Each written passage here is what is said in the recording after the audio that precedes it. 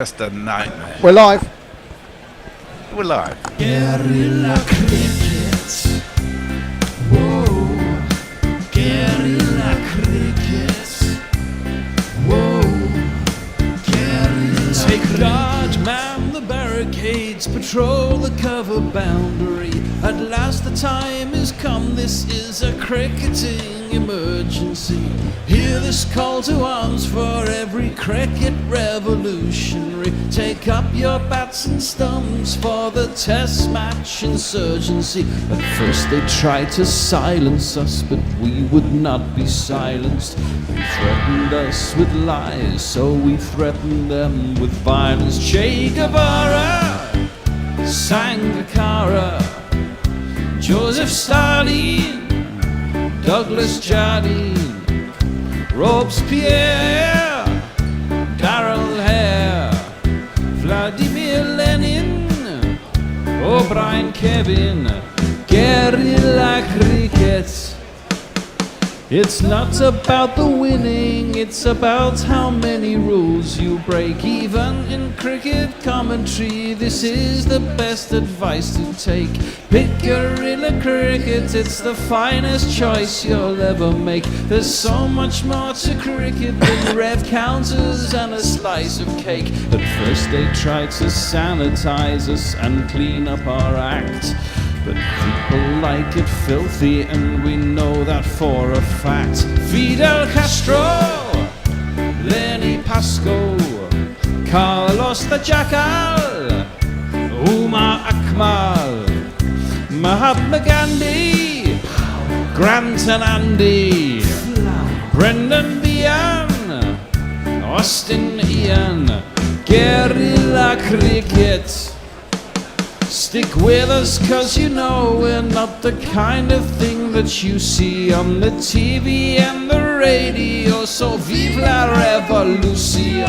First they tried to buy us, but we would not be bought. Okay, we were, but then we ran away, and we will not be caught. We would not give up the ghost when they left us all for dead. They decapitated us, but we just grew another head. Chairman Mao, Jamie Howe, Ho Chi Minh, Asif Din, Václav Havel, Graham Saville, No Surrender, Percy Fender, Che Guevara, Sangakkara, Joseph Stalin, Douglas Jardine, Robespierre, Darrell Hare, Vladimir Lenin, O'Brien Kevin, guerrilla cricket. And now they're Marty Bumrah. Oh, you're bowling again, aren't you? Oh, I thought as much. Well, we had to play the Bumrah jingle because we won't get a chance to do it for the rest of this match, because the big news from Edgbaston this morning is that Bumrah misses out, and there are a number of changes in the India's side as they try to prevent going 2-0 down in this 5-match series. Good morning, good afternoon, good dawn, good dusk, wherever you are in the world. Welcome to Guerrilla Cricket. I'm Gorilla Hendo, and I'm joined, not exactly in the studio, but on Zoom from Melbourne and from Mumbai, all the M's. We have in the weather cave, without any water, it's Messy Jez. Actually in Perth rather than Melbourne. Did I say Melbourne? Goodness me. You did. Yeah, that's ridiculous, isn't it? Of course you're not in Melbourne. But I got to say, it's a very nice 14.5 degrees here, which I wish I'd had more often in England. And it's going to be a beautiful day at Edgbaston for cricket today. Bit of high cloud, but mostly sunny, and a 24-degree maximum. Absolutely perfect. That'll do after what's been going on in London for the last couple of weeks. And feeling a little bit mardy in Mumbai, because he's already decided that India have lost this test match. It's our man Anindo. Yeah. Hello. What are you making of it? No Bumrah, changes in the team. Nitish Kumar Reddy comes in. Sai Sardasan is out. Washington Sundar comes in place of Shardul, and Akash Deep, I guess, in place of Bumrah. No signs of Abhishek, left arms. Is it Abhishek? Sorry, am I getting mixed up? The left armer and Kuldeep. Arshdeep, sorry. Arshdeep. I get Akashdeep and Arshdeep Singh mixed up in my head, and of course, as you say, no left arm pace option, no left arm spin option. Apart from Jadeja, of course, and then Washington Sundar is the off spinner, and also adds a little bit to the batting. He's actually got a very good test record in the restricted number of tests he's played. But what do you make of it all? Let her rip, Anindo. Well, I'm very tempted not to show up for commentary for the next few days, and I'd advise the Indian team to just concede defeat right now without playing. They just get 5 extra days in Edgbaston to relax, because this is fucking disastrous. The Gautam Gambhir fucking asshole and his team of equal measures of assholes have picked a side which makes absolutely no sense, because you've brought in a spinner who really isn't a spinner, just because he can bat. Shardul Thakur was not picked for his batting. He was supposed to be a bowler, and he was supposed to bat a bit. He didn't do either. You have a match winner in Kuldeep, so if you're going to bring in a second spinner, you bring Kuldeep in, and over the last few years, even at number 10 or number 11, he has developed that art of just staying there like a Jack Leach. Right. So you'd value someone like that, and then you'd bring in Arshdeep because he's the only left-arm pacer you have. He moves the ball. Instead of which you keep Prasidh Krishna, who's a complete misfit in red ball cricket, especially in England. You've got Akash Deep. Both Prasidh Krishna and Akash Deep have an average of 35. Haven't taken too many wickets in their careers. You don't have Bumrah. You have Siraj, who's been half the bowler that he has been in the past. So you're not going to take 20 wickets. I mean, it's as simple as that. What do you make of this? I mean, I was reading a piece yesterday about this pace attack being in transition. But I think one of the things that we've come to think in England is that whatever difficulties the India batsmen face in terms of movement of the ball, you've always felt that, or for the last few years, or the last couple of tours, that India can give something back amongst the seam bowlers, and yet suddenly it's, it seems to be a disaster. I mean, as you say, Mohammad Siraj is half the bowler, but why is he half the bowler? I mean, we've always thought of him as a really good aggressive paceman.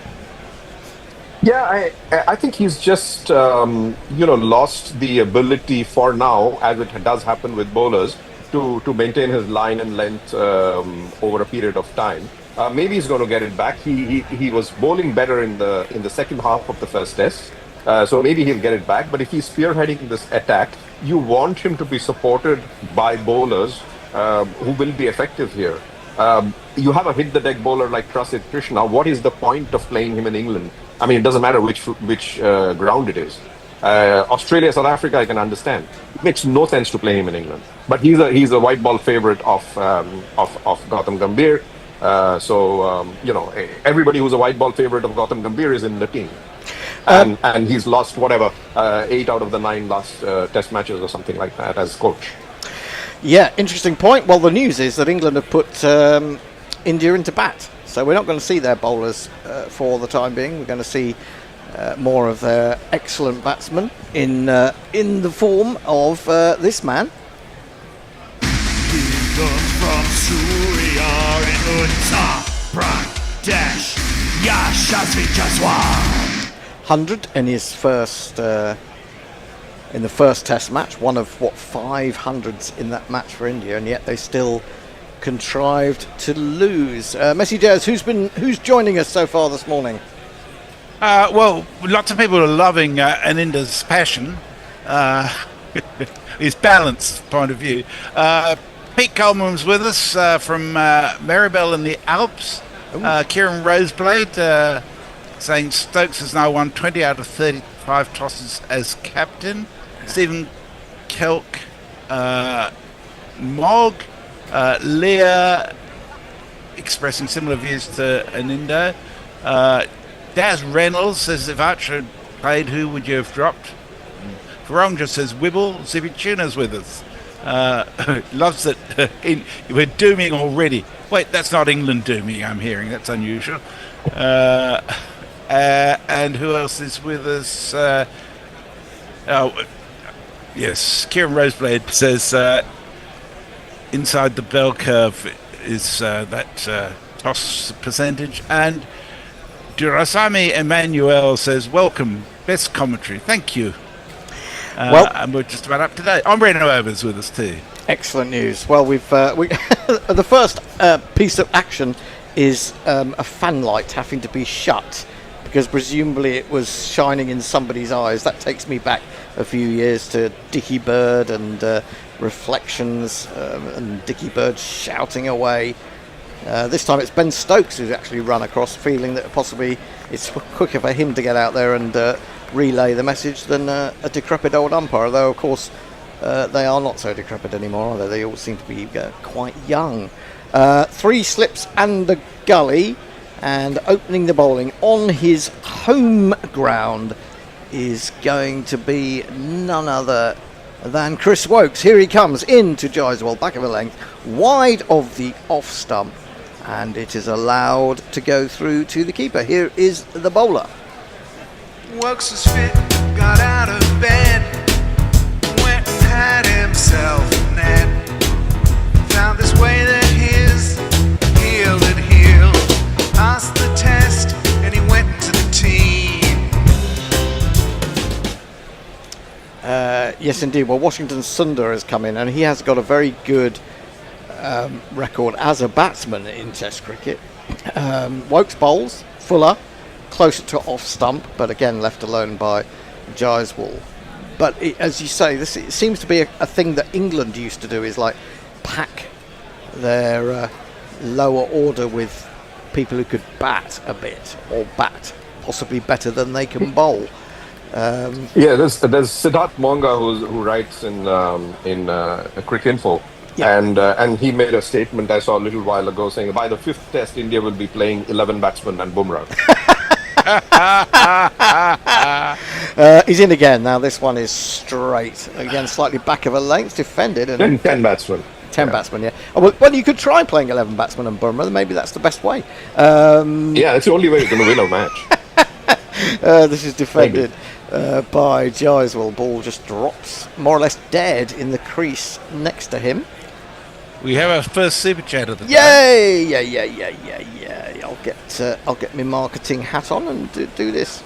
Super chat cash, super chat cash, super chat cash. We'll talk about it after this ball. Wokes is in, Gyswell leaves, and although it's quite a wide delivery, it swings back after it goes past the batsman, and Jamie Smith is forced to go back in the opposite direction to which he was moving, but takes it well, and there is no run. What does the super chat say, Messi? Stephen Kelk knows the rules. He sent €2 to give him the right to say that sad we won't see ducket bowling to Bumrah, because he knows I won't mention ducket bowling unless there's a super chat attached. Yes indeed. Clever. He's found his way round. This is onto the hip and it's turned. I think he got bad on that. It could be leg byes. No, I think it's a boundary. A boundary down to fine leg. India are off and running with one of these. Now, interestingly enough, it was a little bit cloudy at Edgbaston. It's certainly cloudy down here in the south of England. But the sun seems to have broken through a little bit there. And there was a lot of talk about Ben Stokes putting India into bat. Onto the back foot he goes, and that rises. He aims a rather flashy cut shot at that, and is lucky not to get an edge through to the keeper. It's the end of the over, 4 for none. I don't think after the result at Headingley, and I was one of those very critical of Stokes, I don't think there are going to be many people who are going to question the fact that he's put them into bat here, even though, as I think Mark Butcher was saying earlier, that there have been a lot of runs scored at Edgbaston this year. Messi. I'd be interested to know what the stats are. I'm sure Tony has them in terms of bowling first and winning at Edgbaston. What stats, Tony? I think he's got them. Yeah. Stats, Tony. But Stokes could probably give the choice to Gill, and still England would win anyway. He's still bats. Breno Over says, watch OGC, looking forward to hopefully another stunning test. Mog says, fucking Joffre has as much chance of bowling in this series as Duckett. Lee says, a combination of Gambia, who's okay as a player, but I really don't rate as a coach and as a person, and an inexperienced captain is an absolute shambles. Absolutely. So she's absolutely with you there. First ball from Bryden Cast, it is, into Raoul down the leg side. Tries to touch it on its way, but can't make any contact. This is the man batting.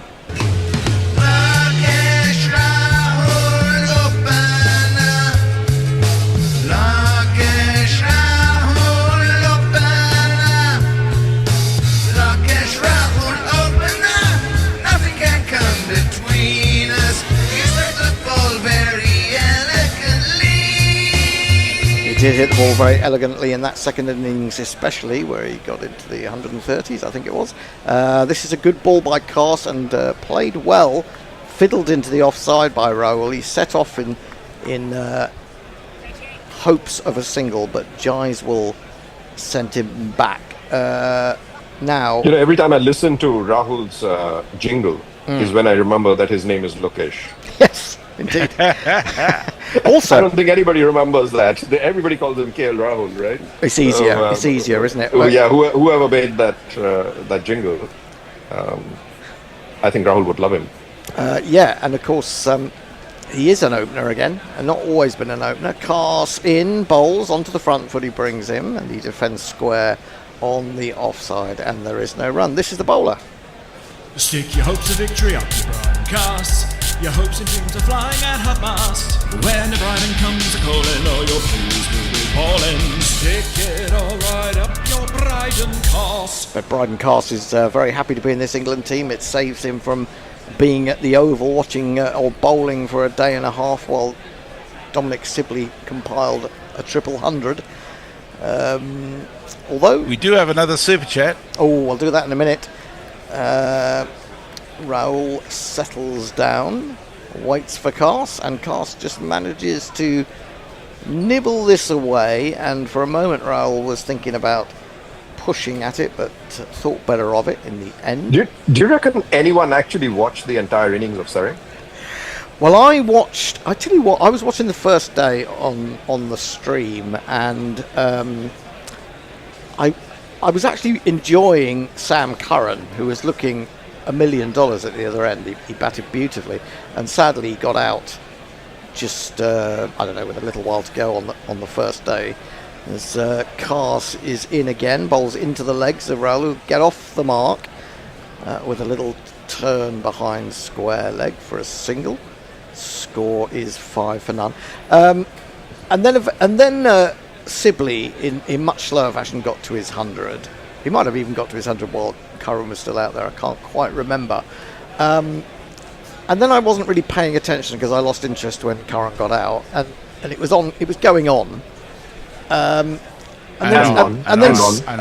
then, well, yes and no, but suddenly he was about 150 not out in sort of up to the close of play. So he can switch gears, Sibley, these days. I saw a really good 100 that he got against Hampshire right at the beginning of the season at the Oval, and he just went up a gear. He went from first gear to fifth with nothing in between.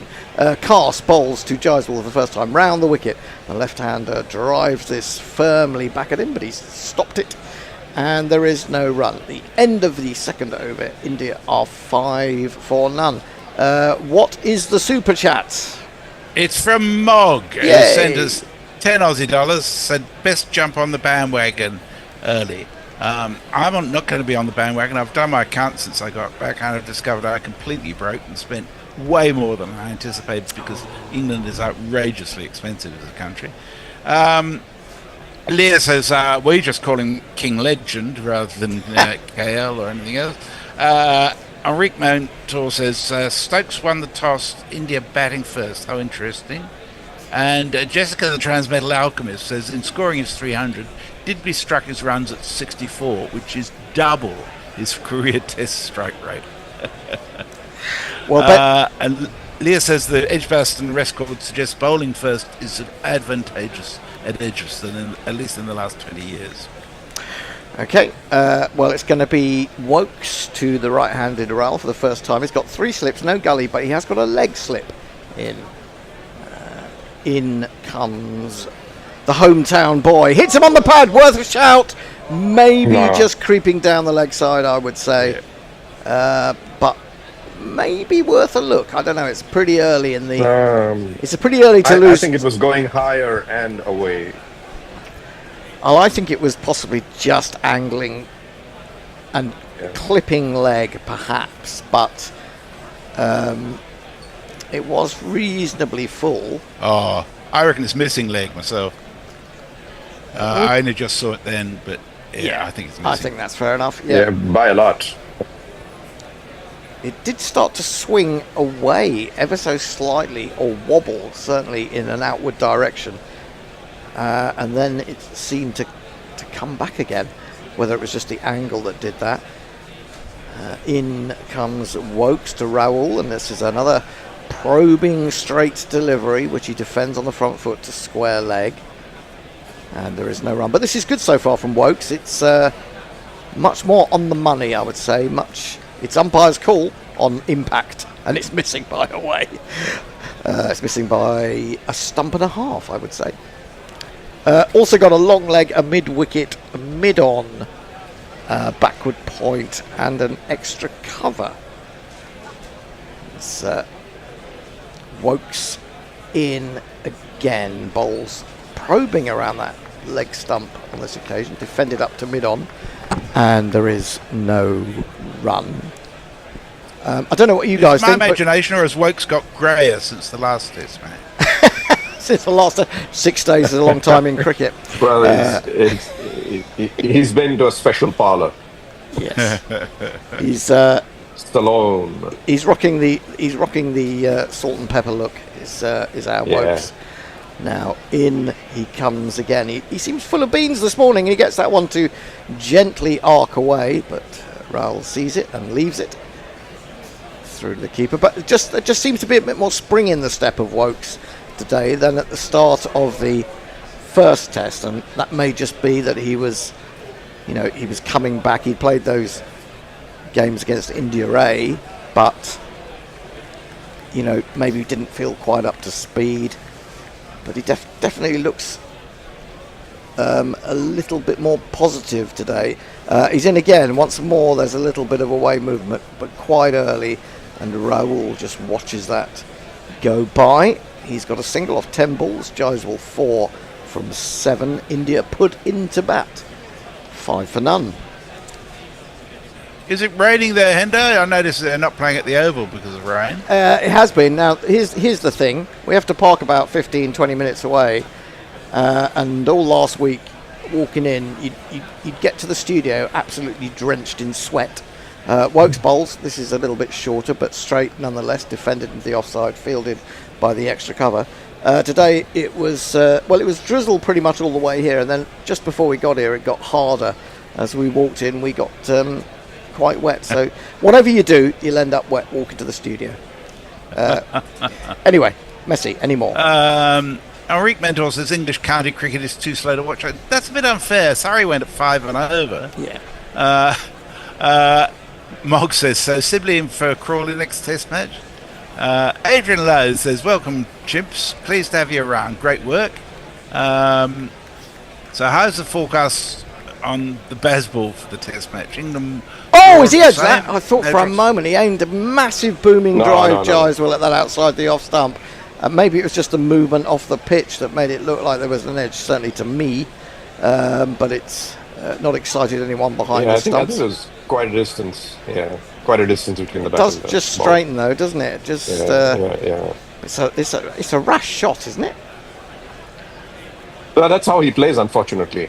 He just bets on the fact that it's going to beat the fielders because he hits it hard. Well, We'll see how that goes. next delivery is Okay. much better. He waits for it longer, plays it square or aims it square, and plays a delightful shot through the offside for Beautiful one of square these. drive, Yeah. Now my innings going, great guns. I hit the ball, 4 runs. I hit the ball and it went for 4 runs. But when you can play shots like that, then you don't really need to play those big booming drives and lose your head a little bit. I mean, just maybe it's a element of sort of early in the game and not quite seeing it as he wants to. Outside the off stump, left alone this time. Good pace, 86 miles an hour, 9 for no wicket. We haven't mentioned the GPL, have we?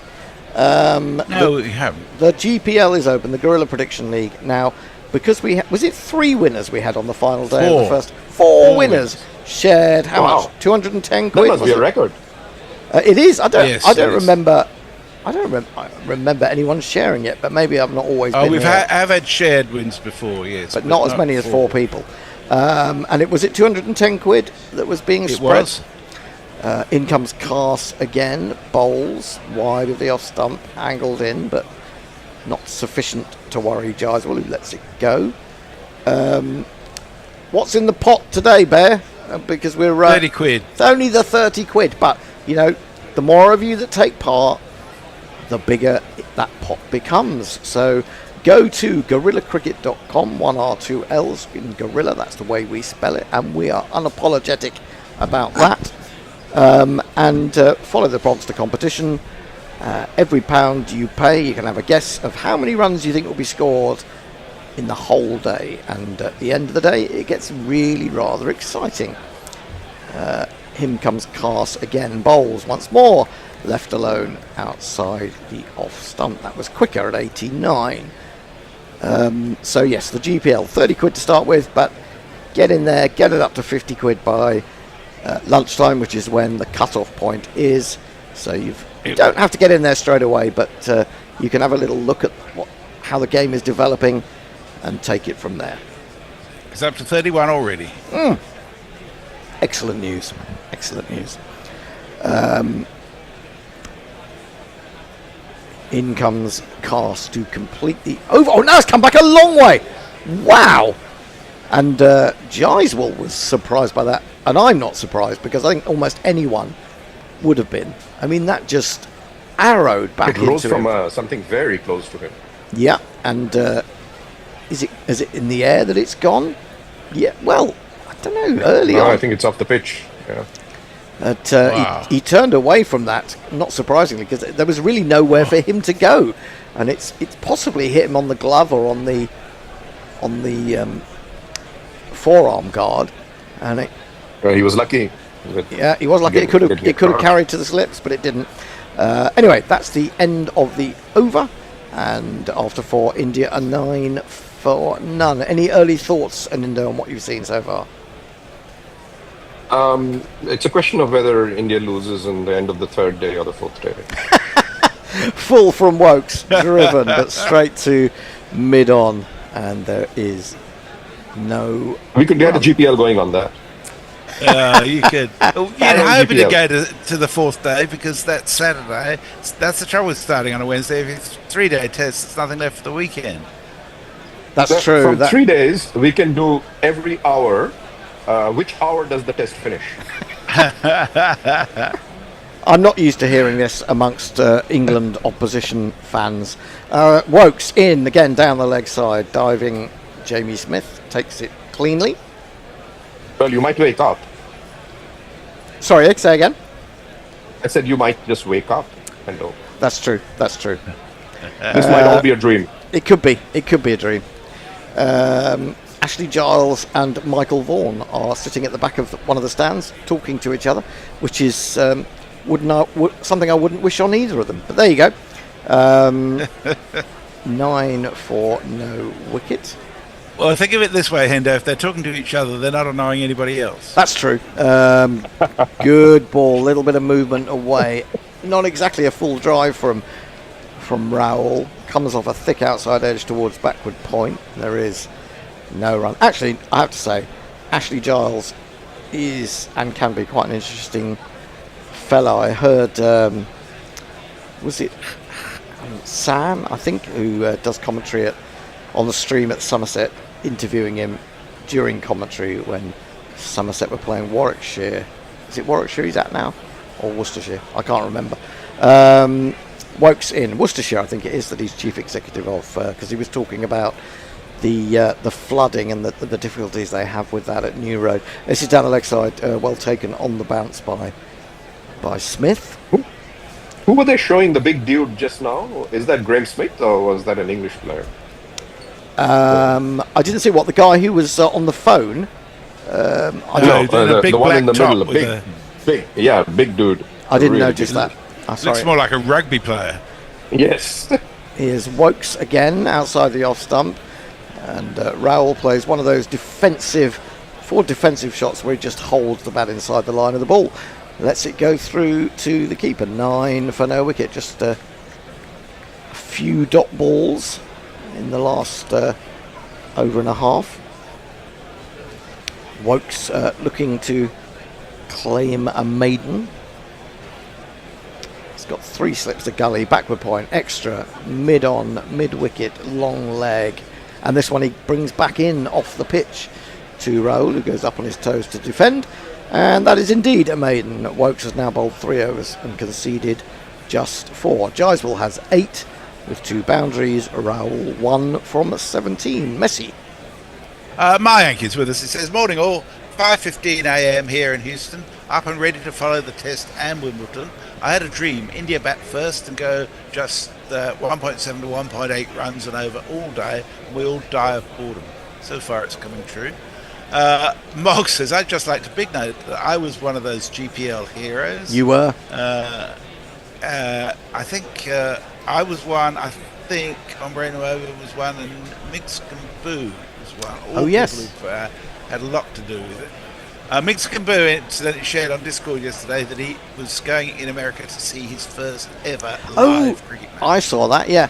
I've not been on Discord very much, as Cars is in around the wicket. That's a good ball, probing around middle and leg, straightening a little bit, gets the required response from Gyswell, who defends very watchfully indeed, and there is no run.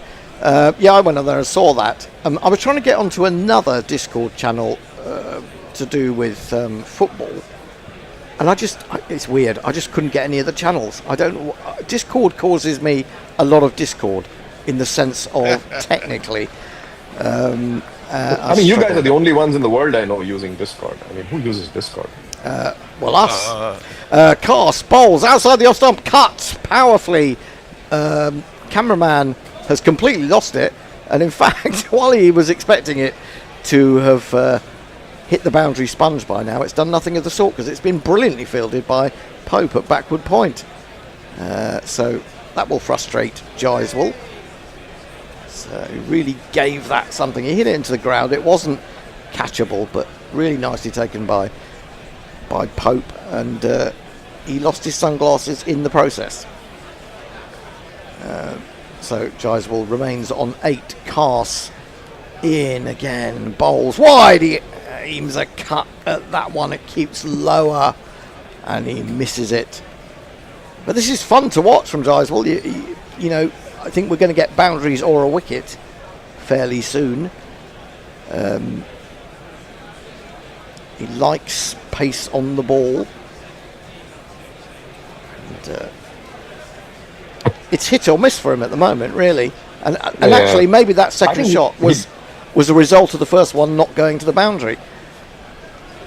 I think he doesn't have the measure of the pitch yet, whether it's bounce or whether it's speed. And he's getting beaten on both occasionally. So unless something is pitched up to him, those are the only ones he's really getting. That is pitched up to him, and he absolutely thrashes it through the gap on the offside, races away to the boundary. He's dealing in boundaries.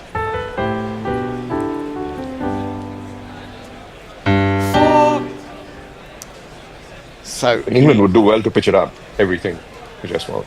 Not pitch it up. Sorry. Yep, he likes it there. He's played 2 glorious drives today. He's also played a couple of rather dodgy looking shots outside his off stump. Yeah.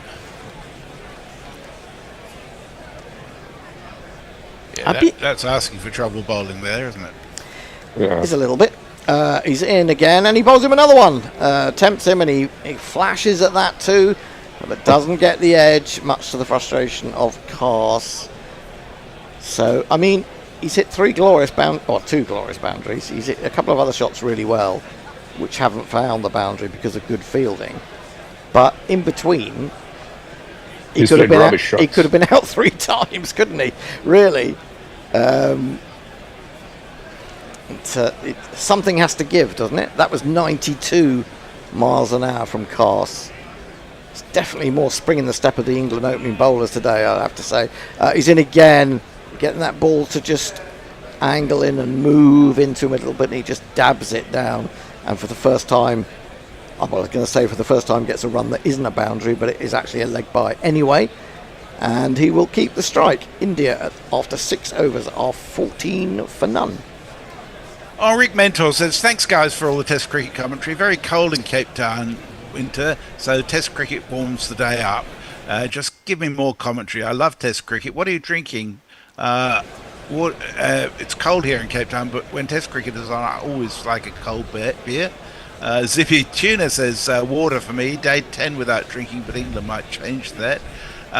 And Mog says, for what it's worth, I use Discord for a bunch of stuff. And Leah says, come on in and be fair. Lots of people actually use Discord for lots of things. I think the beauty about Discord is that it's closed, so that you can only have the people you want in a social media discussion. So I think what might be the case is it's not used in Asia at all. Oh, is that right? Right. Wokes into Jaiswal. Onto the back foot he goes. Straight enough, but just back of a length. Defended. Pope runs in and fields. So it's either WhatsApp or Telegram. And I don't know of anyone in anywhere across Asia who I personally know who uses Discord. So it might be an Australia, Europe kind of... well, I mean, there are different sorts of things, because Discord's more like a bulletin board, because stuff stays there in different threads where you can follow it. Whereas WhatsApp is just a single thread, really. Yeah, difficult to go back on WhatsApp. Wokes in, bowls, hits him on the pad, big appeal. He's on the front foot though, he's a tall guy. I think pitch outside leg, didn't it? Well, it may well have done that too. They're going to have a little chat about it. I don't think it's worth it personally. The umpire clenched his left fist and forcibly kept it down, so he wouldn't be tempted to lift it up. Well, it is going to be reviewed. I'm not sure about this one. Really. That was out. That was out. That was definitely out. Was that definitely out? I don't know. Well, we're going to see. It's marginal, in my opinion, on leg stump and whether it pitched outside. But I think he's just got a fair old stride. I think it's outside, though. Let's see. Actually, it's not a bad. No, it is not outside. Yeah, I think it could be outside, but it really depends on whether it's hit the front pad or the back pad. I think it's the front pad, so I think he's probably going to be all right. It's around about the knee roll. Might be clipping at best. It's pitching in line, impact in line. It's umpire's call on the middle and leg bail, so that means it is not out, and the clenched fist has saved Jaiswal.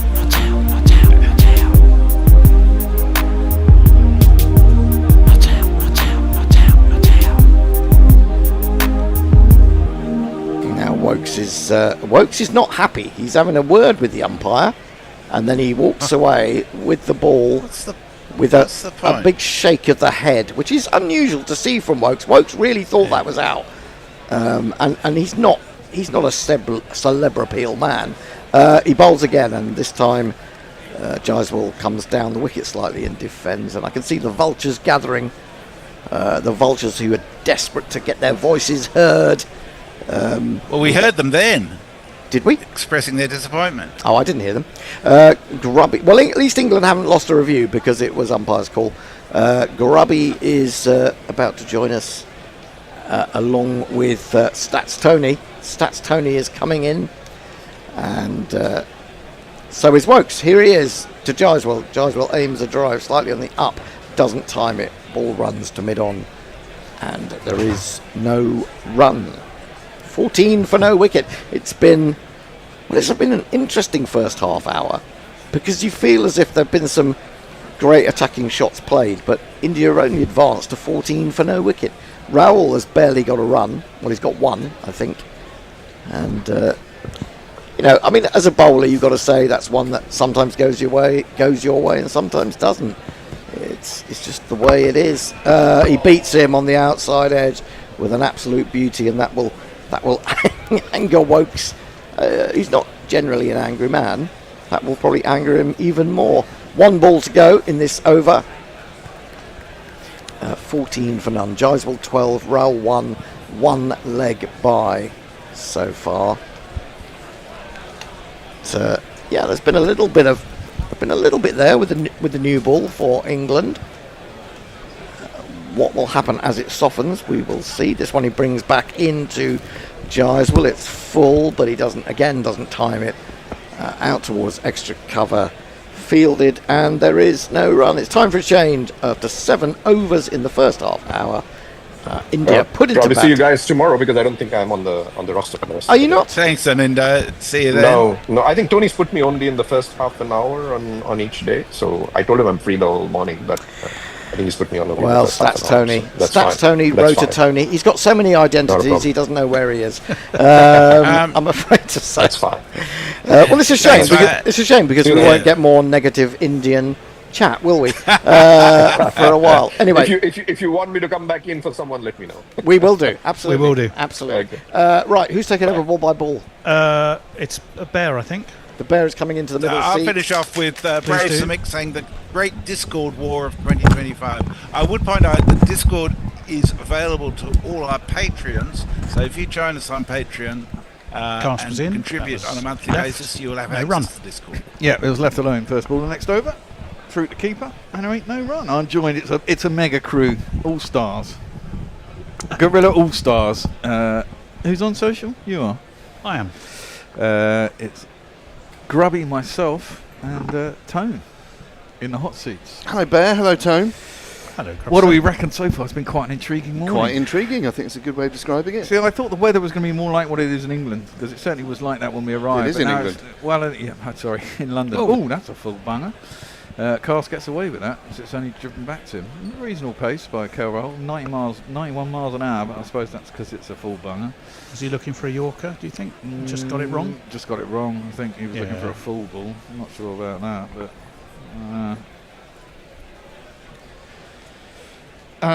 England, well, I think they bowled all right here. Bit unlucky not to grab a little edge.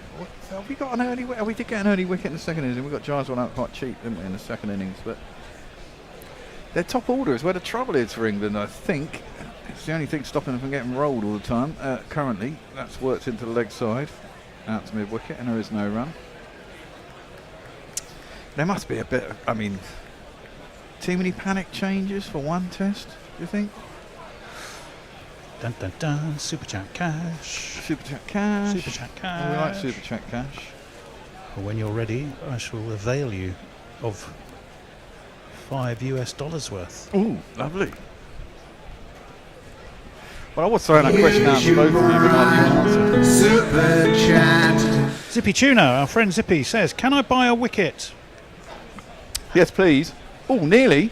That one Nearly beats did. the outside edge of a prodding KL Rahul, who's faced 21 balls for his one run. He goes on to say, "Thanks for the great commentary, as always. Cricket, Wimbledon, ladies' Euros. It's a beautiful day to ignore the real world." Does the Women's Euro start today? It does, doesn't it? Yeah. There's another super chat coming your way as well, Bear. Ooh, lovely. They're raining. It's raining super Raining chats. super chats. We like raining super chats. Also become patrons, people. That's our steady income, and obviously we have to pay for this lovely space that we have now. We are, if nothing else, we have to be self-sufficient because none of us can afford to support us. So That one's into the pads of Kelra, who clips it wide enough of mid-on that they can get through for a single. The other super chat, would you like it now, or would you rather wait and just... Well, we only got one more ball. Do you like the pregnant expectation? I like the pregnant Okay. expectation. It's raining, chat. Who was it? I was just trying to think who was his raining. It's raining men. The Weather Girls. Weather Girls. Of Weather course it was. Girls, Yeah. See much of Glastonbury over the weekend on the BBC? I heard quite a lot of it because the wife and I drove up to and back from Newcastle for a wedding. Ah, right. So Saturday, Sunday. So yeah, quite a lot of it on the radio. I watched a lot of it on telly. There's a lot of old I people watched like a fair bit. It's a lot of old people like us, though. Yeah, of course it is. doesn't. Don't look at me when you say a lot of old people. Well, you're older than me. I noticed you look left, not right, when you mentioned old people. Left alone outside the off stump. There's no run. It just felt a bit kind of like, oh my god, it's turned into. I mean, I remember going. It didn't feel like that. It felt like May I sort of have a super chat middle jingle, class though? shit. Oh, I just gave you a live one instead because we just had one. Oh, right, okay. But I'll give you another one. Go on then. YouTube Prime Super Chat. It's from a Mr. No shipping it's a long-term unlike the bucket hat. It's from a Mr. Handjob of Melbourne. Mm. So when are the superstars scheduled on comms? Hey, There we go. watch it. It's only because you're Japanese that you're allowed to say that shit, you know. Sumit Singh Jalandharia. I hope I've said that right, Sumit. P.S. Loving the stream. Good job, guys. Dwayne Medford says... I don't know what... It's some weird number, but tell me if I'm missing something. Enrique Mentor. Second test Australia West Indies starts on 7th July. Yes, it does. I Of believe course. that is correct. Yep. I'm sure our man David Brooke will be all over that. He's at Edgbaston today. He is at Edgbaston today. Hence his first day podcast that's supposed to be every day of the first test. Every first day of the first test. He's not happening on his second attempt. No, he went for the Catholic rota management, which is pulling out at the last minute, I'm afraid. Yeah, indeed. Well, Wokes is going to bowl his fifth over. He's coming to bowl KL Rahul. Oh my fucking god! How did he leave that and not get out? He's left one on his off stump. Somehow he hasn't been bowled. Somehow it hasn't hit the pad. There would have been an almighty scream. He didn't offer a shot, and somehow he's still there. But my word, that's an exceptional lead. It seemed to just carry on the line. I mean, it ended up, I suppose, maybe going over the top of the stumps and too high, and it wasn't hitting the stumps. I couldn't find a "Oh my fucking god" jingle, so I was waiting for that one instead. Do we think that after... I mean, he had a hard time at... hold the thought. Oh, that's got to be out. Surely this time. Plum has. Unless he's got an edge. Got to review that. No. I don't think he's got an edge. Had to be an inside edge. Had to be an inside edge. Because he's got done again on the inside. It's just crashed into his pads in front of the stumps. That looked out to me. So I think Wokes has bowled pretty well. He was quite luckless for a long time at Headingley. Bat, and there is... Oh, yeah, it's an big inside edge. edge. Big Yeah. inside edge. So my question was going to be, chaps, had this not been Chris Wokes' home ground, where he does have particularly good bowling figures and knows the terrain so well, might they have brought Archer back? But it saved them having to do it because they were always going to play Wokes here. I don't know about that. I mean, that's left alone through to the keeper, and there's no one. It's difficult to change a winning side, isn't it? And there have been a break. I don't think they'd have taken Wokes out. I think they'd have taken Tongue out. Yes, that could be true. Although don't forget, he's got a the rabbit pie. Yeah, he's rabbit pie. Well, I mean, there is that. Aren't they calling him the Mop or something these days? Isn't he got his new nickname as the Mop? But something and like that. People used to deride that, but that's Well, a valuable. Well, England have been pretty. He's bowled him. Hey. Finally gets a man. Rahul's gone back to defend that. He's played it a little too soft with his soft hands, and it's gone down into the ground and just bobbled back onto his stumps. Rahul been there for 25 tortuous balls, a bit like Marnus Labuschagne innings, and he ends up with 2 after that, and we'll give him a send off.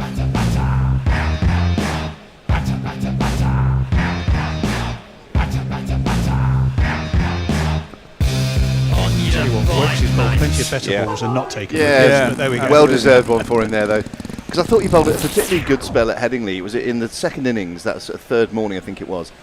And he bowled beautifully. Yeah, he got 0 luck. He bowled that one absolute perler that no one knows how it missed the edge and the corner of off stump. It was an unplayable delivery. I think he's bowled okay, Yeah. better than his figures suggested. And I wouldn't. And back Tony, to your point you made a while ago. I wouldn't read too much into the fact it's his home ground, and I wouldn't say this setup would pick people on kind of sentiment. I think they just think they pick the best 11 for this game. No, I don't think it's sentiment. I think it's practicality that he does have very good figures at Edgbaston, and he does know the terrain. So there, so you even though he struggled in that first innings for fluency, for just about everything really, after quite a long layoff, don't forget. Yeah. I think they would always have played him at Edgbaston, and that made the Archer decision potentially more interesting, more easy to make is kind of what I was thinking. Bear was counting his chickens as far as Archer playing the Test next week is concerned, but he's not there yet. Anyway, new batter for India. He's going to be there, unless he gets injured again. He's playing next week. Yeah, well, he probably will. I don't think he will. Give me a bow and naya, cool stylish naya, swinging, slashing, classy batting action, Gurun Karanaya, triple century holder, he'll maybe one day, maybe, he'll play away from Indian naya, against England, he spanked him, oh yeah, it's naya. My word. Was it 77 tests between his 300 and playing again? Something crazy like that. And then out for none. And then got to a wonder catch. Yes, he was. Yeah, well, he's going to face his first ball is against Wokes, who bowls it straight. Oh dear, it looks a bit uncertain. Gets a fat inside edge onto his pad. There is no run. Nearly a repeat the KL Rahul dismissal, wasn't it? Straight away. Didn't bounce as much. KL Rahul was up on his toes trying to play it down anyway. He just played it with two soft hands, didn't he? Yeah. Just let him run off the face and just went backwards into his stumps. I quite like the more distinguished Wokesian look these days. What, a bit grayer? Yeah. I mean, the thing about Wokes, he's got very fucking repeatable action. It's a really classical action. That one is defended back to him, and there is no run. I mean, when he came back in the Ashes, he was bowling 85, 86. And you thought, oh, this is the Wokes of old. And the last couple of years, he's been down at high 70s and low 80s. But he nibbles it. He bowls pretty good lines and lengths. I mean, that's probably why he's not that so good away from home. Do you want to hit us with a super chat jingle? I'd love to. Nice- Nothing would nice give me and short. greater pleasure. Well, like you've led a sheltered life, but okay. Nonetheless, it is good. YouTube Prime Super Chat. Right, you have to tell me who this is from. If I tell you the first word is woof. Martley. Yes. Morning, primates. Love and sausages. Lots of other messages to Kieran Roseblade. Jesus, England need an uninjured opening bowler with a bit of potency. Well, I suspect that was pre the dismissal of KL Rahul. maybe. Right, Well, you Wokesy. bought your wicket, whoever was bowling for a wicket not that long ago. Cast is coming in for his fifth over around the wicket. Presumably there'll be a change of bowler at the end of this over. Cast has bowled with some menace, I would say. Yeah. I mean, that one that got Jaiswal earlier on, got him in the chest. It just, from around the wicket at the left-hand, it just kept following him and he couldn't get out of the way. That was a It nice. was a spiteful delivery, It that. was. He's got that in him, I'll tell you, Cast. Indeed. Don't forget, GPL is open. Become a patron and super chat. And, oh, that's horrible ball though. Shoves that really wide. Jarswell has no, just lets it through and there's no run. What do you have to do? You have to spank the like button and subscribe. Smash that like button. I think you smash it. Smash it, spank Yeah. it, you know, Well- whatever you like. There is a difference, Well, yeah, and there is. even in terms of mental connotation in my Wow. head. Spankathon. Another one. It is genuinely weather girl time on the super chat. Super chat! A super chat from a huge YouTube hero! Thrown up wide, left alone by Jarswell. Chat, super chat, super chat! It's the fantastic Hombre Nuevo who says, fantastic Hombre. jingle. Indeed, there is. And at the end of the over, I'll go through it. There's a lot of love for that Karen Nair jingle. Who's the... Mog. That was a Mog obviously. special, Yeah. was it? I think there was a lyric in there saying maybe one day he'll play away from India. Yeah, and exactly. of course he is right now. Yeah. Well, it's getting a lot of love, Mog, if you're listening, which we suspect you are, because you've been kindly super chatting us. Indeed. Are there any other batters in the history of Test cricket after this ball? Cast in, leave by Jarswell. Not bad leave either. reasonably close to his off stump, no run. Who have a single Test century to their name, and that is a triple. Good question. There was some slightly Don't like think so. Cowper, the Australian batsman Cowper scored a triple, didn't he, in the 60s? Don't know if he got any other Test centuries. Andy Sandham for England back in the day. But Karen Nair, one Test century, and it was that 303 not out. 303? I think it was. Something like that. It was when England thought they'd done really well to get nearly 500 as well, wasn't it? And then Yeah, that it's was 450 place 760 or something in the end. And then we lost by an innings, didn't we? KL Rahul 199.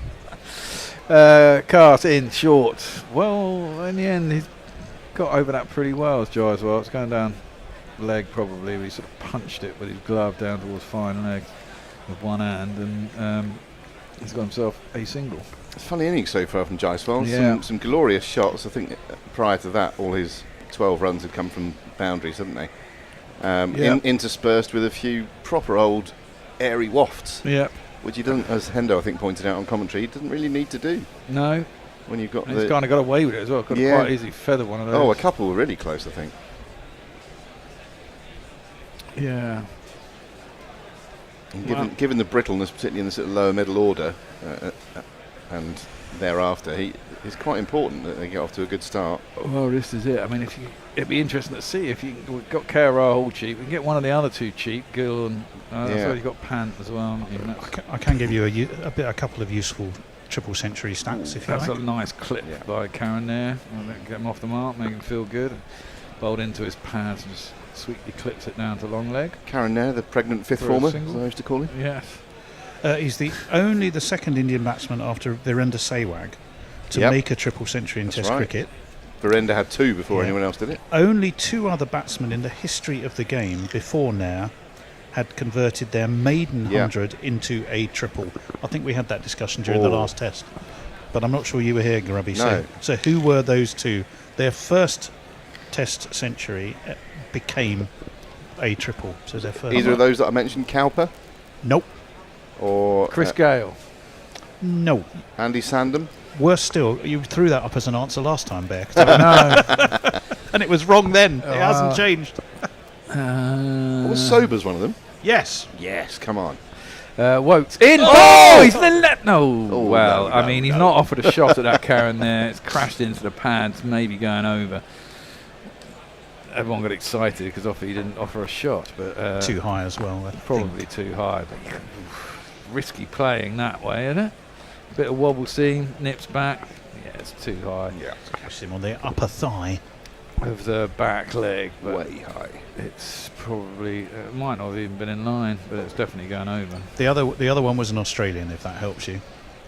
Well, it surely does. Recent vintage or old school? Older. Simpson. Yeah, Bobby Simpson. Hang on. Now that all starts to seep back into the memory. That's left alone to the keeper. If I ask you during the next Test, you're going to go, Chris Gale? Chris Gale. That's it. Always learning. Right answer to the wrong question. Well, you know. Like a stopped clock. It's always right. Once a day or whatever. Well, I got my first bet in, twice by the way. a day. Under 32.5 for the full of the first wicket. Under 42.5 for the full of the second wicket. That is a nice shot. Karen there leans forward, is a bit too full from Woakes, gets driven back down the ground. It's a long off for 4 runs. 1, 2, 3,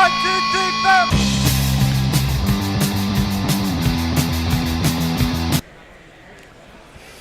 That was nicely played. I was saying off air that we've seen very little, if anything, through the air so far for the England bowlers. No. And we still haven't really. So, been some good disciplined line and lengths and a bit off the pitch, particularly from Cars. But not a great deal of movement, one way or another. I think I'm going to nick out 2 or 3. But that one's better. That is not a bad shout. That's come back quite a way. It's not high. I would review that. I think that might be clipping, and it certainly might be. I think it's nibbled back quite a bit, actually. I would clipping's review that. Not enough. I don't think it is clipping. I think if it's going to be hitting, I don't think it's too high. It's come back pitched quite outside a way. off. It did pitch outside, but he didn't offer a shot, so that doesn't matter. Exactly. It doesn't even matter where it hit him. I think that's come back. I think that's a pretty good shout. That was out, that was out, that was was definitely out. Was that definitely out? Playing dangerously, even if Yeah, it's it's not a dangerous out game here. to play, isn't it? Very dangerous game to play. That's It's angling in towards the stumps. It's nibble back. Well, maybe it's too high, actually. It doesn't matter if it's hit him in line. See, when I saw that first time, I thought that hit his front pad. I did as well. It's kind of caught the flap of the back pad. He's not offering a shot, so it doesn't really matter. The question is it coming back enough? Just has to be smacking into the stumps as far as England are concerned. England don't look optimistic. No, I mean, I think they've looked at the replays. It's not coming back enough, is it? No, umpire's cool. We don't lose the wicket. It's nearly enough, though. Jesus. I mean, it's hitting the top of was hitting, stump. But see, I thought, and I've mentioned this a billion times whilst we were on it, I thought they changed the fucking umpire's call to a quarter of the ball on either end. Wokes is ticking. I've rarely seen him so pissed off. We can't believe that quite wasn't fun, given, isn't it? No, well, I don't think he can believe that wasn't given out in the first instance. I But looking at the replay, I can see why. Yeah. Seeing from where if I'd have been umpire like you the other time, I'd have given that. Yeah, but you're time. a bowler, Bear, so you probably err on the side of out rather than not. Well, and the other one was actually closer. Funnily enough, I never, ever, I've never given an LBW. Oh. But I've always been umpiring from my own side. I see. That is defended, and there is no run. I always just felt, I don't know if I got the authority to give that, really. Except you're the standing umpire. I so know, you absolutely but do. that's why I hated being an umpire. It's like, this is my fucking job. I'm a bowler. And I shouldn't be umpiring my own side. I just think it's a bit, you need neutral umpires. Some levels of club cricket, you just can't get that. No, I know. Well, most levels you can't as well, especially at second level. And very occasionally you'd have one standing umpire and he'd do both ends. But even then, actually, some of the panel umpires at sort of club level game, they're pretty shit anyway. It's defended back to the bowler and there is no run, but at least they are neutral, What, 21 for 1, England have certainly bowled pretty well in this first hour. Got another super chat ready for you, chaps. Something's tickled tone. There is. Something definitely has. I mean, when you first saw that, I thought that's out. So that's, yeah.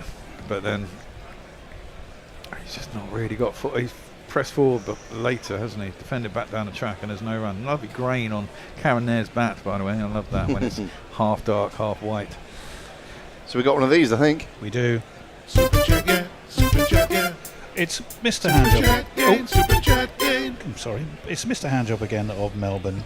10 fabulous Aussie dollars. Just drip feeding back my GPL proceeds. Also, good man. I'm quietly happy with that Nair jingle myself. Indeed, loads of others, let me tell you. Stephen Kelk says, talking to students while the bear is screaming in the background. Good for their education. Yeah, nothing absolutely. wrong with that. What's the bear drinking? The wrong wants to know. I hope they're not primary school Coke children. Zero. We haven't got to, well, we're nearly at midday and I'll have a beer sooner or later. But I'm on a bit of a health, well, not a health kick. I'm going to get battered in Devon this weekend. So not then. So not. But I have been pelotoning every day. No, yes. And, Kieran knows Kieran Nosebleed. I always nearly call Kieran Nosebleed. Let's call him Nosebleed. The genuine trouble with Archer is he can bowl a fast 4 overs, yes, but then England have to play the rest of the test with 10 men. Change of bowling. Because he's held together with shitty owned Brand Prinsley. Oh, well, just tongues in. First ball is clipped out to mid-wicket. Will get a single. Let's get together and lick 'em right.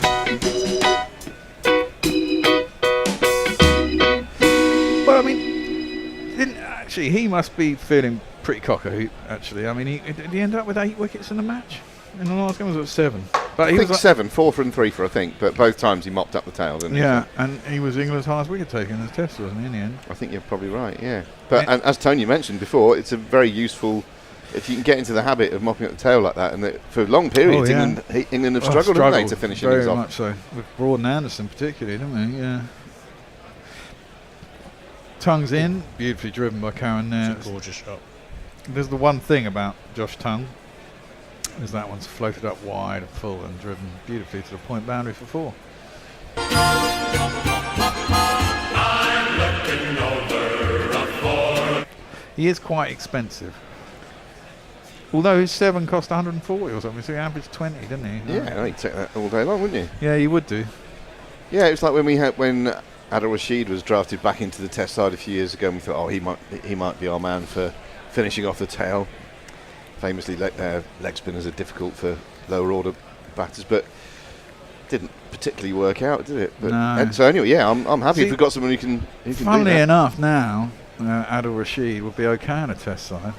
At the time, that's driven by Karen Nair again. Beautiful, same shot, same result. 4 runs at cover boundary. The number of the day. Who could ask for more? The number of the day is 4. They were 2 quite loose deliveries. Yeah, I think, they were. weren't They were They're full- beautifully dispatched. But Full Yeah. long half volleys, yeah. If you're Karen Nair and you're just feeling for a bit and struggling for a little bit of form, that's absolutely what you want. his tongue going for just a little bit of a mullety look. A Well, little bit. It's a modern That way. could Isn't it? definitely affect his bowling. he and Stokes both have had the little shavy bits just above their ear. Yeah. A look that my mate back in the day called the fat man fold over. You get that little fold next to your ear. A similar sort of ball from Tongue, but it's a little bit wider, and this time Karen Nair decides not to play at it. He's now 13 off 12. Another super chat coming up. Well, wow. Do you want another jingle, or shall I just... Go with the extra short one. There is the one that's super short. It's actually called super short. Yeah, no, I know. Bloody short. YouTube Prime Super Chat. It's Zippy Tuna. Buy another wicket if the umpire actually gives it. Yeah. Well, we'll see what happens, Zips. Well, the thing is, Will Woke's getting over now. Oh, wow. Nearly. That one's coming back in and still comes back in. And Karen Nair again leaves. Either he superbly knows where his stumps is, or he's been a bit lucky. Because that one could have rattled his bails too, but didn't. You're a hostage to fortune playing that way. Yeah, you are. I very mean, much particularly so. the ones that you left that cannoned into his pads. You can't possibly know when you make the decision to leave it and thrust your bat skywards. You can't know how the ball's going to react exactly. It definitely Especially looks with the bad old when you're wobble out. seam, yeah. So it's risky. Definitely doesn't look good. Well, he was top scorer in the Ramsey Trophy, wasn't he, this year or something? That one is defended, averaged 80 or something stupid like that. He's- Defended square, and there is no run. He's very correct. He's very stylish when he plays those cover drives. Scored a double ton in the warm-up game, didn't he? Oh, did he? Yeah. Quick catch up, if I may. Enrique Mentor says, I don't think Archer will play Test cricket anymore. Too many issues. Well, he's scheduled to be at Lord's, Enrique, but Yep. we shall see. Brian in Brisbane.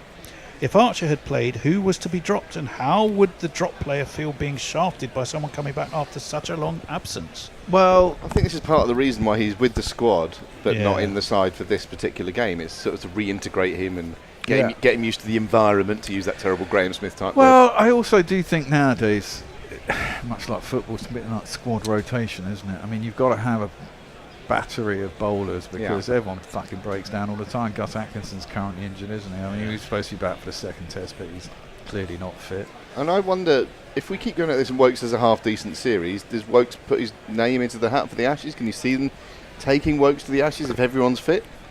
I think they'll make a harsh decision at the end of this series for Chris Wokes. But he's obviously in the frame, otherwise But he if probably he wouldn't be playing. if he takes 25 wickets at 15 in this series, then it's Well, if he keeps himself fit and hard gets not his to. pace, the problem is, I mean, the results are the results that he has in Australia. It's just a question of, as that's worked into the leg side and they'll get a single. I mean, the question is, and I've posited many a time, with a new Kookaburra ball and pitches that certainly, I watched a bit of the India series against India that seemed to nibble a bit off the seam and do stuff. Will he be more effective in Australia, even though he's I mean, look, Scott Boland doesn't bowl particularly quick, but he's fucking lethal. he is. And Wokes hasn't been previously. No, So and that's the problem. another school of thought might be, we'll pick him for this series, but whatever happens, He's not going to Australia. Yeah, just pragmatically to win this Wokes series. in, that's again a floaty. little bit too full and floaty, and maybe there's an over too far. That one's been driven out to the X cover boundary. It's 4 runs.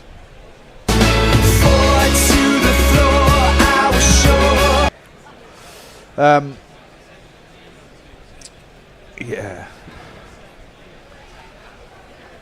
I mean, Very nice playing that cover drive, isn't he? Yeah. But again, that But was he's been given the opportunity Exactly, 3 times in the last it's a, over and a half. It's a long half volley, that, isn't it? Yeah. Yeah, the Ashes is going to be an interesting one. Well, I think we've got as good a chance as we have for a while, I'll be honest. Although I can still see us losing 5. Could be close, yeah. Could be close. I say that pretty much every time they go out there. Wokes left alone through the keeper and there's no run. I'm always bullish when it starts, and then after the first test I've given up. That's the spirit. That's the spirit. We haven't changed it in this over. We are by the way. indeed. If Archer, Daz Reynolds, this is, if Archer plays at Lords, who would you drop? For me, I'd drop him for Tongue, probably. What, Mr. Mop? Mr. Come on. Mop, I know. I think more likely Cars, if I'm honest. I think that'd be harsh. Because Cars has been opening here, and he doesn't feel like an opening bowler. He feels like a best of first change bowler to me.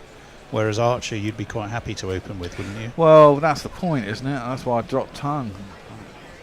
But, as you say... Oh, there's another... Well, no, Edge. that must have come I and think inside inside edge. edge. Yeah, big inside edge. It did cannon then into a pad. Living a life is cannon there. And there's no run. Yeah, it looked very good. That I think he's got a big inside edge on this. Yeah, I think he has. More, everything's fucking wobble scene now, isn't it? Seems to be the way to go. Who needs proper seam bowling when you can just wobble that seam? Yeah, I like it when they get it bolt up right there. Something Yeah. very pleasing about that. That one is again defended by Karen there, out to the covers, and there is no run. Just going to tell you this one, Bear. Nick Vickers says Bear for PM. Yes. I'll sort us out. We're going to tax the rich is what we're going to do. We'll send you over. Good luck to- getting in then. Yeah. Send you over to deal with the Donald as well. Oh, fuck that. Donald, you're a cunt. Well, it comes with the job. If you're going to be PM, Me and Donald you've got won't- to do a bit of foreign policy, Bear. Me and Donald wouldn't get on too well. Well, I do. That one is driven nicely by Karen there, inside mid-off. Not sure he's got enough to get it to the boundary. It's been chased down by, I think, Shah Bashir. And they'll get back for 2. At the end of this over, does anyone know what the score is? 37 for 1. No, they're not. Yeah, that's 37 for 1. I think me and you are still on. And Endo coming back Oh yeah, right. for you. Very good. Should we just stay in these chairs then? Fourthie wants the Lady Yeah. War codes. Fourthie, wherever you are, I shall do it in a second. Tone will be relieved of his Duties. in just a moment. Fourthie, so hang tough there, my friend. I might as well let Hendo in then, if you two Yeah. are staying there. Yeah. Yeah. Well, that is the end of the over, and that is the end of our spell, so that would be the wise thing to do. Me? Hendo. Oh, yeah, yeah. No, it's me. You're on social, aren't you, Hendo? But we're staying here because that's the easiest thing to do. Yeah, absolutely.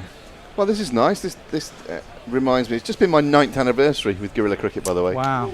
Last week, and my first ever session was on with you too. Yeah. As I, a nervous young shaver as I was coming on. That was a Sri Lanka series, wasn't it? Yeah, it was a one-dayer, and I think my first ball of ball by ball later in that day was a wicket. Yeah. I do remember you coming in. I was quite stoned. You'd forgotten I was coming. Yeah. I remember that quite well. Yeah. And I was Yeah. a bit high. And I was like, who's It was this a man? lovely old day. I was like, who's that? How are you, Hendo? Apart from struggling with your wires. Struggling in so many ways. I just want to say that I'm very excited by the fact that Wimbledon have finally signed a couple of players. Oh, yeah. And the midfielder that we've signed from Fulham, young midfielder, Yeah. rejoices in the name, which I think should go down in the annals. It doesn't really matter if he's any good. His name is Delano McCoy Splat. Oh, that Isn't that a fantastic... I mean, Terrific. give us an M, give us a C, give us a C, give us a capital C, give us an O, give us a Y, and then you can just go Splat. Should be fun. McCloy Splat. McCoy Splat. Wow. Delano McCoy Splat. You could get. I think there's an emoji that's like a splat type thing. It's just an amorphous kind of green shape. You should just have those on flags. The splat flags. Is he any good? Well, he's alleged to be quite a good young player, yeah. I think one or two people were surprised that Fulham have kind of let him go. But then, these days, they have so many players, these Premier League teams. The well-trodden path along Garrett Lane to Plough Lane. Indeed. Quansar's just been sold. Did you see that? No, but that wasn't surprising. There you go. That's did you football. watch the final of that? Final of what? The under-21s. I kind of got into that. No, not really. England had a pretty good side out, considering all the players they missed. I mean, it was basically a kind of lower grade Premier League side. It's kind of like watching Fulham or someone like that. I fear that Amari Hutchinson may now put himself in the shop window and Ipswich will have to sell him. It's a bit annoying. Yeah, Amari Hutchinson, he's a player. I watched him in that game against Wimbledon in the League Cup last year. Sorry, by the way, everybody, it is drinks. Yeah. You're not missing what we talk about football. I don't know. You will have seen a lot more of him. Yeah. He was one of those guys that obviously got a lot of skill, but yeah. But it's like he runs around a bit in circles to me. He's a bit better than that, Hendo. I think. Do you think? Yeah. I remember a guy. Do you remember a guy who played for Liverpool for a while? Mark Kennedy. Yep. Exactly the same. Well, not exactly the same. Actually, probably had less talent, but just never really took on his defender. But there you go. Well, Amari's got a lot. He can take players on. He can cut inside and shoot. He's got a lot going for him. But anyway, probably enough football before Hendo and I fall out too early in the day. It's 37 for 1 at Edgbaston. The muscular Josh Tongue is coming round the wicket to the left-handed Jaiswal, who clips this one off his legs to deep backwards square. They'll get at least one. Probably no. Karen Nair, stocky of figure, has reached the striker's end and said, "No, thank you." It's just the one. Is it possible you can have a very muscular tongue? A muscular tongue. Well, I think you'll find that the tongue has more muscles in it than any other organ in the body. You're joking. You just made that up. I partially made it up. Yeah. But of all the organs, it must have. You know what? I think we've got a Mrs. Forthy here as well.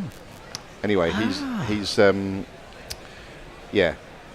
The tongue is by its very nature muscular. Yeah. Well, I suppose it has to be, especially for us, because all the work it's doing. We give it a massive workout Right don't now. we? Karen Nair facing up, back in defence, prodding it into the offside. He wants a quick single, and this time his partner, Jaiswal, says no. I suppose the most muscular tongue in guerrilla cricket must belong to Gary Naylor. What, because it does most work? Yep. Yeah. Good old workout every day. I like to give my tongue a rest sometimes. Yeah, likewise. A bit of a siesta. I think I'd have been quite good as a monk for a day or two. Only for a day or two. Yeah. I've been gasping for a pint and a chat. But don't they brew their own shit though, don't they? Yeah, they do, actually.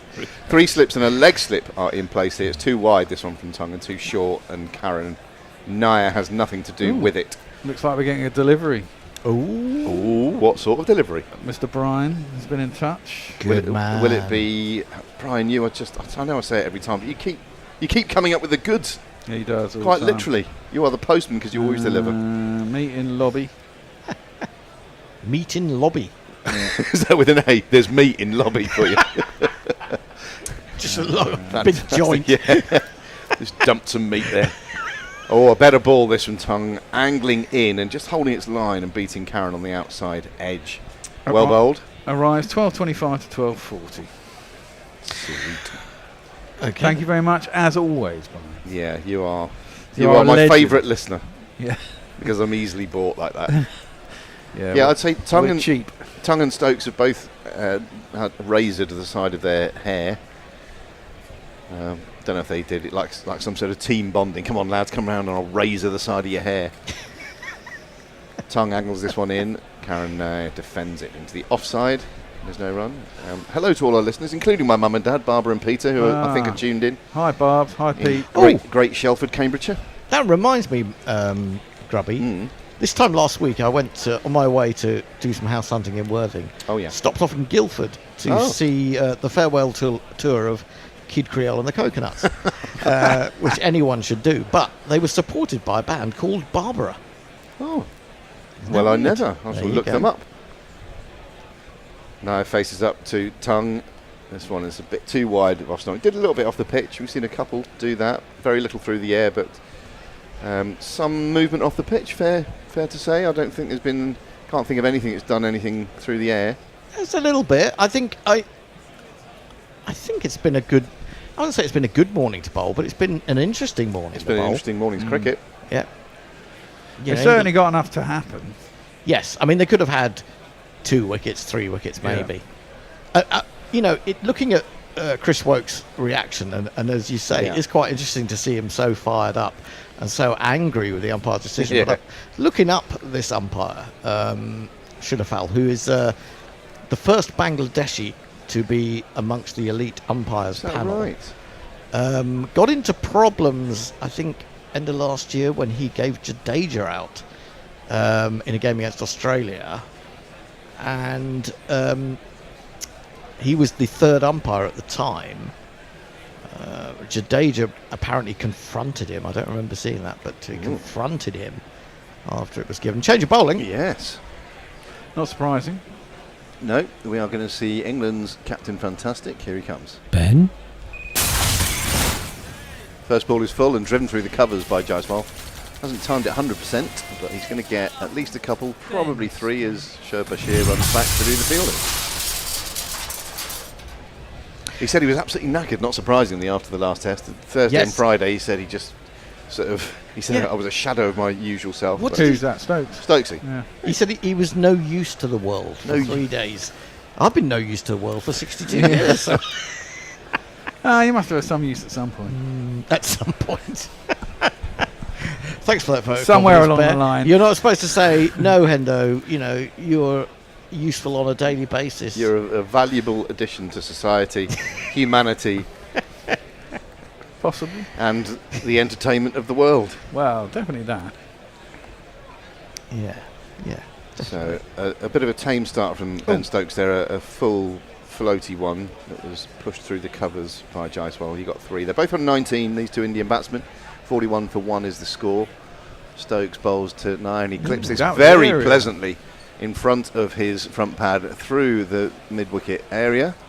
And that one has reached the boundary rope for one of these. There's not one boy for me, I must have 2 or 3, I need 4. That did go aerial between the two Yeah, I fielders, thought for a though. moment it was slightly aerial. It was. Yeah. Oh, it was, Stopped yeah. on him, Pinged off the face of the... I mean, he timed it. It must have come right off the Yeah. meat of the bat, but it just sort of trampolined off his bat, and it was into a gap. So as far as he's concerned, Reasonably safe. no danger there. I'm a bit worried, Grubby. If you're trampolining in that direction, you're actually coming off the trampoline. Some of these trampoline parks, they do put trampolines on walls as well as the floor, just for additional danger. This is angled in to Nair, who defends it back to the bowler, and there is no run.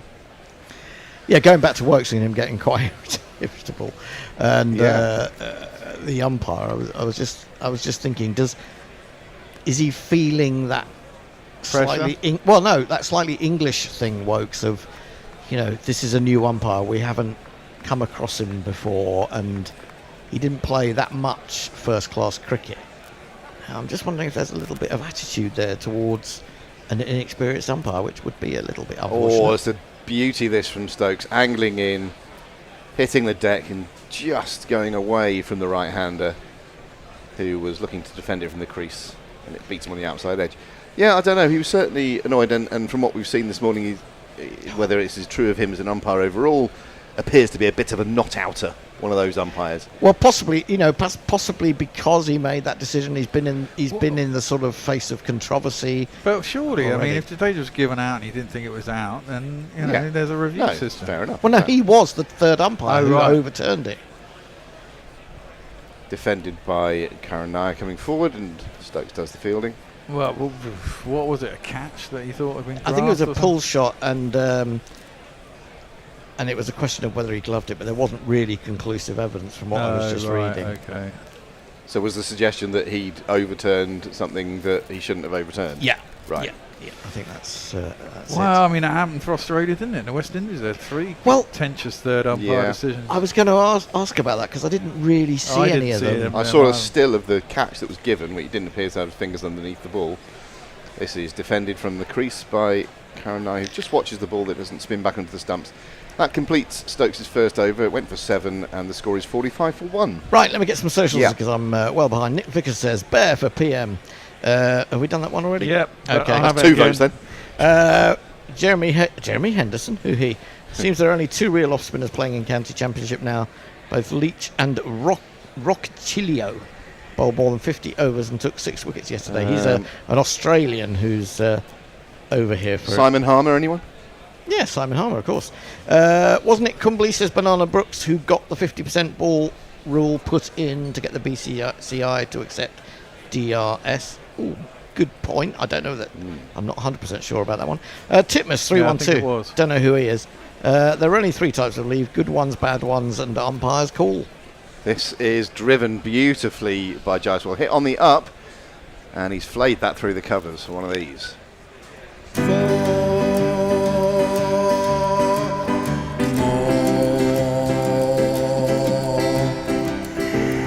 Oh,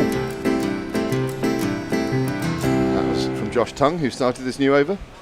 I should say that there is a super chat coming up. It's from Disinterested Handjob, and of course, I have to read that out in preference to all the other ones that came before. 10 Aussie dollars. This one's for you, Hendo. Oh, That's very nice. Thank you. I'll buy you a pie, won't it? Jaiswal facing up to Tung. It's a full delivery. He's driven this beautifully back past the bowler for the second one of these at the over.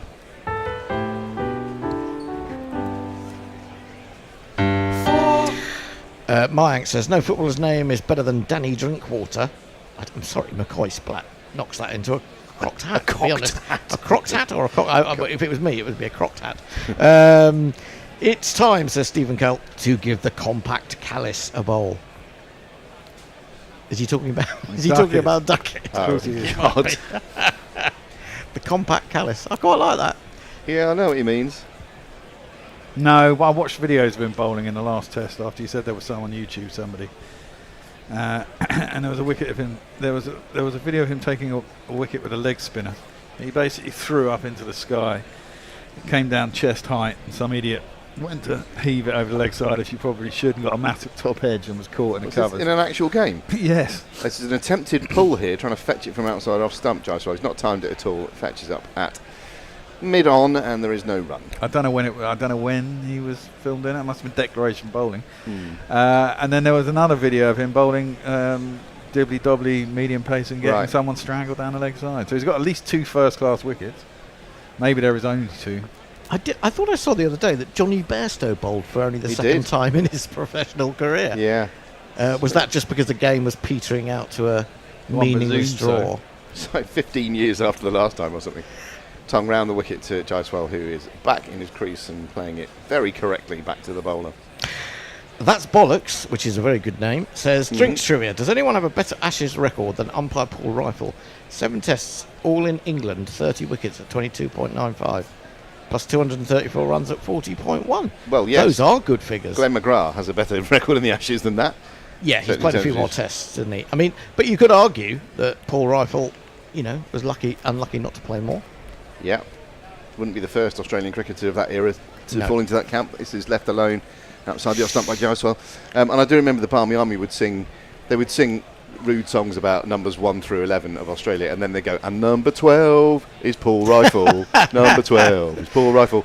That was just his song all the time. Because basically he was always carrying the drinks. Exactly, yes. Speaking of trampolining, I broke my arm in 4 places coming off. Well, you shouldn't go to those places. That's hand job, that, by the way. All right. It sounds like a bad arm job, to be honest. Yeah. That's the other hand job for a few weeks. Yeah. Round the wicket comes Tongue, and it's angled down towards third man. That's going to run away, I think, for one of these. It's actually a pretty good shot. I think he's seen that a bit late, but he's just guided it down there. He's such a good player. He is such a good player. And that's the annoying thing. He's got away now. Yeah, and I think also Tongue, he has allowed the pressure to drift, evaporate a little bit, hasn't he? Absolutely. I mean, that's the one reason. I know he mocks up the tail, but I mean, when you've got pressure on, he's just completely let it go away. I mean, he's gone for what, 26 and 3 overs, 22 or 3, Yeah. Duckett should be bowling, says Mayank. Gary Weissman says should have stayed on it. So he's talking to disinterested HJ, basically talking about trampolines. In response to the Duckett should be bowling, Messi Jez gets angry. Not again. I'll tell you what he says in a minute. 3 slips and a leg slip. Stokes starting a new over. This one drifts onto the leg stump of Karan Nair, who flicks it to long leg, where Chris Woakes does the fielding. Woakes has done a bit of hard yakka this morning and got himself into a right old lather about a couple of decisions that weren't given, and also not overturned on review because they were just clipping. I've rarely seen Stokes lose his rag. Stokes? You mean Woakes? Woakes lose his rag like that. I've seen Stokes lose his rag. I've seen Stokes lose his rag regularly. Although I'd say he's calmer, isn't he? Oh, he is. Yeah, Definitely, yeah. To the point where he even apologised when he lost his rag last year, didn't he? Yes, that's right. Yes. Well, that was because he lost his rag with his team Yeah. more than anyone else, and they're all good mates. He had a good barb at critics of winning the toss and inserting the opposition in the last test, which I enjoyed. This is Yep. Did he? angled I off the didn't see outside that. edge by Jaiswal, fielded it. Well, point. he got the result, didn't He he? said something Well, like, of course. he goes, isn't it lucky that Test cricket's played over 5 days or something like that? I stopped bleating on day one before. Anyway, and then he said, I find it amazing that people would criticise for putting in the opposition on day one of a 5-day game. We've not even batted on it yet. And I have some sympathy with that. People are allowed to say what they like and criticise and do whatever, but people are so quick to voice their discontent. Well, I was, and I was, and I think I was. I not just my you, hands Ender. up to that. This is defended by Jaiswal to point, fielded there, and they prevent a And single. there is something to be said if you think that where England have lost, Stokes, Broad and Anderson over the last couple of years, and a pretty unsettled bowling lineup, that batting is definitely their stronger suit, and if they feel they can chase shit, they should do, and therefore bowling first makes sense, because you don't have to bowl someone out with bowlers that maybe you don't trust the whole lineup to be able to take.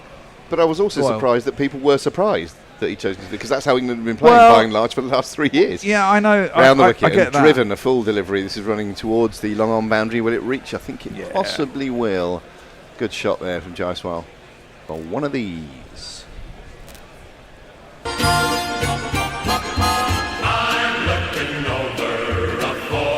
Yeah, no, I agree with that. I mean, the only thing that I just thought it was so bloody hot. Why do you want to be in the field? That was my primary. Why do you want to be in the field when you don't necessarily feel that confident in your attack? It's not that it's got some bad bowlers or anything, but it's just got bowlers are coming back from injury. That's partly the reason, I guess. You think you're going to, you're better at chasing. Defended into the onside by Jaiswal, and the man who'd just been stationed on Hayden runs round to do the fielding towards square leg.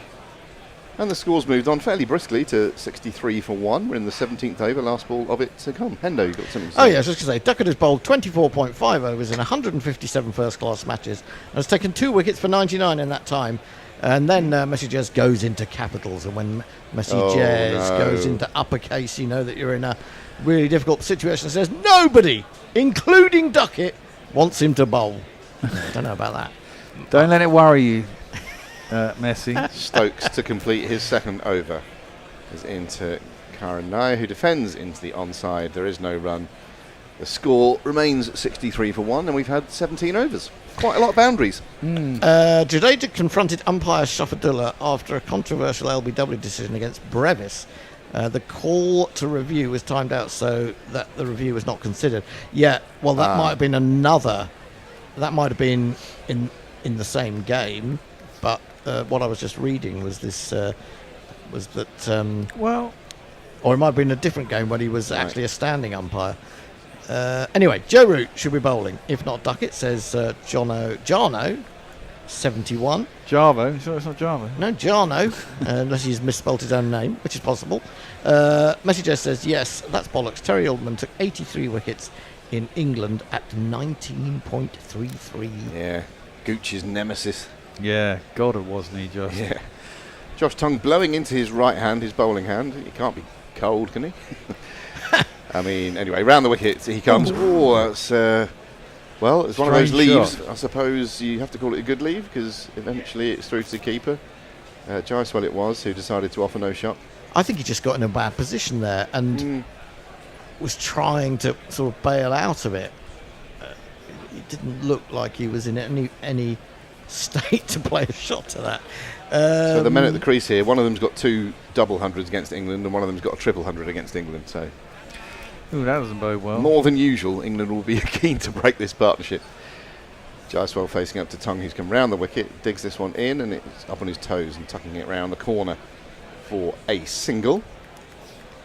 Dr. Nivedita Verma cautions us, if Jaiswal goes past 30, it's usually a century.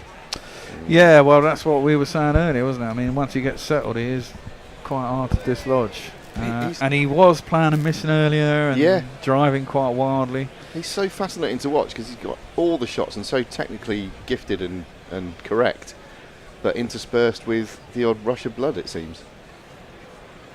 Karen is on strike here. He turns this one to a gap just wide of mid-on, and there. He looks to have settled down as well, doesn't he? Yeah. I mean, he was really skittish when he first came in. In fact, he overtook Gyswell at one point, Yeah. and now Gyswell has hit a couple of boundaries in recent overs. And 50 partnership and 53 balls. Well, that just shows you, after a really fairly tight and watchful start, hit a lot of boundaries, these two. Yeah. And well, some a lot of ordinary loose bowling, deliveries. along the way. Well, that's the problem, isn't it? Oh, God. Oh, ball chat. Ball chat. We've got a jingle for this. Should be a really boring jingle.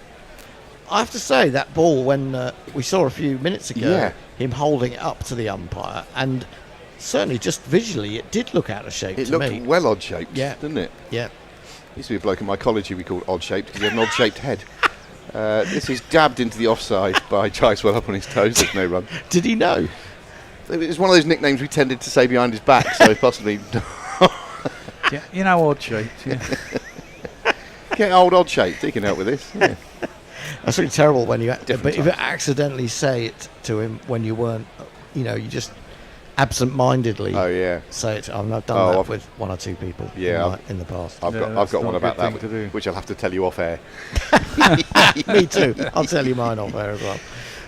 Gyswell facing up to Tongue, coming around the wicket, digs this one in, and that just sails past his chest, and he watches it go through. Overall, Alderman took 100 Ashes wickets at 21.17, says Messi. Nick Vickers says, hi everyone, what's the weather like in Brum? They've just come off a rain in York, sadly at 43 behind, and 48 for 6. Essex prospects look as grim as the weather. Yeah, I think I had a quick look earlier on in Messages style, and I don't think there's any rain forecast in Birmingham. It's been quite sunny, hasn't it? Yeah, we have a bit of sun and a bit of high cloud, as we've got at the moment. Tongue bowls a full delivery, which is driven defensively back past him. Well, I'm very glad to see people at York, because that's my old club, or one of my old clubs. You were up there the other week, weren't you? I was actually in York for my friend's surprise birthday party, and but I didn't go to the cricket ground. I didn't really have time. It was a bit of a quick one. I'm going to have to run downstairs and get our delivery. Good, and of course Annie was up there, wasn't she? She was up there on day one of county cricket day, wasn't it? On Sunday, the first day of all these very nice county matches.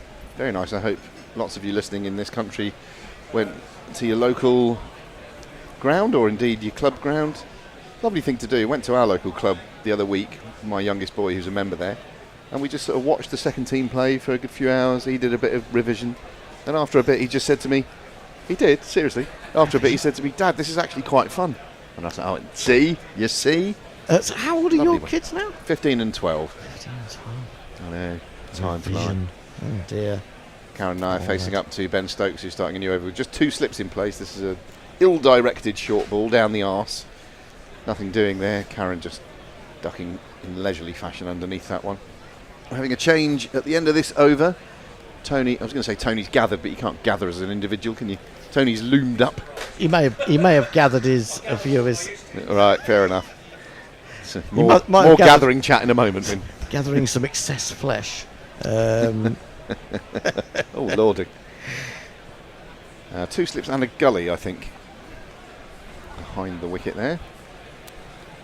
So Karen receives a short delivery, and once more he's easily swaying underneath that one.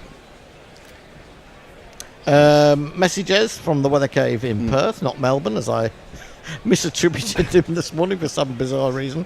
Brum should be rain-free all day. Not true of Saturday, which at the moment is looking like light rain all day, which is kind of the worst kind of rain.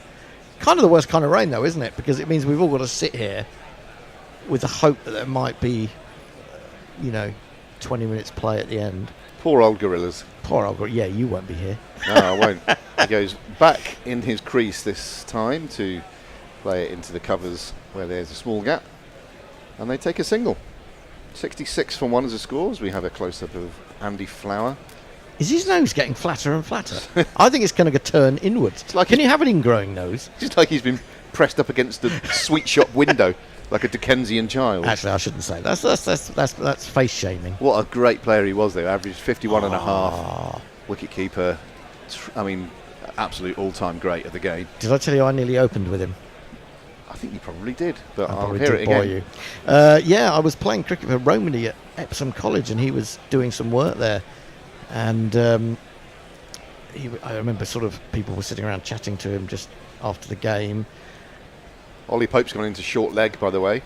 That sort of long short leg, the old James Taylor position. A slap through backward point to a short ball by Jaiswal. He leant back and he just...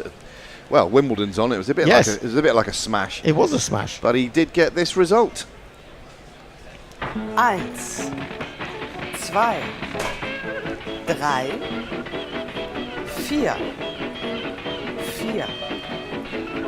Yeah, it must have been early to mid-90s probably, and I was still playing. I'd gone back to Epsom at that point, and yeah, there was talk about that he asked to come and play for us.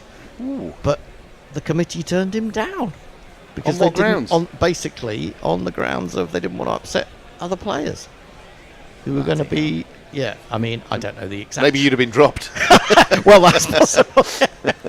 Maybe it was you they were thinking of particularly. Yeah, they didn't want one of my rants. What do you mean you're putting in one of the best batsmen in the world in my place?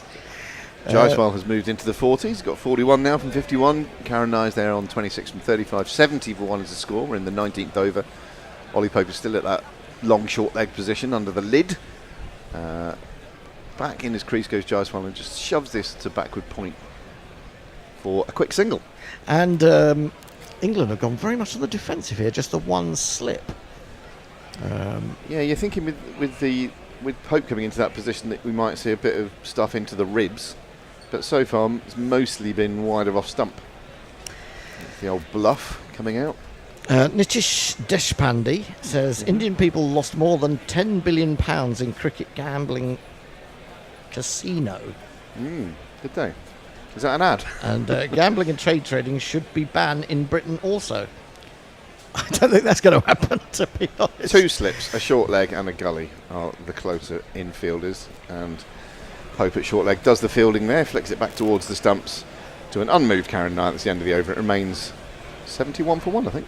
Yeah, I think that gambling is too ingrained in the British economy and psyche. Yeah, right. Very much. I'll leave you with Hendo. I'll see you in a little while. Okay, I'll chat you through. It has to do with desperation to get some money because nothing else works. Well, that's true. Basically, it's basically on the high street. If it hasn't closed, it's a betting shop. Just to tell you, Hendo, the Met Office at the moment is not forecasting rain for Saturday, if we make it that far. Well, that's interesting because last night when I looked, it was.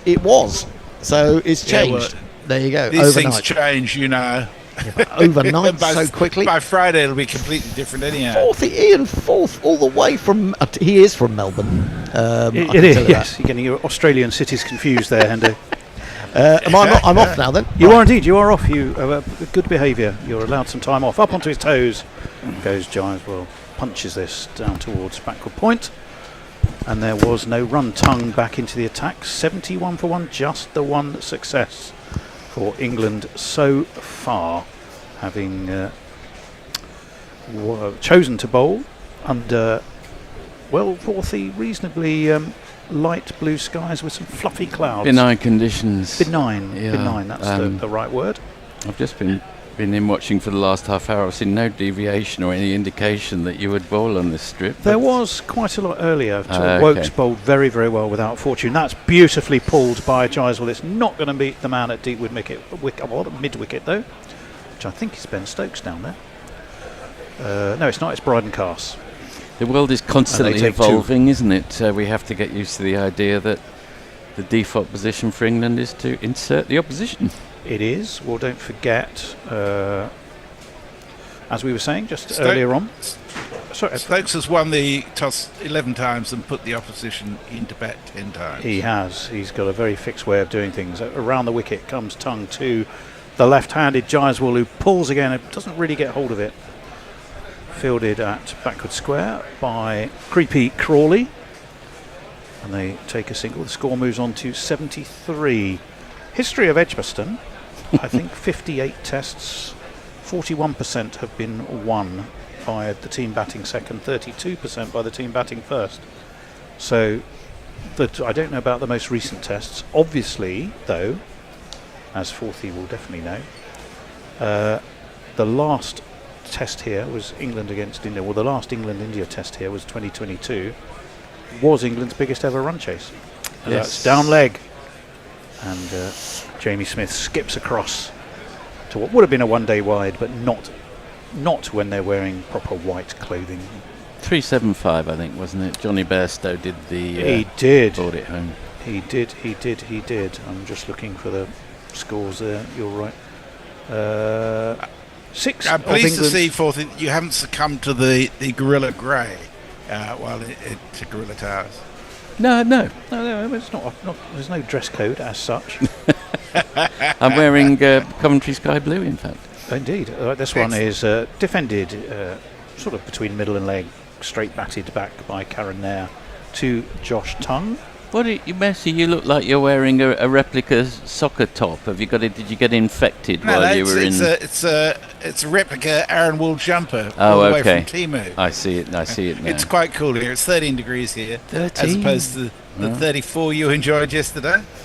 Yes, I was in Kew Gardens yesterday, which and everybody else had decided weren't going to risk the hot temperatures, so we had the place to ourselves. It was rather pleasant, actually. Nice. Yeah, to go back to those stats. Sorry. Yeah, that's all right.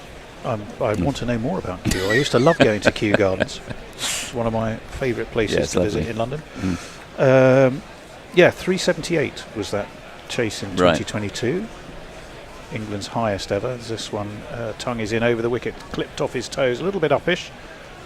Down to deep fine leg, they'll jog a single. And then, of course, the second highest being Headingley. So they've gone from the place where they got their second highest test successful run chase to play now at the one where they got their highest ever successful run chase. So all of that sort of backs up Stokes' confidence, I suppose, doesn't it, to think that was the right thing to do. 6 of England's 17 successful chases have happened when there's been a 250 plus target, have happened in the Bazball era, which again possibly is not that much of a surprise. Right, 75 not really. for 1, 20 overs complete. India settling down after the loss of KL Rahul, who was Wokes' success. Wokes deserved more. He certainly thought so. We certainly agreed, but didn't get them. Messers. Cricket 11s says Alistair Cook, greatest bowling average in history, apropos of nothing in particular. Mog says, in my part of the world, if a shop isn't closed, it's a massage joint of very suspicious nature. Stokes. A variable affection, if you will. Well, we're back with the cricket. Yeah, we are. They're getting on with it. Gary'd be happy. They're positively racing between overs. Karen now thrust forward to that, got an outside edge, but it was all the way along the ground to Crawley, who is stationed at Gully. 75 for 1. Still, we'll have another look. Well, not all the way along the ground, but on the bounce. Probably to more 4th or 5th slip, really, than Gully, wasn't it? There was a very nice mountain gum I hadn't come across in Kew Gardens, which reminded me of home. That was nice, I saw yesterday. Stokes in, 2 slips, up onto his toes, goes Karen there.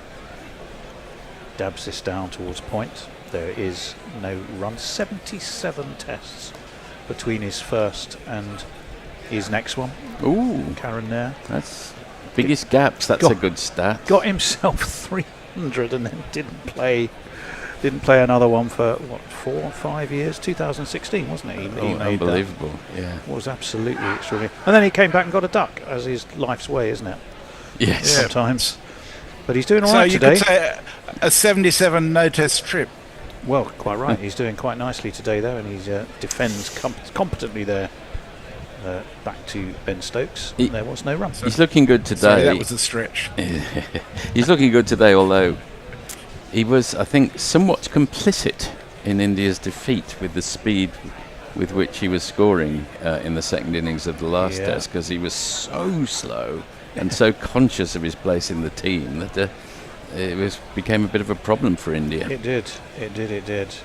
But you can sort of forgive him. Oh yeah, and you can. That's one of the subtexts of cricket, isn't it? Thanks for that 300. Now don't play for another the best part of 10 years.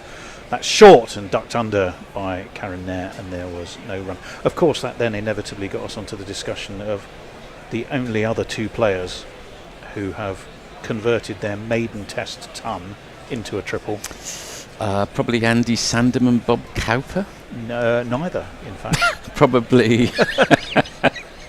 They're maiden. Right, okay. I can tell you who it wasn't, Chris Gale, because every time I bring up that, Bear goes, Chris Gale. I said, you told me that last time, Bear. That was your answer last time, and it was wrong then.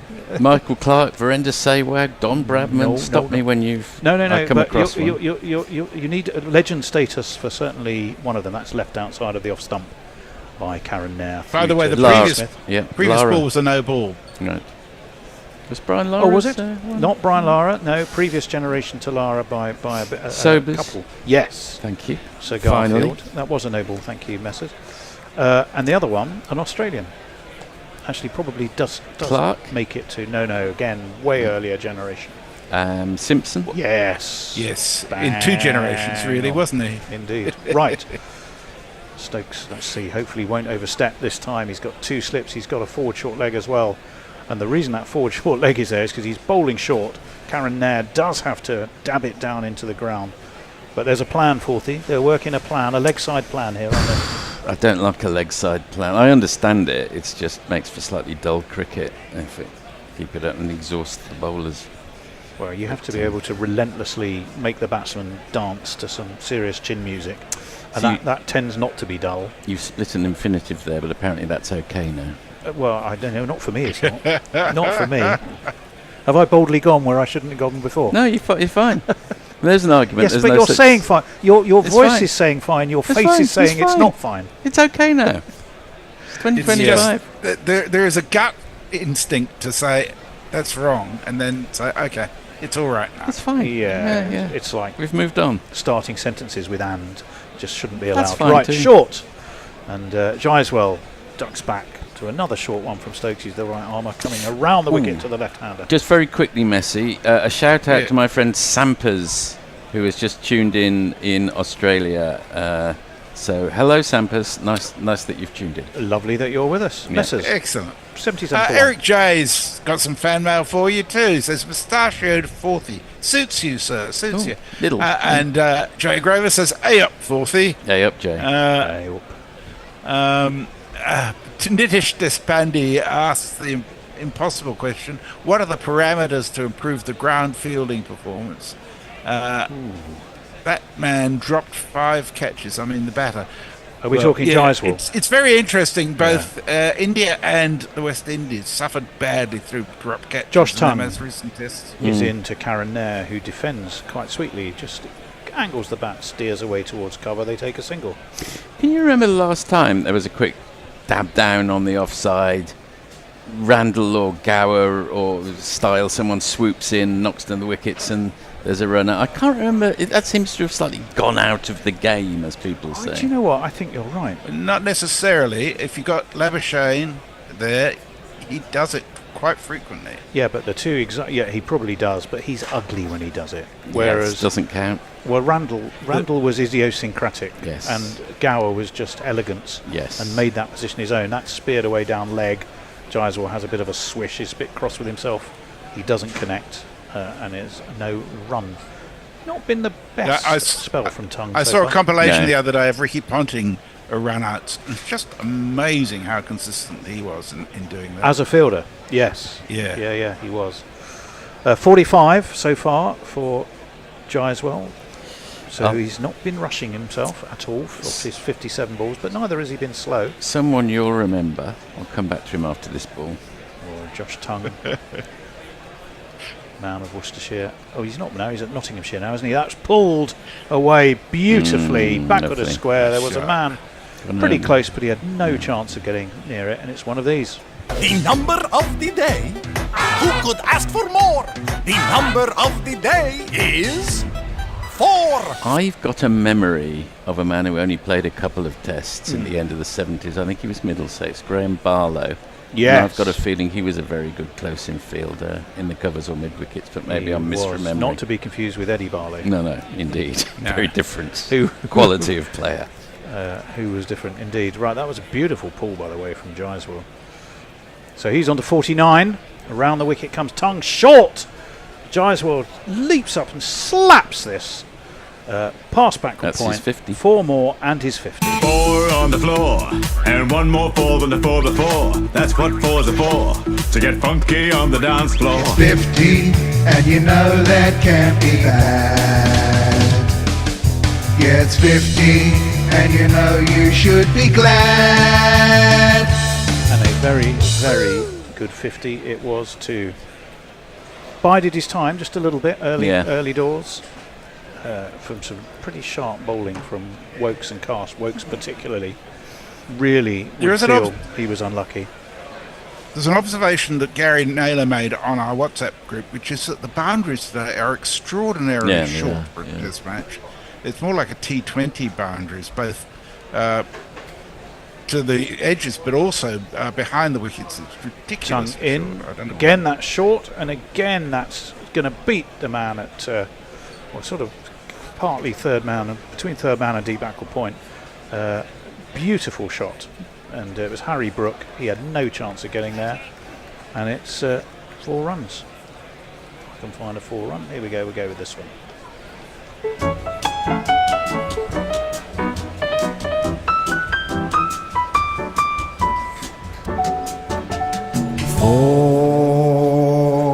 Actually, I like to try and reserve that jingle more for sumptuous cover drives rather than Oh, they've got slaps. their own attachments, have they? In my head they do, yeah. I always feel that jingle is warrants being used for a cover drive. That one is on the pull, but England have 2 men very fine, both leg and at third man, and they will restrict them to a single. 91 for 1. Giles moved on to 58. Messers. Leah says, so is it Zampa's is Zampa's what we call Adam Zampa when he's not playing, and instead of hanging out with us cricket punks here? No, it's a hard S, not a strong Z. Mutley says it's perfectly within the bounds of correct grammar to start a sentence with "and," to which Eric J says, no, it ain't, isn't it? Leah says, I recently watched a run-out compilation of Freddie as a fielder. It's the entirety of the final wickets at Lords in 2009. And Mogg says, I guess he's not too bad a bat, that Jaiswal chap. He's lovely to watch, isn't he? It's one of the things that makes Test cricket so much more enjoyable is when a batsman is just lovely to watch, whoever is playing for it. Well, he certainly is. Mind you, that's gone up in the air. It's going to drop short. Got away with it. Uncontrolled pull at another short one from Stokes, but it went up and it came down, and Chris Wokes, not for the first time today, was out of luck, but it never looked like one that he was going to be in the position to catch. False shot though, which just the one leg slip, which is interesting as Stokes is bowling to the left. Just slip for the left-hander, but he's coming over the wicket, isn't he? Yeah, there's an almost under 12 field to some of the field positions, isn't there? Not necessarily the fierceness of the bouncers, but yes. If the keeper misses it, we'll make sure we've got 2 men more or less behind the keeper. Long stops, long barriers, long stops, they call it long barrier in the US, in Australia. Right arm over, 2 slips go down, forward comes Karen there, pushes to mid-on, no run. It's funny, isn't it, because we'd be normally tearing what's left of our hair out and saying, what on earth was Stokes thinking inserting the opposition? It looks flat as a pancake, etc, etc, etc. But we're not, because A, you got caught out last time making those comments, and B, it's just what Stokes does. We made a ton at Headingley, of course, did Jaiswal, 101. Not so good in the second innings, just 4. It was Stokes that got him in the first innings, bowled him. But only after he'd got to his 100. Over the wicket comes Stokes. Karen there defends around the corner, really down to fine leg. They'll jog an easy single. You don't often get batsmen who are bad fielders. Don't know whether Jaiswal just had a bit of a mare last time out, or whether he's a regular culprit with that kind of thing. But it's not a good look if you're a batsman. You have to be a great fielder. We had a decent. You need a degree of competency, and he just. Sometimes these things do go in runs, don't they? Dropping catches. You do. It happened to Loose Deploy at Middlesex. He just couldn't hold on to anything. Well, it happened to KP during the 2005 Ashes. Stokes around the wicket to the left-hander, went to duck, but actually the ball didn't get up that far. And in honour of the fact that Mark Wood isn't playing, Ben Stokes decides to throw himself onto the Edgbaston turf. I have a riddle for you, gentlemen. Oh, yes. Riddle me. Yeah.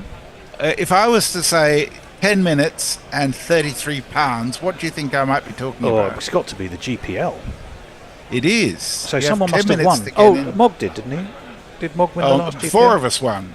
Mog, me, Hombre Nuevo, and Minsk Stokes up onto his toes, goes Giants. Well, Stokes quick. He doesn't end up fielding it, but Pope jogs in, makes sure they don't take a run. It's 93 for 1 ball left of this over, which is the 23rd, and it's Stokes' 5th. And he and Karen Nair seem to be engaged in some very friendly banter. Very friendly, yeah.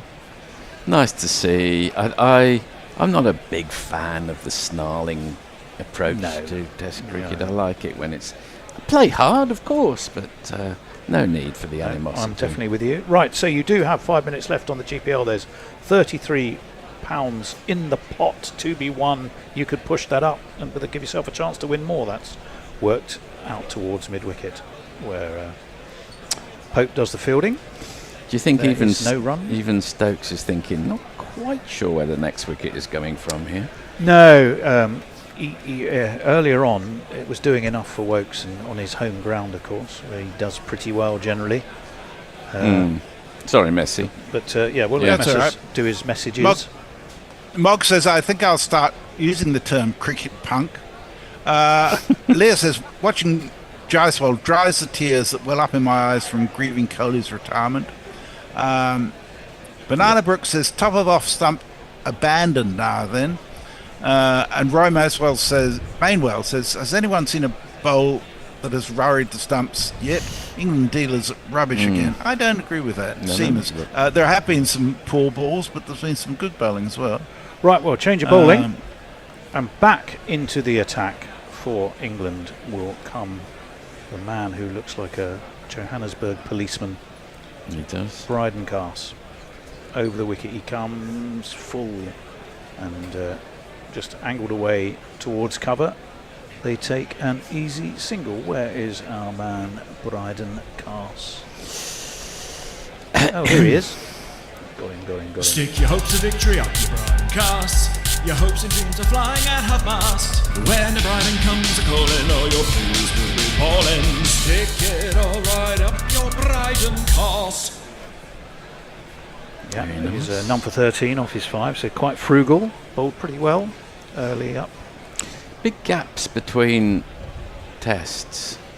I would have thought Brian Close would be in the frame because he was always dipping out for 10 years and then popping back up again. I only looked at Indian names, I must confess. Fair enough. This is defended. Down towards backward square. Again, they take a single. It's easy pickings, Forthy, at the moment. It is. England will be a bit concerned. Yes. It's really hard to know where the wicket's going to come from. I have a question for you. This came up. It's something to do with the day when I was in the air, so I didn't have the coverage. Matthew Callan just says, any updates on the belly dancing total? Does that mean anything to you guys? Not to me.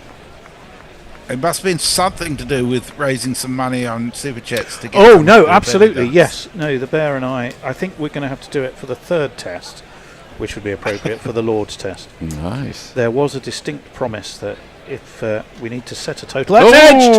Gonski! Taken! Finally, that wicket was there. It was the extra bounce of Cast. Karen Nair just fenced it, really, to Harry Brook at second slip. England do have their breakthrough. And finally... the man who had to wait 77 tests before getting his duck after his 300 has done rather better today, but that was short. It rose up at him. It's a good ball, that. Kind of off the shoulder of the bat, taken comfortably enough by Brook at second slip. And England, as we head towards lunch, do have that vital second wicket. The question is, do we have time to get them back out again, or will that... no, there's time. There's 5 minutes left. But we'll say farewell to Karen Nair. Another one bites the dust. I think that is going to be out, Fred. Another one bites the dust. But while we wait, yes, so in the first test, there was a promise of many people interested if three of us with perhaps, shall we say, the larger girths, tummy, stomach-wise, were to do a belly dance on YouTube. And then we got we did get into a discussion as to what a realistic price would be before we debased ourselves in this manner. I might have to pay to stop it. Well, I think you volunteered that last time, Messrs. Which is so we will. Okay, so we need to set a realistic price. It's a bit like setting a declaration total. Yeah, you know, enough to tempt people, but hopefully that they won't actually get. That's the magic of setting the price for this to happen. Okay, shirts down. There's no way we'll reach that. We will total. get back to you. Right, it's India's captain. The last thing on his mind will be 3 wobbling gorilla stomachs. He'll be focusing on whether he can get another big score against England. I can't unsee it now. No, I know what you mean. Yes. You can join him. Do you want to join have him a Shubman's Guild jingle to the statue. The cats and Ellenbogen by the sea.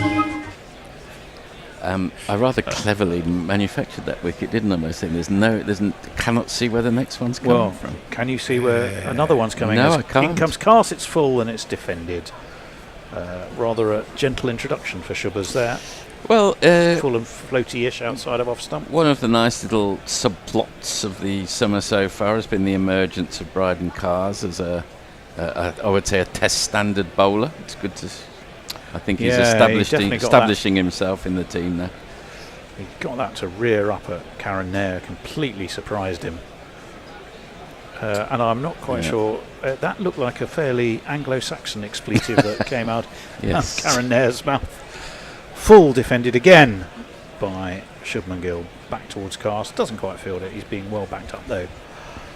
Stokes now has got his troops on their toes. There was a feeling, Forthy, perhaps they were just getting a little bit like us. Where is this next wicket coming from? Yes, where is it going to come from? Now, standing at the bus stop, just waiting and waiting. They are positively request stop or a request stop, standard stop. Yeah. India seem to have made a bit of a habit of losing wickets just coming up to the break, don't they? In the series so far. Bowling from the Birmingham end, I believe. Another one now for England. He's had to pull out as Cast. Another one there for England, and they'd be thinking, well, maybe it was our morning. Usually, I mean, they'd be happy enough. The old thing was 4 wicket. If you put the opposition in 4 wickets before lunch, you should expect. But I think they'd be happy with 3. I think you've got to look 300 or downwards in total rather than the ones before lunch. That one's defended nicely by Gill. I mean, the 4 wickets before lunch consideration is wear and tear on the ball, of course. Yeah. But also, given the state of this wicket, well, that's the other thing. You assume that the wicket's going to be treacherous to bat on in the 4th innings, but that's not the case. Anyway. Well, by my reckoning, that probably should be lunch, but they. No, it's only 7:58. Oh, no, we've got 2 more overs, 2 more minutes. One more. So, jump on the GPL, guerrillacricket.com/competition. Simply guess. It's Bashir time. Use your best estimate of how many runs will be scored in the day. You win the size of the pot. It's £1 per estimate. You can have as many as you like once you have registered. If you get it on the nose, you win the pot or a share thereof. If you don't get it, it simply rolls over and you have another chance to win tomorrow. The pot just continues to get bigger, and the last pot was worth winning, wasn't it? It's about 180 quid, something like that. 210 it was. 210. Well, there you go. Right, there is a change of bowling. You're absolutely right. It is a man who takes his county wickets at about 702 each, but not so his international wickets. What is your? Yeah, you're going to play him. Well, it will be if I can find him. Here he is. Round the wicket, slip and a leg slip. Right on the money, first off, defended by Jaiswal. I mean, most armchair commentators would go for Dawson over Bashir. What is the thinking of Bashir over Dawson, in your opinion? Height and ability to generate bounce, which they were trying to recreate with him and Hartley. Axar Patel and I'm trying to think who the other Jaiswal sort of combo that was. It was Ahmed, wasn't it? Was the other guy. Yeah, Ray and Ahmed. Yes. So they were trying to look for that, and they were looking for that height and bounce, which would also they feel have more impact in Australia as well. So it was all about that. Yeah. Dawson, certainly with the white ball, has put his hand up once more. And that one is nicely cut by Jaiswal to deep point. They just will take a single, 95. Yes, it's good to be tall as a spinner, and it's good to be fast as a fast bowler, but there are other considerations as well. Worth noting that Jack Leach took 6 for 121 yesterday. Well, yes. With a kookaburra. Yes, course, indeed. Which is, Kookaburra ball, yeah. Yes, not with the bird. Wasn't lobbing some. Yeah. Throwing birds at... That's an interesting concept. Well, I'm sat next to Percy Edwards. What's going on? That one is worked away backward of square by Shub McGill. We'll get him off the mark. I think that was a bit of bat involved, wasn't it? Yeah, he's away with a single. It's a more innocent time when a man who could do bird impressions made a career on the BBC out of it. Oh, absolutely. The great Percy Edwards. He used to have this sort of weird way of whistling. That's real reality TV. Yeah. Well, or not, as it was a man pretending to be a bird. Round the wicket, the slip and the leg slip on the off stump of the left-handed Jaiswal, who punches down towards mid-off, and they take a single. Very old listeners will remember that there was a ventriloquist who used to appear on the radio back in the 1950s. There was not Lord Hawthorne. Lord Hawthorne was the 1940s. But how could you tell if he was any good? Archie Andrews. Archie Andrews, yeah. Well, I mean, that was the big mystery, wasn't it? Good off-break, that. Nips back in to Gill, who defends. What was the was Archie Andrews the character, though, or was Archie Andrews the ventriloquist? Well, I don't literally remember because I wasn't born, but we could look him up, as always. There's always an answer. There is something seriously disturbing about having a ventriloquist on the radio. Well, yeah. In the post-war years, you took your entertainment where you could find it. Yeah, I guess. Right, Bashir, who wasn't born when Archie Andrews was... It's safe to say. Superbly not showing his lips moving. That's pushed away into the offside. That is lunch. 98 for 2, the two successes of the morning. KL Rahul, who fell to Chris Wokes, chopped on, and Cass, who got the second. He removed Karen Nair, who got one that leapt up and surprised him, and was taken at second slip off by Harry Brook. 25 overs, we've had 98 for 2 in those 25 overs. Honours even for the morning, would you say, 40, or slightly India's favour? I think slightly India's favour, 60-40 kind of a thing. I think that England will feel a little bit miffed. I was travelling, but it sounds as if on another day Jaiswal would have gone to a more responsive umpire. But there's definitely no big winners or losers so far. Honours fairly even.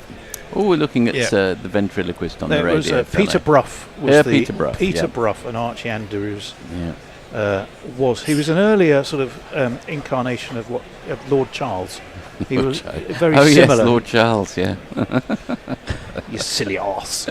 Right, there it is. Anyway, a few messages before. Yes, hit us. Mog says I'll likely have paid back my GPL winnings in super chats by this time tomorrow.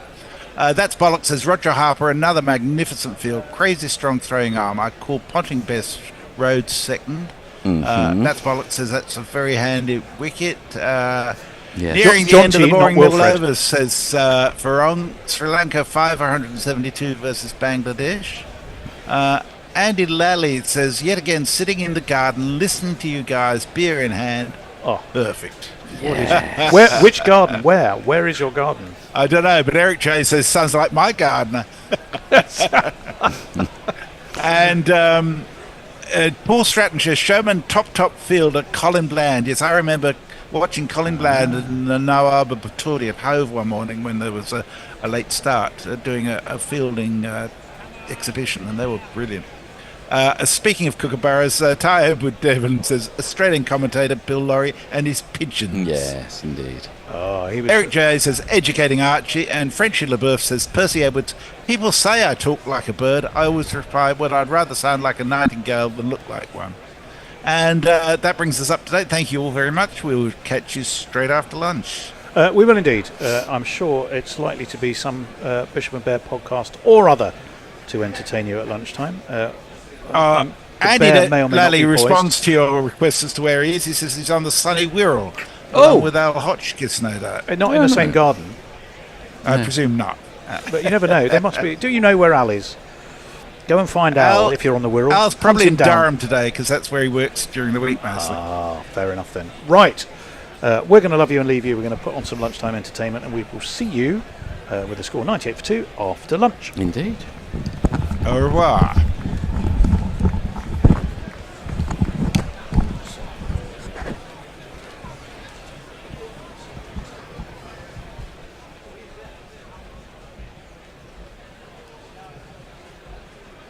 Afghanistan, and a vitally important one for Australia as well, as it will book them into the semi-finals.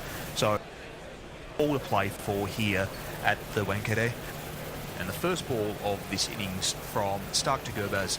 Nice little bit of in-swing here towards the bat, but Gurbaz waits on it and just guides it down nicely to third man. He's off the mark with a single off the first delivery, as a wide half volley from Stark is thrashed through the covers from Ibrahim. He got every part of that, and that is the first boundary as well of the innings.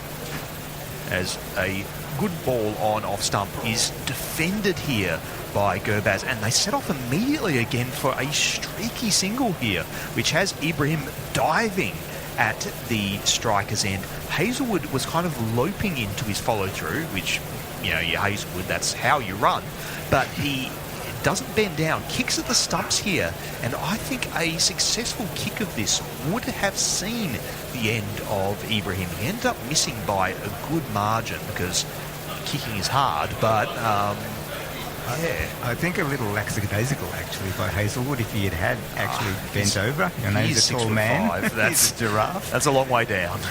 He could have run him out there. Ibrahim's on strike, the right-hander, and he's playing this behind. That is an appeal for out. Inglis is absolutely certain. The umpire is not moving, and Inglis is already making the T sign to Cummins.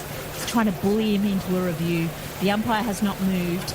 Cummins is deciding. He's asking other people. Inglis on his own is not enough. Looks like they're going to review it with 1 second to spare. What do you think, Leah? Talk us through this one. It looked dangerous for Afghanistan, for Ibrahim here. I think he might have had a very faint nick, and this will absolutely be one of the best reviews I have seen in this tournament if it is upheld by the umpire. Yes, Australia has reviewed it. Hazelwood is bowling, and it has been edged behind, or so Inglis claims. He might have gloved it on the way through. It's a terrible review. It's instead hit Ibrahim's hip. The noise that we've heard, it is nowhere near the bat, and it looks like it has just hit his hip, gone through the pocket, and made a wonderful sound on the pocket. I wonder what he's got in his pockets. This has been the fastest ever. It's not true, and Australia has lost the review, and Inglis is quite red-faced as he gets back to his mark, and Cummins is going, bloody hell. I wanted two people. I went on Inglis. Everyone else thought it wasn't out, and it wasn't out. This one's short, and it's lofted into the outfield where it has been caught. We will get a wicket out in deep square. It was a wonderful flick off the hips by Gurbaz, but he has sent it down the throat of the fielder, and that is a wicket down, the first wicket down for Afghanistan. 1 for 38. Gurbaz is out. Anyway, Cummins is steaming back in. Last ball of the over. 5 runs from it so far, and he bowls back of the length, and it's pushed again to cover point. No run, and at the end of Cummins' first over, I thought he bowled already, but that was his first over there. None for 5 for him, and Afghanistan 46 for 1 with a run rate of 4.6 at the end of the first power play. 10 overs down. This one is pushed past the cover fielder. It's heading out into the deep. Stark is out there in the covers, and They've run a single, and that is a pretty good batting performance there from Afghanistan. They've taken, let me see, 7, 9, I can't even add this up, 9 runs from that Maxwell over. Great performance. 55 for 1 after 11 overs with a run rate of precisely 5. Gets this one back, and it is flashing outside off stump. Thin outside edge, which flies past the flying Inglis, who was diving at that one with his right glove. It's an unconvincing way of reaching his 50, but Ibrahim Zadran gets there anyway. Play it cool, 50-50 fire and ice. The Zampa is one short of a length and punched out through the point region. There's a fielder out there at the deep, so they'll pick up a single, taking the score into 100 up in the 21st over. Yeah, this one's Maxwell round the wicket. Ramani's driving this deep to deep mid-off, and it's gone absolutely straight down the throat of the fielder. The change of angle from Maxwell has done it for Rahman. He's tried to accelerate the pace. He's gone over the top, and all he's managed to do is pick out the fielder absolutely perfectly. The score is now 2 for 121. Rahman out. 30 runs of 44 balls. Caught Hazelwood, bowled and this time the left-hander is dancing down the wicket and driving it, lofting it over long on, and he's just picking up 4. There's a despairing dive by the long on fielder, but he can't save it, and it goes through to the boundary line for 4 runs. A lovely shot there. No risk. He kept himself in good shape throughout the shot. Just didn't try to overhit it, just did enough to loft it over the bowler and let the fast outfield do the rest. 152 for 2. And Azmat has timed this beautifully. He has picked up a length ball outside off stump, punched this one high, hard and extremely handsome over long off for a big 6. That is a delight of a shot. And Stark has got Hashmat. He's ended his good run of form here. Hashmat decided, you know what, Stark's a bit too slow for my liking, bit too much like a spinner. Advanced down the wicket to him, and all Stark did was york him, get under the bat as Hashmat tried to get down towards him, and it has clattered into the stumps. That ends Hashmat's innings. He is out for 26, and the 3rd wicket for Afghanistan falls. Well, there might be a miscue here. Azmat has... No, I take that back. He has cued every single part of it. Azmat's gone for a big swing for this one. It's gone a long way up in the air, but he has got more than enough length on this. It's down the ground, straight over the bowler's head for a big 6. Yeah, that is a fabulous shot. It did go... It used up a lot of energy getting the vertical height on this one. It went a mile into the air. It was not a flat 6 by any stretch, and it's landed a good 10 metres over the boundary. So wonderful score there. Brings up the 200 for Afghanistan as well. Giddy's the other guy on strike, Azmat, and he's lofting the ball into the covers. It's going straight down the throat of the deep cover fielder, and that will be Azmat dismissed for 22 from 17 deliveries. Glenn Maxwell has taken the catch on the boundary, and Zampa has another wicket. Afghanistan are now 210 for 4. Ibrahim on 99 faces up to Hazelwood. Again, he's trying to push the ball into the covers. It could be a run out. No, he's made it. And he's looking to get a second run. And he's made it to 100. In fact, to 101. Ibrahim has his century with a very quick single push to cover and an overthrow. And that is a glorious 100 runs. Let's hear the jingle, Krish. 20, 40, 60, 80, 100. Congratulations, sir. You are a centurion. So it's going to be Hazelwood. He's coming in to bowl his 9th over, and he's bowling short to Nabi's on the pull. He's sending it way over the boundary onto the 2nd tier, no less, for a massive 6 runs. So Nabi faces up to Hazelwood, and Hazelwood is bowling him straight through, middle stump, and that is the end of Nabi. 12 runs from 9. A nice little cameo, but not good enough. And Afghanistan fall to 233 for 5. Maxwell having another bowl here. He's bowling his 10th over. Zampa's already bowled out. And Rashid Khan says, thank you very much. I'll send that over the rope. A half-hearted attempt from Stark on the boundary. It was too tall for him to catch. And I think Rashid has faced Maxwell before and he knows exactly where to put it. 6 runs. And this is another glorious stroke. Maxwell bowls wide outside the off stump. And Rashid steps back to the leg side, takes it on the toe end of the bat with amazing power, and he sent it over the cover boundary. That was a fantastic shot.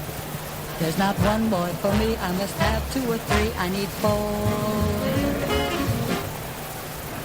Maxwell coming in, last ball of the over, and this time I think Rashid's playing it through his legs. It's going down to fine leg where Head will come around.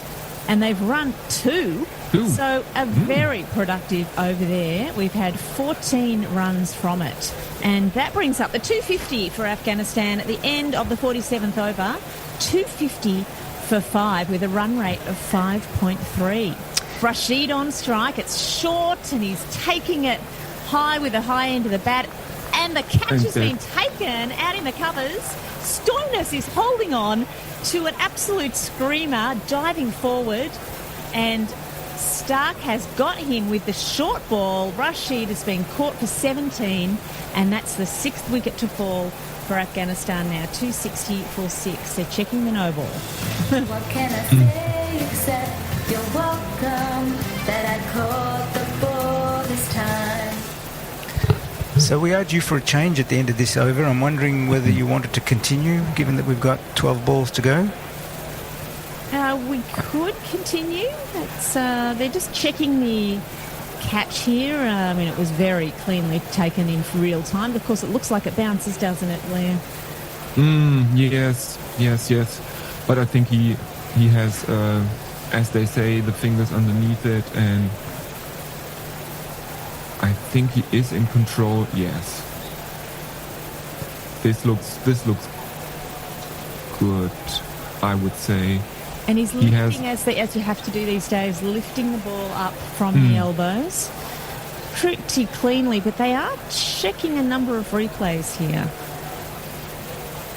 Oh, of course, from several camera angles, it looks like it hits the grass. I think it's going to remain caught. Yeah, I mean, they talk about the foreshortening of the two-dimensional view. To me, I think it's caught. Yeah, I think so too. It absolutely looked caught in real time. Stoinis chewing his gum, walking into the outfield. He's not all that confident, I don't think. We've seen a number of these on replay be overturned.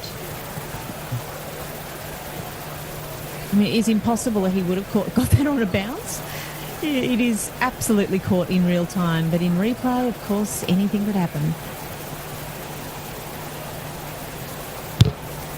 Oh, this really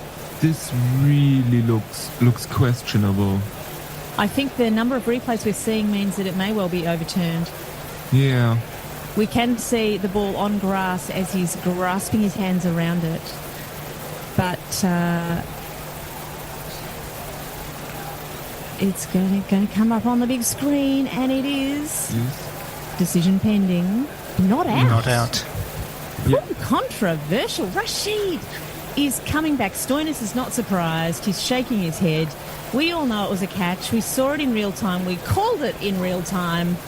But of course, slowing it down means that it always hits the grass. And Rashid is coming back out, although we are happy about that, aren't we, Leah? Because this is going to be fireworks.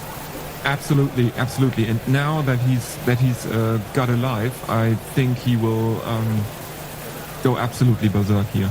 Yeah, they got a single then for that catch.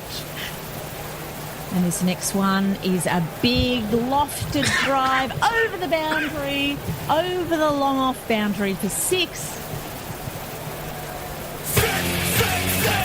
And this means that the current partnership is going along at a strike rate of 200. 52 of 26. It's short, and it's absolutely spanked over the boundary on elevating ball over the cow corner boundary for 6 runs. As the ball was lifting, he's just lifted up his bat and hit the ball as if he wanted to hit it into the ground. Instead, he's hit it over the boundary.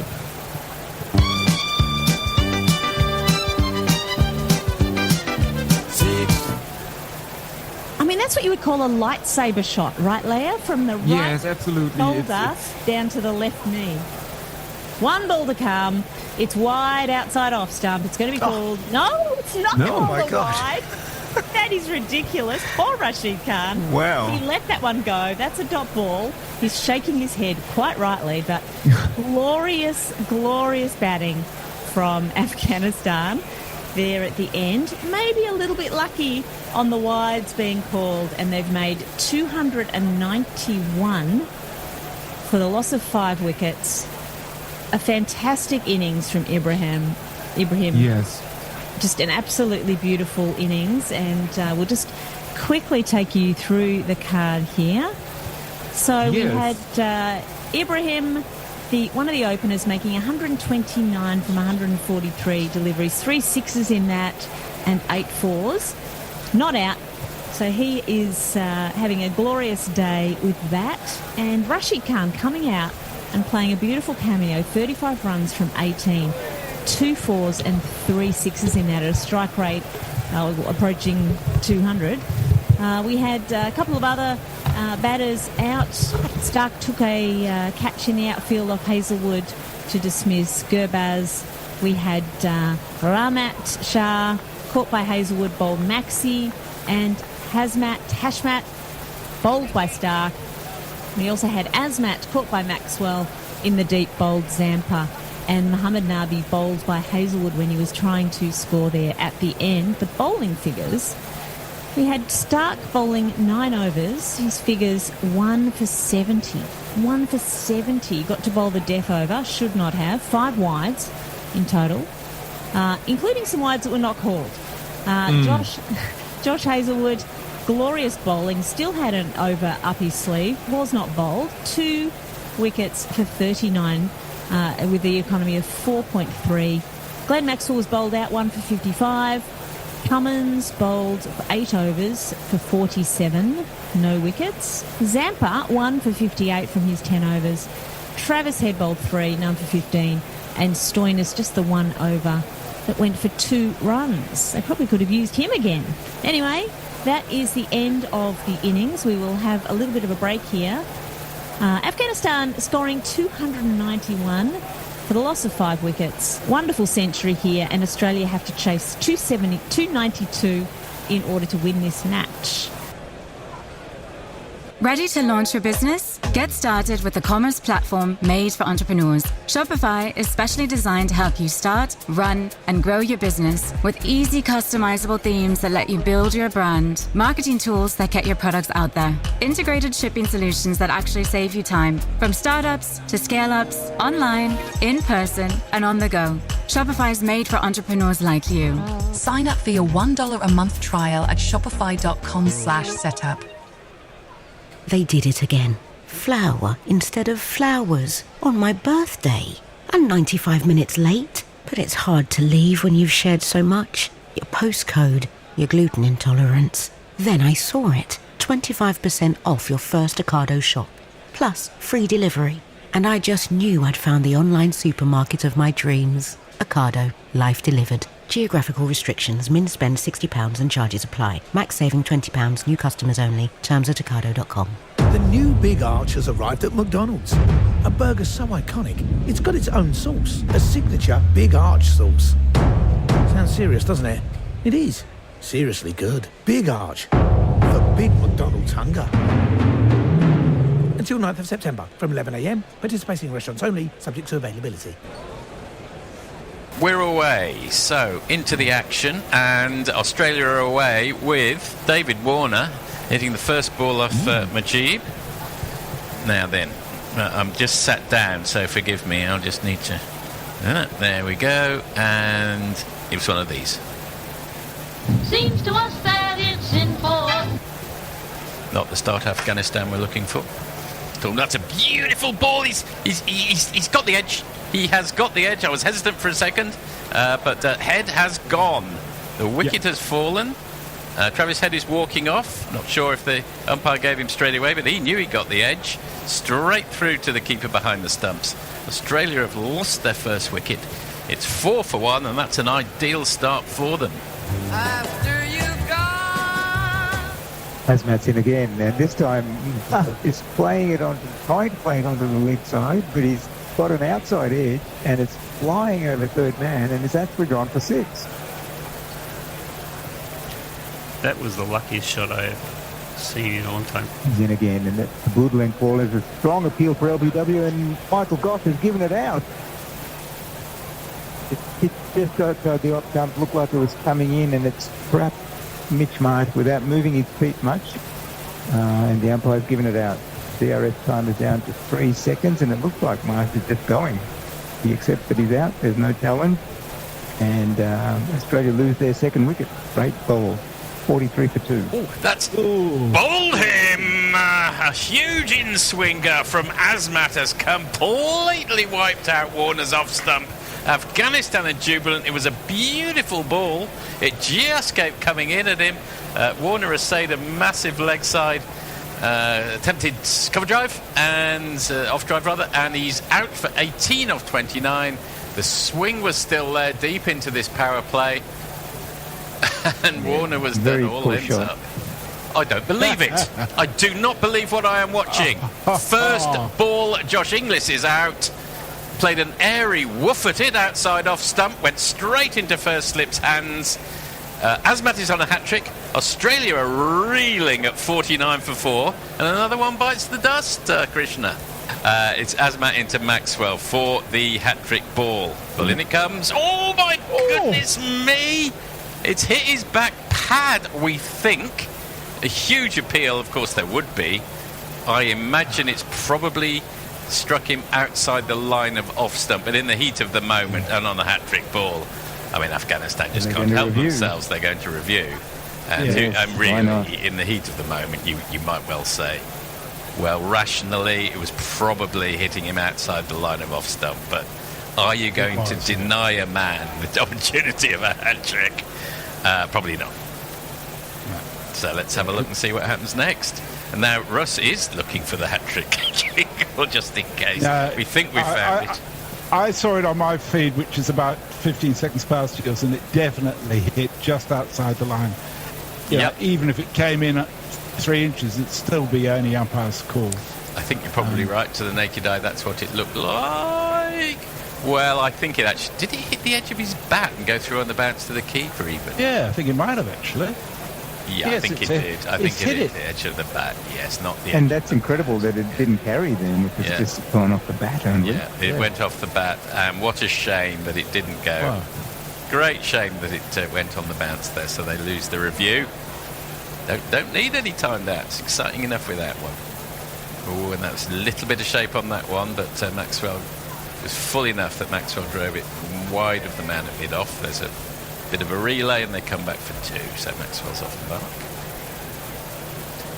And at the end of the 9th over, we're still in the power play, and Australia have lost 4 wickets for 51 run. Defends, flicks it off his hip, but there is a man at 45 on the leg side specifically for that shot. It's a dot ball. The end of the 10th over, Australia 52 for 4, Missy. 40, you've got your wish. Or my wish. Maybe it was my wish. Rishi Khan's on. Joint wish. Hasn't had a great World Cup. Only 7 wickets at 43. Yeah, he's just got a presence, hasn't he? He does have a presence, yes. He was niggling David Warner earlier and having a big laugh at his expense, and David Warner was getting really wound. That was very comical to see. He also doesn't necessarily need to take wickets to be effective in his role. He can sometimes just shut down one end for a while and force you to play him out. He's going to be bowling to Maxwell. First ball is full into Maxwell's pads. They've got a quick single here. Oh, it's a direct hit from mid-wicket. Labuschagne was diving. He looked a bit slow. This might be very close. The throw wasn't particularly hard. It bounced twice before it hit the stumps. Yes. But if this is a run-out... Was a direct hit, was a slow throw.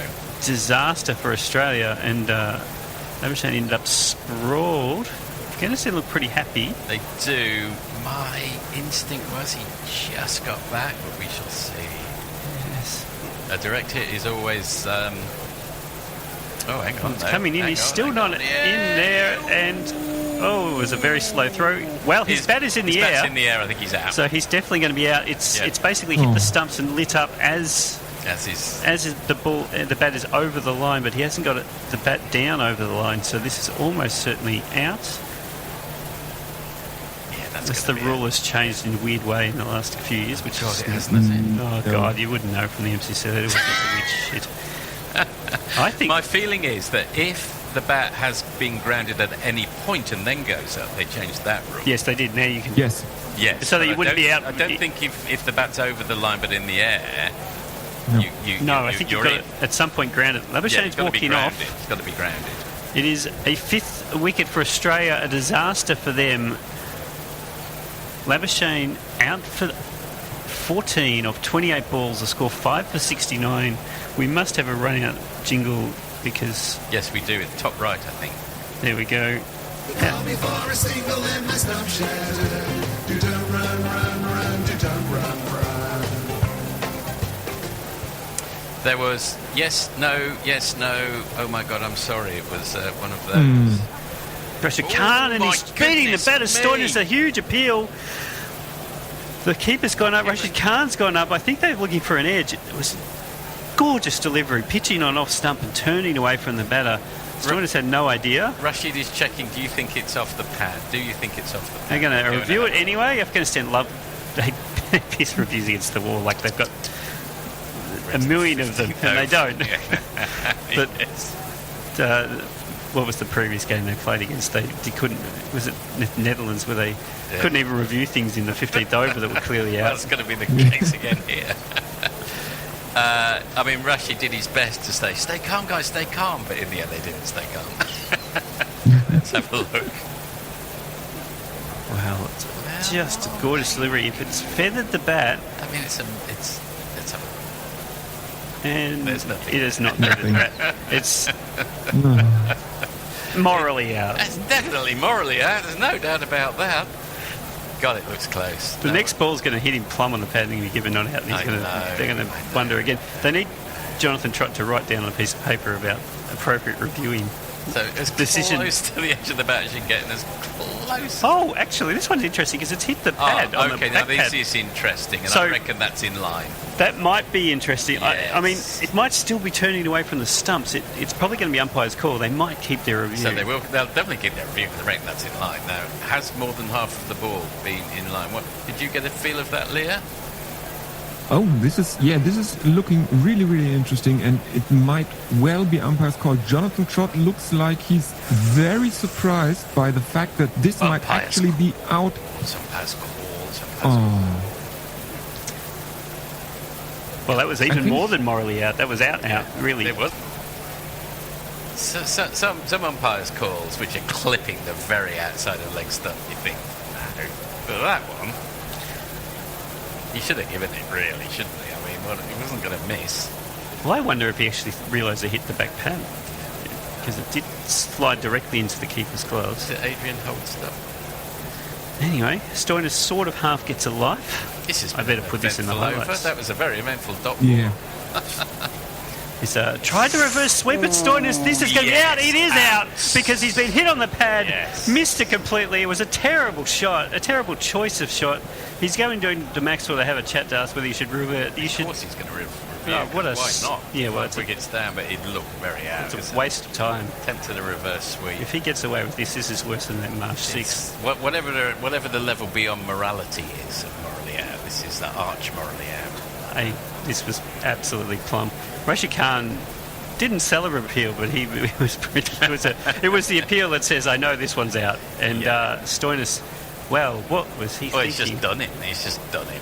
And, there's always possibility of tiniest inside edge or just missing or something, but my God, he did him. It's just a top spinner, and he's tried to reverse sweep it. Oh, maybe it's outside the stump. Maybe it could be outside the line. It could be. I think it's probably. I think at most it's umpire's call outside the line, and at most smashing into middle stump. He's been giving him. They've already scored 6 off his over. They've been giving them singles pretty easily. Why would you go for a reverse sweep against such a crafty bowler who bowls balls that you're not picking, by the way. We know he's not picking them. It was just a bizarre shot from Stoinis, and he got exactly what he deserved. Yeah, I think that his mind got befuddled there. That's what Rashid can do to you, I guess. Yeah.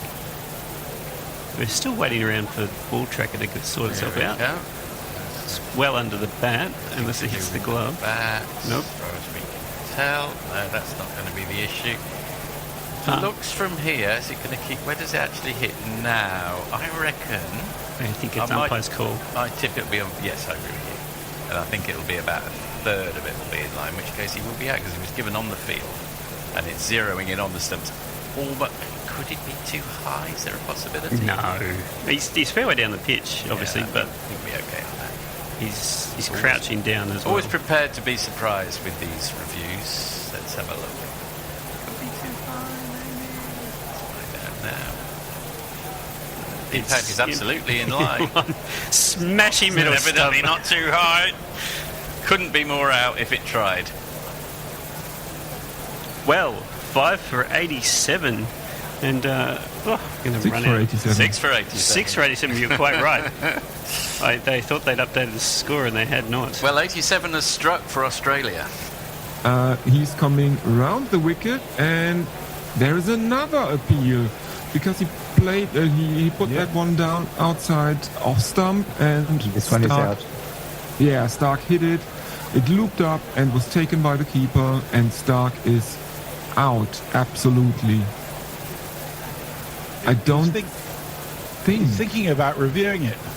Yes, and he's talking to Maxwell about it. While the Afghans celebrate, are very sure that they have caught him. And yes, Stark is walking off. And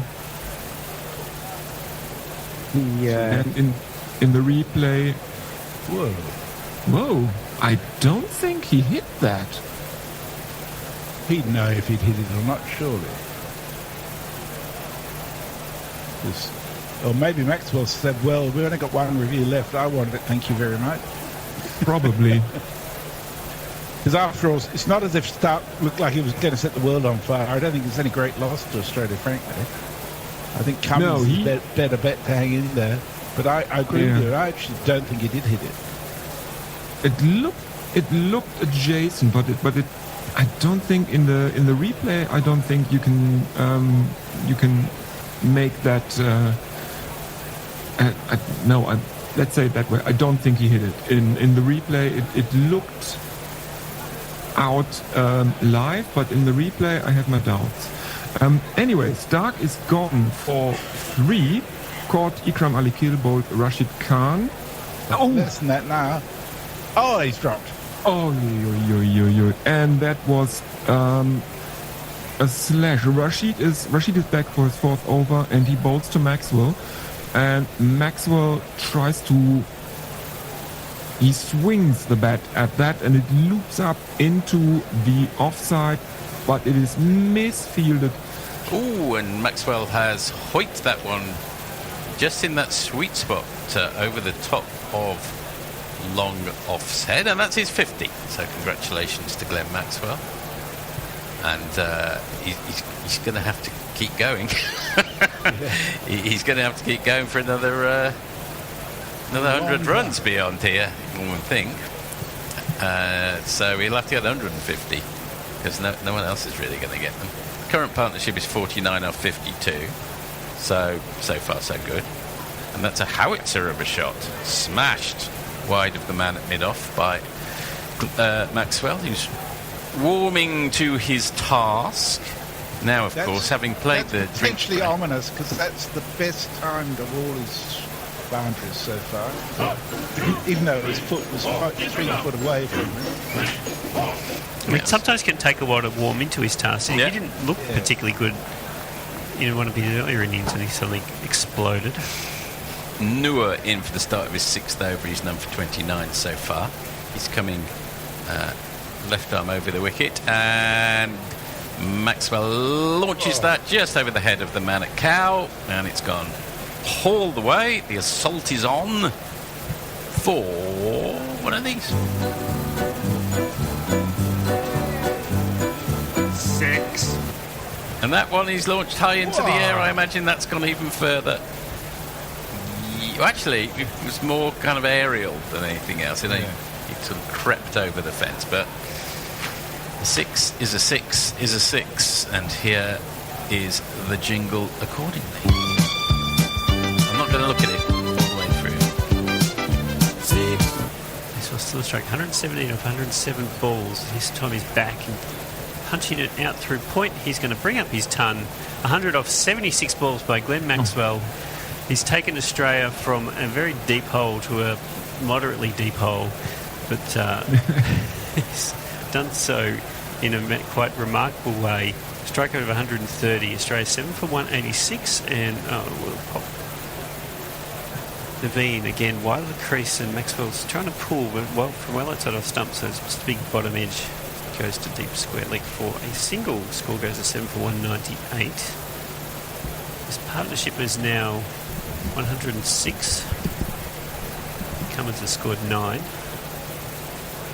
At any rate, Maxwell's on 111 as he faces Naveen's outside of stump, and he's going to late cut it to the backward point, who dives across Nabby and prevents more than a single, but they still get one. 7 for 200, the 200 up at the end of the 35th over. That's neat to move. He no footwork.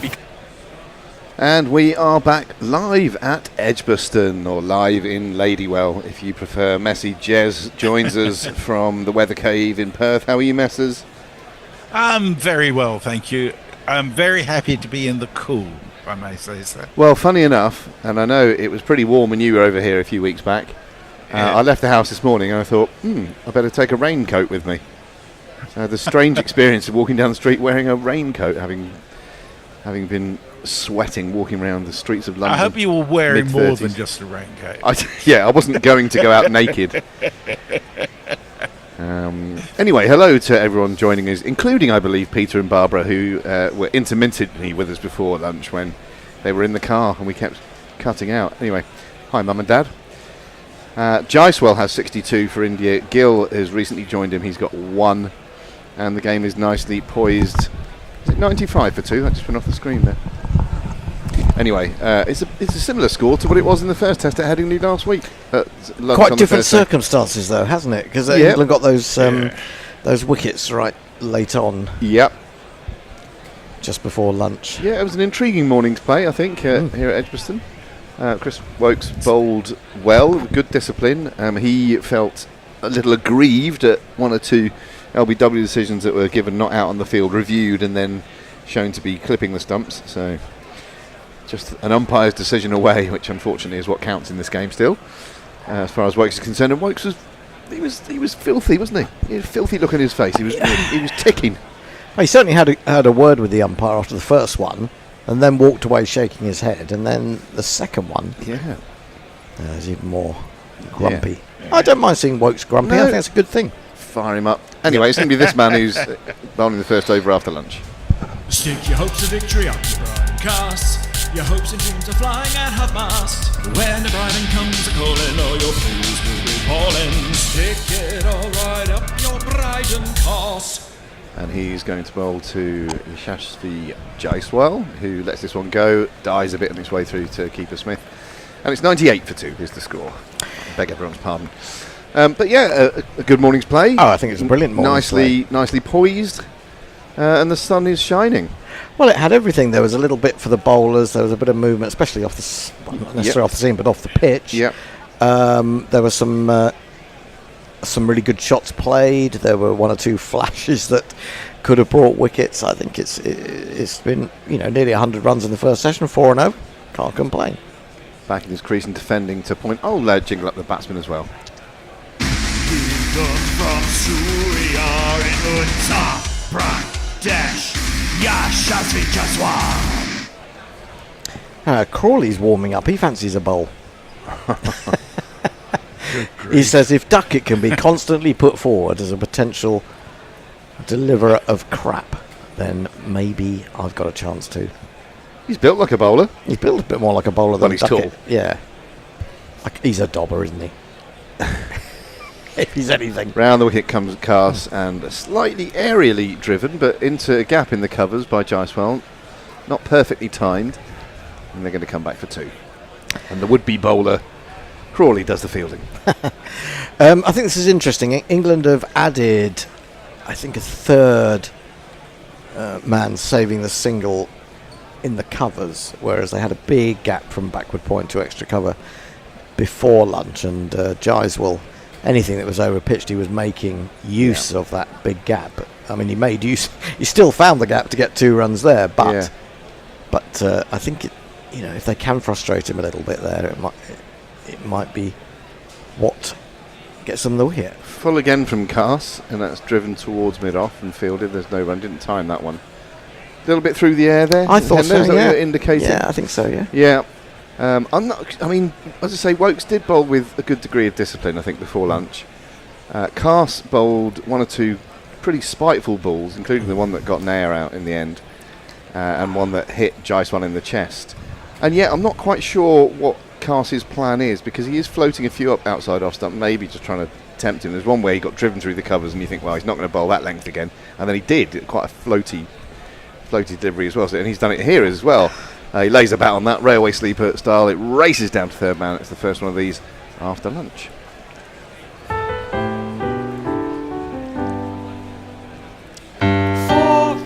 Well, I wonder whether England with Jaiswal and his attacking nature are just a little bit trying to buy a wicket. Yeah, it looks that way, doesn't it? Yeah. Allow him to get himself out in a sense. But there is a kind of bit of a danger in that, isn't there? That he doesn't, and he goes on and hits a big 100. I'm not advocating that he bowls every ball short and into Jaiswal, but I certainly would be bowling more like that and more frequently like that. It's another full one outside the off stump, possibly, as you say, Handed trying to buy that wicket. Not doing so. 104 for 2 is the score. And Messers, are you bringing us some socials? Well, I can bring you first the news that Crawley has bowled once in 134 first-class games. How'd he get on? He bowled 11 overs and took none for 33. Economical? Good economy rate. Very good economy rate. Nitin Deshpande says, does the pitch have something for the bowler?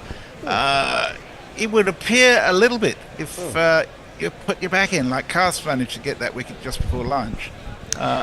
Yeah, I think it really lifted a bit, didn't it? I think it just depends on whether once the hardness goes out of the ball, it's only 26 overs old, if we get to about 50 overs, whether it will, or even maybe a little bit earlier than that, it might just go a little bit soft.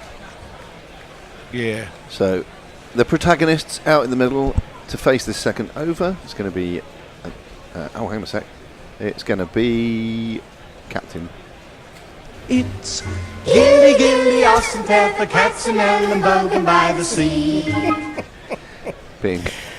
He'll be facing up to England's newly angry bowler. Works his fit, got out of bed, went and had himself a net, found this way that his heel had healed, passed the test and he went to the tee. His first ball is turned into the leg side and there is no run. Might say from that jingle he got out the wrong side of it. I'm disappointed that Nair got out before lunch. Yeah, I was a little bit. I enjoyed his jingle so much. Well, there is that. But I actually, I want to see him get a 50 just to go with his 300. I really do. And he is a class player. But he's had a couple of good balls. Yeah, no shame in getting out to that one, which makes it additionally surprising that Cast has been bowling those fuller lengths now. But anyway, back in his crease goes Gill. Shoves it out into the offside and there is no run. I think Cast is taking the view, and I'm not sure that they'll do it for very long, but they may be taking the view that if they keep bowling that length, that very full length and quite wide, that he will get one wrong fairly soon, because he has got a few wrong. You're pointing at something. Was I? Oh, right. Maybe you're just flexing your finger. Just, inspecting my nail job. Oh, a good ball here from Wokes. It went off the seam or off the pitch and it beat Shubman Gill, who had come neither forward nor back to that one, and acknowledges, I think, with that smile that he was just beaten by a good ball. I'm impressed by the number of pink knees and pink bellies on display in Lady World today. Oh, we're very pink today, aren't we? Yeah. This is a Giro d'Italia T-shirt brought back by my mother-in-law Glenn from her recent visit to Italy when the Giro was on. I'm not a big cycling fan, as you may know, not like Nestle Boy or Gaz, but I quite like this. It's nice. It's this one keeps a little bit low towards the leg stump of Shubman Gill, and he turns it defensively and watchfully into the leg side. A little bit low, that one, I think. Yeah, I'm just wondering if there is a bit of variable bounce, and if there is this early in the equation, then that's a little bit of a worry for England. And in fact, I mean, if he hadn't got bat on that, he was absolutely stone dead. It was going to be cannonning into leg stump, that one. But he watched it well. Wokes with more frustration, hands on head. He's not blaming the umpire this time. No. We can't be sure that he was first one. Yeah. Defending the leg side, and they're through for a quick single this time, so Gill moves on to 2. I was interested, the first test in Barbados between Australia and the West Indies. Was great to see the fast bowlers do so well, but there was a lot of variable bounce in that pitch. So much so, but by the final day, it was keeping very low on occasion. I mean, I don't know about you, but I wasn't fooled in the least by West Indies bowling out Australia for 180 in the first innings. I just thought, if Australia bowled out for 180 by the West Indies, then, you know, with their batting lineup, which is not strong in Test terms, West Indies, they were always going to be strong. I know they did get a very, very slight lead, but yeah, they got 190, didn't they? Australia's got serious problems in its batting lineup though at the moment, particularly in the opening slots. Wokes over the wicket to the left-handed Jaiswal, who is up on his toes and back in his crease and punching this one through cover point. He is going to get a couple there. I don't really think, though, that... I mean, I still feel that in Australian conditions, I mean, if you're looking ahead to the Ashes, I still think they'll be difficult, very, very difficult to beat. You know, Constas, I haven't really seen enough of him. I have no idea. I think Labuschagne will come back into it, certainly over there. I think he will. And Smith, of course, he's going to be back for the second test, isn't he? Saying yesterday. Absolutely. I think Labuschagne will. I think it'll be a salutary lesson and he'll just apply himself some more. It was interesting. He managed to get a fantastic run out as a substitute fielder in the second innings in Barbados, which is so Labuschagne. You know, just sort of keep at it no matter what. I think they've got to find genuine openers, though. I mean, I don't think... I'm not impressed by Constance at all. It's the top 3 spots, really, that are a problem at the moment. Yeah. Carr spells one just outside the off stump, and Gill is forward in defence. There's no run. Yeah, that's correct. Cam Green, if Labuschagne comes back in. I do think that there's a chance that Khawaja will continue through the Ashes because of the trueness of Australian pitches. And the fact he's got such a good record, hasn't he? I mean... Yeah. You know, it's true.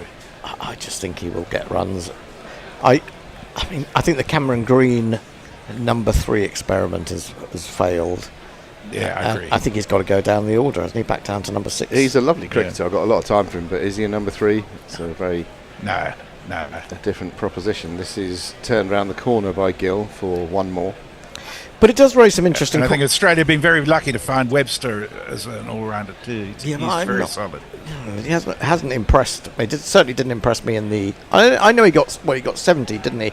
Top scored in the first innings of the World Test Championship.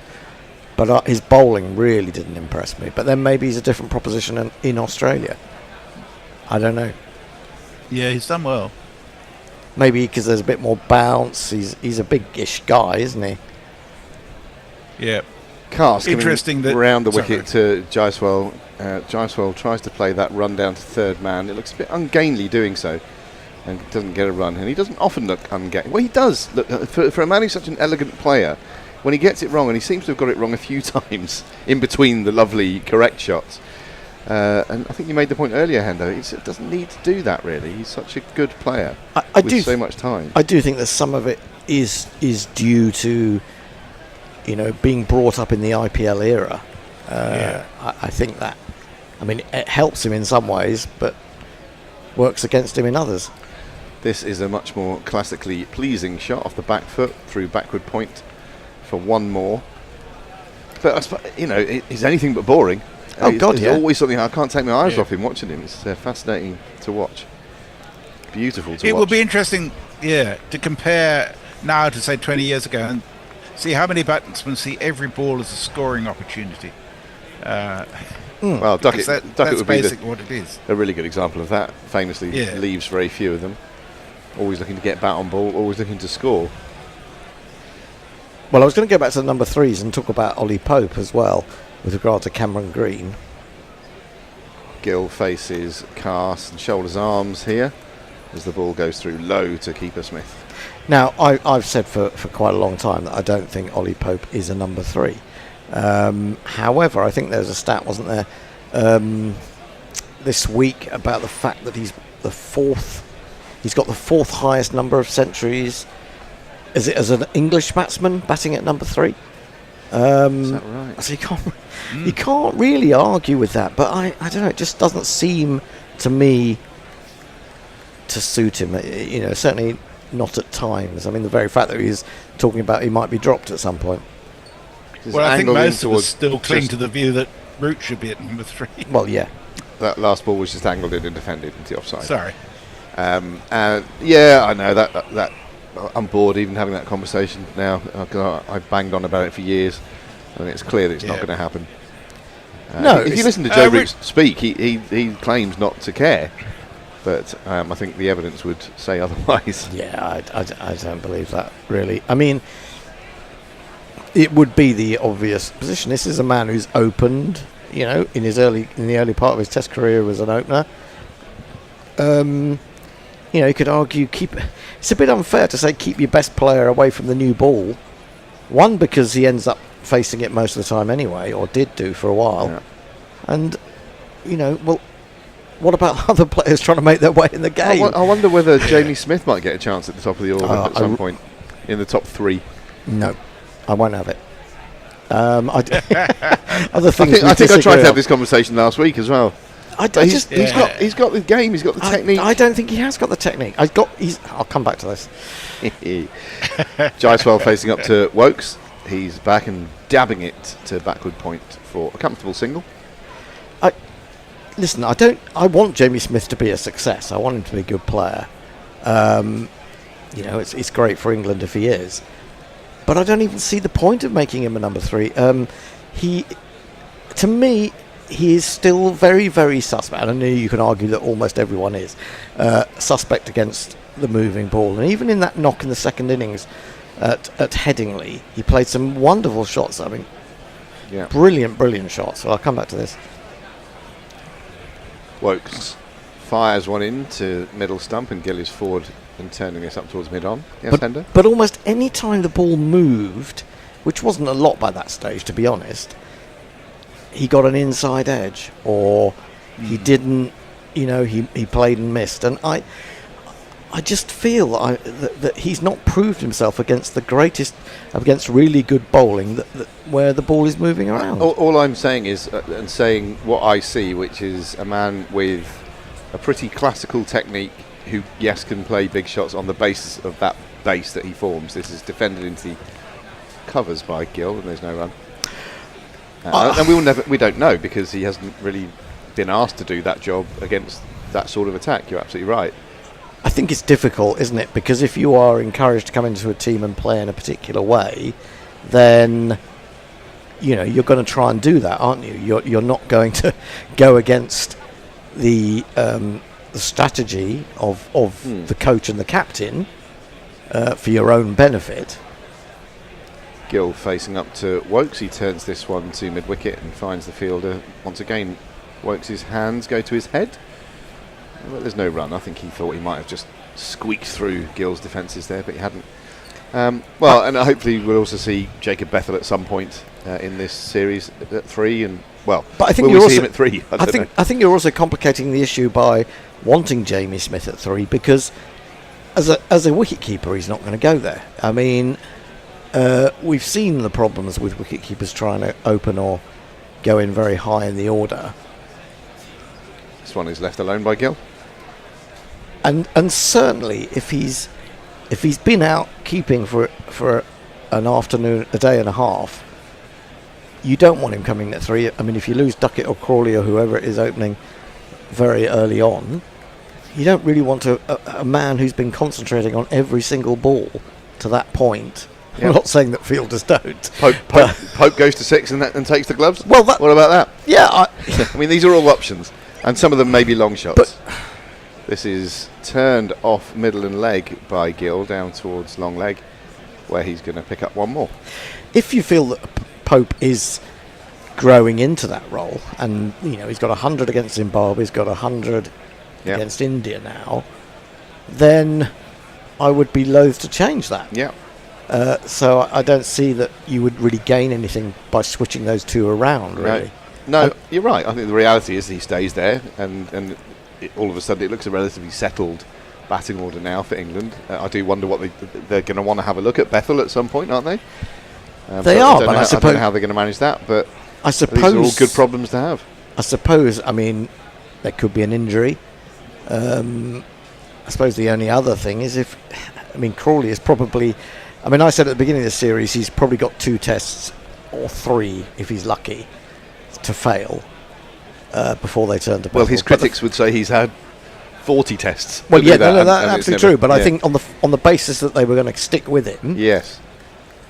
Carr starts a new over. It's a full delivery outside off stump. Nicely struck by Gill, but fielded it short extra, and there's no run. Who are we talking about? Bethel, yeah, sorry. among others. But yeah, I mean, I think we got 2 or 3 tests, and I think he's Crawley. Crawley, yeah, and the way that he responded in that second innings and batted very much against his own way of playing, or the way that he's been encouraged to play, and it showed something else about his game, and I think that will have got him 3 tests at the very least. I mean, if he fails in the 4 innings here and in the 3rd test, then maybe they will look at Bethel. Gill facing up to Cars. Again, it's angled in towards the off stump and very correctly defended by Gill back up the track to the bowler. 111 for 2 is the score. We're in the 30th over. And we're just discussing some of England's options and what they may or may not do with the batting order and the personnel. Unlike bowlers, it's less frequent, isn't it? It was less common for batsmen to be rotated in the way that bowlers often are, to be looked after or managed or whatever this week's phrase is. I suppose there is an argument, you put a hell of a lot more stress on your body bowling than you do batting. Gill gets a full delivery outside off stump and doesn't quite time it as he strokes it to cover point. No run. Yeah, quite a watchful start. A couple of messages on Blue Sky that I missed earlier on from Steve Lovett, aka the Light Roller. He says he's joining you from a rainy London. Good start from England. Wokes is getting some swinging casters, finding the seam with good pace. That was a couple of hours ago. Steve is actually in England at the moment, looking to come and visit you guys at the studio. So I'm copying an email of his through to the Guerrilla Cricket. Oh no, I think contact's been made. We're on top of that. Oh, you're on top of it already. Yeah, okay, brilliant. Yes, this is a watchful start from Gill. 4 from 23. Just looking to defend and have a look for the time being. This one he looks to cut down towards third man. It's fielded at that deep backward point position. Well, not that deep. It's just a deep gully, if you will. But no run again, so he remains on 4. Jaiswal is there on 72, who's alternated between beautiful, correct, flowing drives and cuts, and a few slightly airy, wafty, expansive shots that may have got him out on another day, but always entertaining to watch. I think the thing is that he's always going to hit the ball very hard, so if he does edge, he's always got a chance. Yeah. Cast once again outside the off stump of Gill, who is on the back foot playing this to that deep gully position once again. And once again there is no run. Yeah, just a sort of sense there that Gill was annoyed with himself for not getting that one through the infield, and maybe a little bit of frustration is coming over him, which might be a good time for England to strike. Yeah, he's sort of having a good net at the moment, isn't he? He's struck a couple quite nicely and they've gone straight to the fielder. In the nets you think, oh, that'll be 2 or that'll be 4, but yeah, very different in a match situation. And if you are just feeling your way into an innings and maybe struggling to find those gaps, then more often than not you drill it straight to the field, and that's exactly what he's done a few times here. This time he is forward in defence very correctly up towards mid-off, completes the over, remains 111 for 2. Messers, what you got? Well, that was what I always enjoyed about the nets. I always managed to avoid the fielders, and they never that's caught it. me. Exactly. Richard Peel, having a chip at us, says, "Is this an Ashes preview or commentary on the second test versus India?" We're back on course now, Richard. We've not missed any of the action, Richard. No. Nitin Deshpande says, "What people eat in the ground during lunch break? Hot dog bun, fast food. I'm sure. Well, the variety these days is pretty broad. I noticed at Lord's that they had a whole lot of different food vans that have come in to give a very wide variety of choices. It's actually really good, but also incredibly expensive. Yeah. Yes, that's a given." Wokes over the wicket to the left-handed Jaiswal, who was forward and angling this through backward point into a gap. Unlike his partner, he finds the gap and takes a very comfortable single to move on to 73 and the score to 112 for 2. I once had 3 curries in a day when I went to the Oval. I got there relatively early. Thought, oh yeah, curry for breakfast. Did the same at lunch, and then went back to Tooting, I think, and had one there as well. It's one of the best days ever. Dear God, no fish and chips then. Not on that day, no. How un-English. That would be gluttonous. A strange wiper-looking shot here, but he has found a gap this time, Gill, through cover point, and he's going to get a couple there.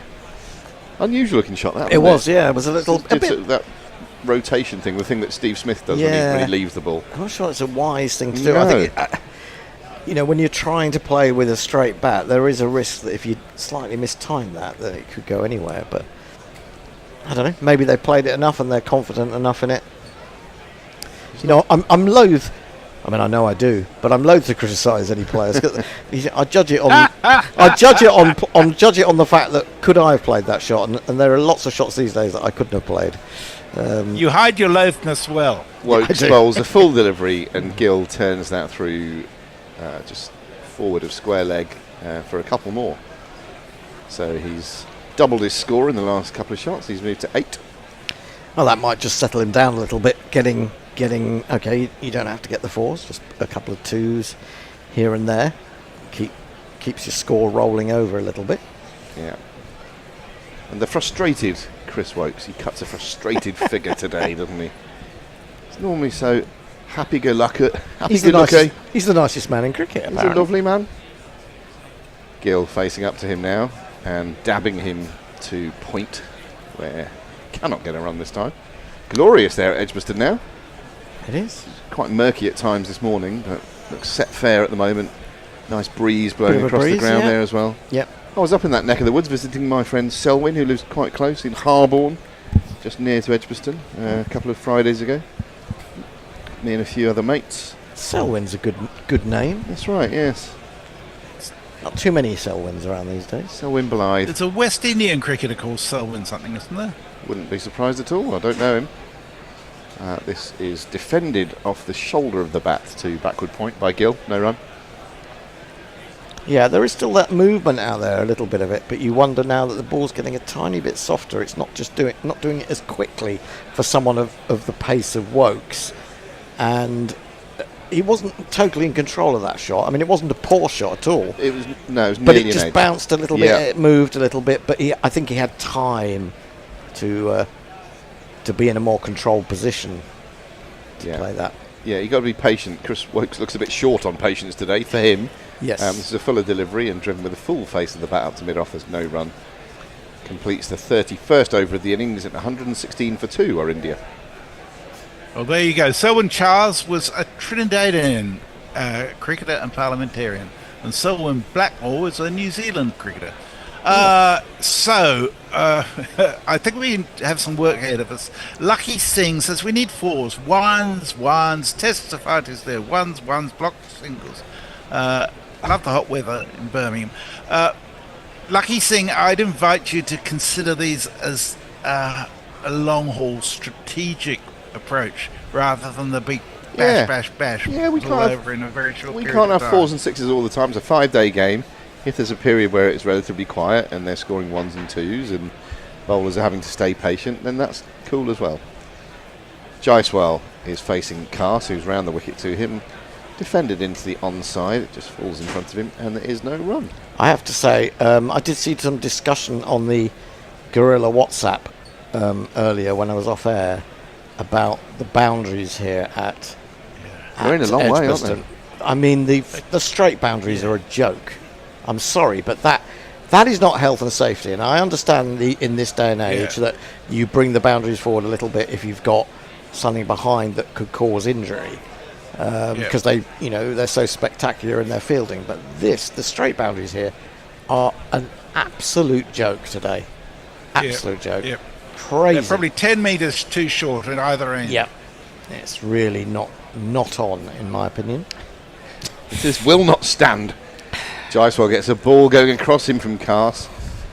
He's explored this wider line of field. He missed it, by the way, looking for a cut there. And I think they do fancy picking him up by playing a loose shot. I think they do. Which is weird if you're Bryden Cast and you've got that. You've got, the couple of balls that he bowled before lunch that were in at him and hit him on the chest and all that stuff. That would be what I would explore, because that's me doing my thing to you rather than inviting you to make a mistake, which appears to be the plan when he bowls those ones. But maybe the odd one to tempt him as a surprise ball, perhaps. Over the wicket comes Cast. It's a straighter ball. Gyswell is forward and equal to it and defending it. Yeah, I think again though that's something that's coming from one-day cricket, and perhaps T20 in particular, in the sense that getting wickets late in a T20, often bowlers will bowl that variation that's very wide. They've got people in the deep, and it's not just a case of, in fact, it being a bad ball. It's that the batsman can barely reach it, but has to go after it. Yeah. And if you've got a guy who has this sort of intense need to go after the ball, then maybe it is a good plan for a while. I wouldn't say necessarily the whole time. Shorter delivery, and Gyswell is back, getting his body out of the way and angling it down to that wide third man position for another run. But I just feel it's fine to try these things. It's fine to demonstrate your box of tricks and the variety. But it just strikes me at the moment that Cast, it's almost like a different plan every ball. I wouldn't mind just seeing him, if it's going to be back of a length and in at the body for a little while, make that your kind of stock delivery, and then anything else is a surprise or a variation. It just, I don't sense a kind of one plan. It's lots of different plans, and he's shaking his head like he's a bit, and now he's lost his run up, so he's not going to bowl that way. It's all going wrong, I tell you. Well, actually, I think Cast is bowling pretty well within the structures that you've said. The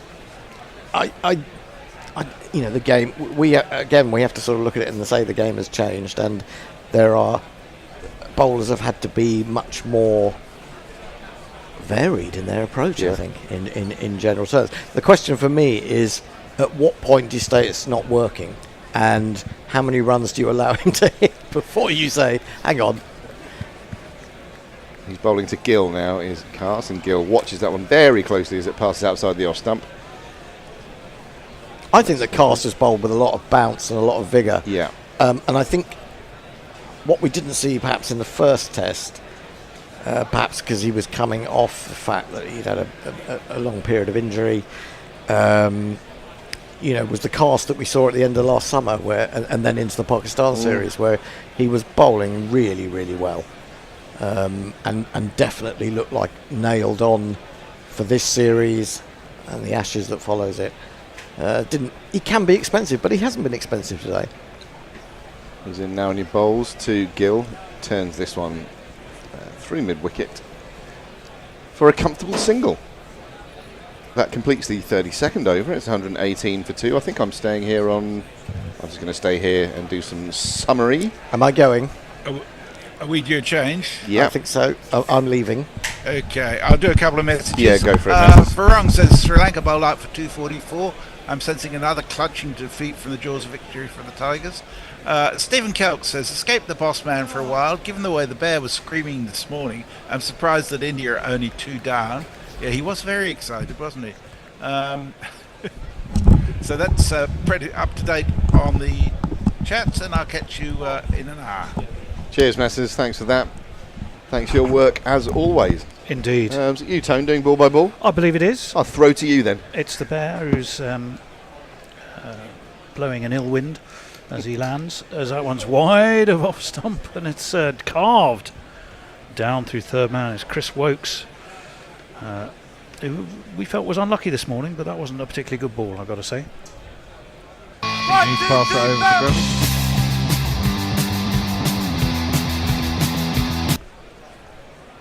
Just the 2 slips, and well, it was beautifully guided actually. Way it went through third man. Frustration for Ben Stokes, probably thinking I should have had a third slip. Can't have them everywhere, can you? And they've not had a third slip for a little while. You can't have them anywhere. Right. You can have them somewhere, but just not everywhere. Wokes again from the pavilion end. He's bowling to Shubman Gill, who just guided that very elegant 4. This one he waits for. Half cuts, half steers to backward point. Crawley Fields. And there was no run. 122 for 2. Yeah, Cast is an interesting discussion there. I mean, what has he played? He had a great tour of New Zealand. Didn't he take a 6-for in New Zealand? He had a didn't he? Did he play? He didn't play the last test in New Zealand, did he? The one we No, lost. well, yeah, but I think he was a bit injured by it. Didn't he come home from there? Wasn't that where his blister started? He did. Before this series, 31 wickets at 23. I mean, that's pretty impressive stuff. Over the wicket comes Wokes. It's worked away to mid-wicket. Fielded in lively fashion by who else? Who has the lowest centre of gravity when it comes to being in the outfield? Of course, it's the Duckster. And he uses that to his advantage to tumble to his right. Double roasted duck's ass. Double roasted duck's ass. Is that your Sunday? That's your plans for Sunday lunch? Wouldn't mind a bit of that. Lovely. Well. Beautiful day in Edgbaston. The sun's starting to come out here in Sydenham, I'm delighted to say. Pretty. We're not Sydenham, Ladywell. I forgot we've moved, haven't we? This one, Edgerly, past second slip. Is it going to be hauled in? Brook is after it. He's got no chance of catching it. Crawley's got longer legs. He can't catch it. And it's 4 more. 2 + 2 is our man. It's our day for unexpected visitors in the studio, isn't it? We had Mrs. Forth. Mrs. Forth came in. What a delightful lady she was. Yeah. Who have we got now? She wasn't, I've got to tell you, at all impressed with Forth's bird impressions. she had a quiet word in my ear. She said, "He's not bad on air, is he? But try to stop him doing bird impressions." I said, "Okay, Mrs. Forth." Defended into the offside, no run by our friend Shubbers. We did get us into an interesting discussion about Percy Edwards, though. But possibly the bird impression that Forthy delivered Percy Edwards didn't deserve it. Yeah. Because he actually could do bird impressions. That said, I mean, do we know what noise a kookaburra does make except a dull when it hits a wicket? But well, there's right something like that. Possibly not. Oh, maybe like that. You see, I don't know, so it would be hard to judge. Over the wicket, that swings just a bit there. Swung a little. Yeah, it's just not slightly quick enough and not straight enough. I mean, left anyway. Yeah, Gill's very good at leaving. He doesn't play out enough random balls that he should do. He's not like a Duckster. Even the Duckster left some at Headingley. We wondered what's going on with this new look Duckster. 2 in a row he left at one point. Anyway, 33 overs complete, 126 for 2. India not doing too badly. No. Pirate Badshaw's with us. Ahoy, old salts and sea dogs. So is Sandra Richardson. Hello, Sandra. Yeah. Hello, Pirate Badshaw. She mentions Jaden Seals, does Sandra. In context of? Yeah, don't know. Yes, the KK is just waiting for a bit more shine to come off the ball, says Farong. And then Stephen Kelk, possibly a rhetorical question, says, should I have a beer? Yes. Obviously, yes. The question should just be which beer, not whether. Around the wicket comes Cast, driven! But driven straight towards mid-off. And there was no run. An elegant shot for no run. Presumably it's even an hour later. He's on a continent, isn't he? He's on the continental continent. Yes. Where's Kelkers? I think it's Belgium or Holland. I thought he was in Well, Netherlands. if you're in I thought the Netherlands. Yeah. Either way. Whichever. It's an hour ahead and it's nearly 3:15. Either way, you've got a great selection of beers in and around the area. Whichever country you're in. Belgium, fabulous beers. Oh. Chimay Rouge, anyone? Right. It's going to be Gyswell who's facing Bryden Cast. 2 slips. And Gyswell doesn't duck so much as crouch and then arches back at the same time, which is enough to avoid a lowish bouncer from Carson. There was no run through. It went to Jamie Smith. I suppose it was head height. I'll take that back. It was quite well directed. Left his bat up a little bit, didn't he? A little periscopy. It wasn't that so far away. He did. Shirt sleeve order now amongst the heavily populated Edgbaston stand. I'm sure the Hollies stand will be getting itself into good voice as the afternoon progresses. That short, wide, pulled down the arse, but it's tickled away round the corner really. Bashir is at deep back of square. They take a single, they move on to 127 for 2. And Gyswell looking ominous, Bear. Yeah, he's a man you've got to get early, isn't it? I mean, if you don't get him early, he does go on and get scores. We'll be lucky if we get him out before 100 now. And the thing is, we can't afford Gill and Pant to both get tons as well, so we've got to try and edel out some wickets. But it's not looking easy. Well, no, it's not. There was something earlier on. It doesn't seem to be. It seems harder work. Oh, that was interesting. Gill has backed away. Clearly. Did you see what Cast did, though? My Cast went and bowled it anyway. No. When he was coming up to bowl, he put his finger out like this, like he was pointing to someone on the offside. He's literally. But if you watch the replay, oh well, in that case, he sticks his hand out and sort of pointing, like he's pointing someone to go somewhere, or play the shot over there. Whilst he's watch actually running as he into comes in. bowl. Watch his left hand. He does. Yep. And not surprisingly, Shubman Gill said, "Well, I want nothing to do with that." Now the question would be, umpire Gaffney is stationed at that end. Is there anything illegal about that? I don't think so. You can't change the field while the bowler's No, bowling. he's not. He's just trying to do and something. He comes, he's beaten him, all ends up. There's a big cry for LBW. That looked like it must be plumb. Unless he's got an edge. Unless he got an edge. And Gaffers is absolutely implacable.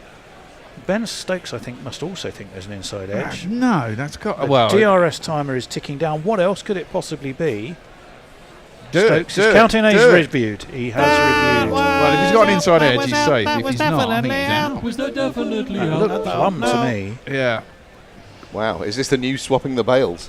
What, the sticking your the finger sticking out your when finger you're out, yeah. But bowling the ball before? Interesting that you do that. I'll bring you a couple of messages while we're waiting for this review to come through. Farong says, whenever Bangladesh bowl out the opposition, it's the equivalent of an English moral victory.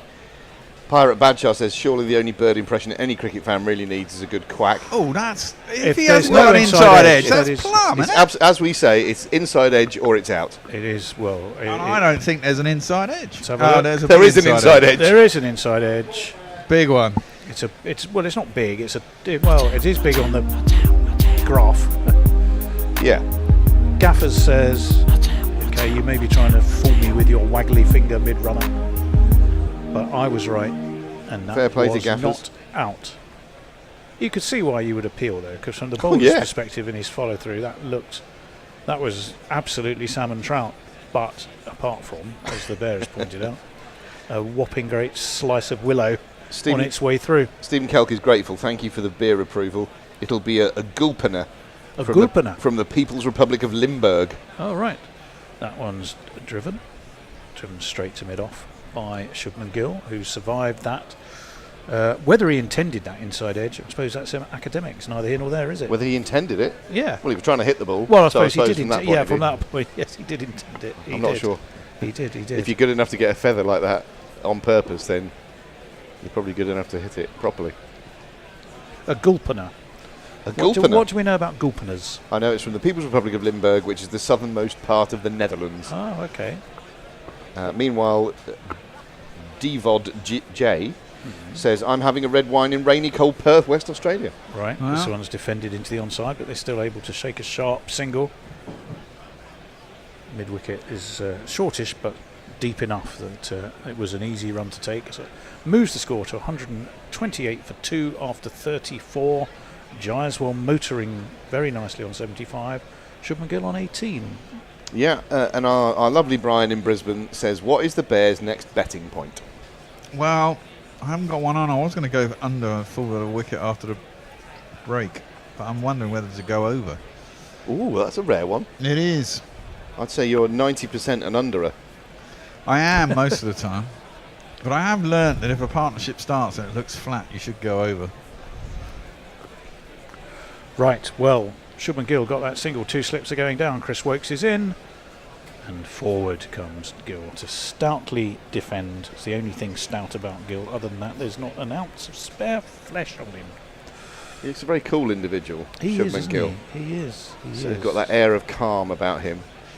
I like it. So that's the first of you England have lost, haven't they? The other two were umpires. Yeah. Cool. 25 years old now. Still one of the youngest Indian captains. Fourth for youngest sure, or something, I think. Yeah, I believe so. 147, remember, at Headingley. Snookered. Yeah, he was indeed snookered. Over the wicket comes Chris Wokes. Again, solidly high-elbowed, resolutely defended by Shubbers. And there was no run. Have I actually said where he is in the youngest captain? I think they said fourth last test. Did Sachin ever captain before the age of 25? Yeah, he was one of the 4 Yeah, who were younger not than him. surprising. Yeah, I think he was. Isn't Right. In comes Wokes. That's short, it's wide, and that's on the bounce. Crowd catch from Ollie Pope, who's at point. Nearly fooled me for a moment, which is not that hard to do necessarily with these things. What are you But trying to say about yourself, even I looked at that and I went, that bounced about 3 feet short of him. It was a pretty pathetic attempt, I thought, by... No, 3 sheet. It was played into the ground, basically. Yeah, by Ollie Pope. Yeah. To go, hey, that might have been I a think catch. he was just trying to fire up the Hollies stand more than anything else. Get him in good voice. Wokes in. Local boy, Brummy lad. And again, Ollie Pope's in the game. But the ball just steered to him by Gill. And again, there was no run. Leah alerts us to the fact that the People's Republic of Limburg produces one of the smellier cheeses of the region. Does it? I think- I've heard of Limburg cheese. I think yeah. Kelkers might be having a bit of cheese with his beer, judging by his reaction. You'd be going home with some dodgy old breath if you got the stinkiest cheese and several pints inside you. That one's pushed into the onside by Gill. There is no run. Other parts might produce smells as well, I would suggest, on that diet. Well, there certainly speaks if the they voice were in me. of You'd be the expert there, Baldrick. I would be the expert of there. The expert, indeed. What are you looking up, Tone? I'm Something trying- good? No, I'm really just trying to look at the... I'm looking at batting number 4s for India. See where he wants to compare himself to. That's Wokes is going for a huge shout. I thought he just played that with the bat. Yeah. Umpire Shafadullah. Hard to tell his facial expression because he's got a big brimmed hat on the top of his head. But all eyes are back on Ben Stokes. To me, that was like a He conventional defended that dab middle into of the bat to onside, me. didn't he? Yeah, it certainly looked like that to me. Is your mate Chris getting a bit desperate, Grubs? Well, I think he's getting a bit annoyed that Casey keeps just picking him off middle stump, doesn't he? I mean, if he does miss one of those, he's going to be plumb as, but yeah, he hasn't missed Well, one it's yet. the Steve Smith conversation, isn't it? Yeah, Oh, that would have been plumb. Yep, Yeah. but he's hit it again. Yeah, I was looking at number 4s for India. Surav Ganguly, 20 innings, average 66. Rahul Dravid. Tendulkar, average 54. Dravid, 21 innings. This is at batting at 4, average 53. Oh, lovely. Vijay Hazare, average 54, before Hazare. giving his name to their one-day trophy. And Virat Kohli, 160 innings, 7,500 runs. Mind you, Tendulkar made 13,500, average of 50. All of those averages between 66 and 50. So Shubbers has got a fair old billing to live up to. Right, Josh Tongue, well, here he is. It's worked nicely away though by Jaiswal down to deep mid wicket. In trots. This is the weak link in England's bowling. This is why I think he'll be replaced. Whether he mops up the tail or not, he's bowled 6 overs for 42. Yeah, it's all over the place. It's got decent pace, but I mean, he doesn't seem to be able to bowl consistent line and length. You shouldn't be going for over 6 and over in a test match. Well, he's going at 7 and over. So 6 7s are 42. Yeah, you're right. It's not beyond the realms. We've got a completely different attack in a couple of games' time. Archer, Wood, Atkinson when they're all fit. You know. True. I don't think you'd drop Wokes at Lords. Wokes and Cast are still in the mix. has done so well at Lords. Right, this one is defended off the bowling of Tongue nicely by Shubman Gill out towards extra cover. It's a nice problem to have, though. Yeah. Well, it is, but you're right. I mean, Tongue, there's this ability to mop up the tail, but his job is to do that and hopefully at least to have some impact on the top order. Well, exactly. You've got to contribute something at the other end of it, haven't you? Otherwise, you might as well not bowl him until number 6 comes in. Well, a couple of quick wickets would change the way Tongue feels about the world. That's well defended, though. He half stops that as it came back to him. Shubman Gill was not interested in a run, neither is Jaiswal. And there is no run, 129 for 2. Well, Tony, I think Stephen Kelp must be pissed already. Oh dear. Because he's telling you... Oh, good. Because he's telling you he's placed a YouTube comment on the GC origin story praising, nay, immortalising the contribution of your humour to GC. Oh, well, I'm thrilled and delighted. I'll take that compliment. I'll never get any around here. As that one is defended back to Gill. And there is, again, no run. 129 for 2 still. It is so difficult to say these days if a decision to put a team in or to bowl first rather is the right decision or not. Stats at Headingley generally at Edgbaston do back that up. 41% won by the team batting second as opposed to 32% I think by the team batting first. This one is carved but straight to shortish point. No run. A few dot balls where at least he's making the batsman play a bit would do Josh Tongue no harm whatsoever, would they? When you've gone for 7 and over so far, this has been at least a more accurate over, don't we think? Yeah, I mean, this is a similar pattern to the last game, where in both innings, famously now, cleaned up the tail. I'm really not sure about his haircut. As in he comes, that's left by Gill. High bat lift, watches it under his nose. Through it goes to James Smith. End of Tongue's 7 overs. Just 1 from it this time. 129 for 2 for India. Jaiswal going nicely on 76. For the record, I'm a big fan of his haircut. I like it a lot. Yeah. Okay. Yeah. I think that might be generational. Yeah. Well, thanks, man. You're counting Grubby as a youngster then, yeah? Well, a comparative youngster. Leah tells us that Limburg is is her preferred cheese to make my famous cheese spread with. How famous is it, Leah? That famous cheese spread? Yeah, the famous cheese spread that I knew nothing about until just then. Is it famous round your parts? Do you jar it up and send it as presents? Do you put it on your parts? Oh, please. Do you jar it up and give it as presents at Christmas? Is it that famous? Or is it genuine? Well, it might be big in the family. Yeah. Maybe wherever Leah goes at Christmas or birthdays or parties, has she bought her cheese? By a That's cheese. what people want to know. A cloud of cheese. That's defended nicely by Jaiswal. Cheesy aroma. No. If you did travel everywhere with the Netherlands smelliest cheese, then presumably people would know you were arriving, wouldn't they? Yes. Yeah, they'd know before you got there. Yes. I remember when I used to drive back from France. Yeah. Occasionally you'd get stopped at customs in Calais. Boy, when they opened the boot. Yeah. It's just, Jesus. I watched grown customs officers collapse. the pure tears. Aroma. French ones or English Works around the English ones. No, the French ones were all right. Exactly. That was defended again towards short mid off. No run. Jaiswal looking solid as a rock. The young man. Takes a while to get going, doesn't he, these days? He's been a little bit more cautious. He was at Headingley, he has been here, but crucially for India. Well, he's very good at hitting a bad ball. If you bowl him a lot of shit, he scores quickly. He's scoring it, You know, that was earlier against Tongue, he was slapping them all over the place. Works around the wicket, worked beautifully off his thigh, down to long leg, and they take an easy single. I mean, he's scoring at 5 and over. Jaiswal, so it's hardly a slouch, is it? Well, he's on the back of a ton, which can't be bad.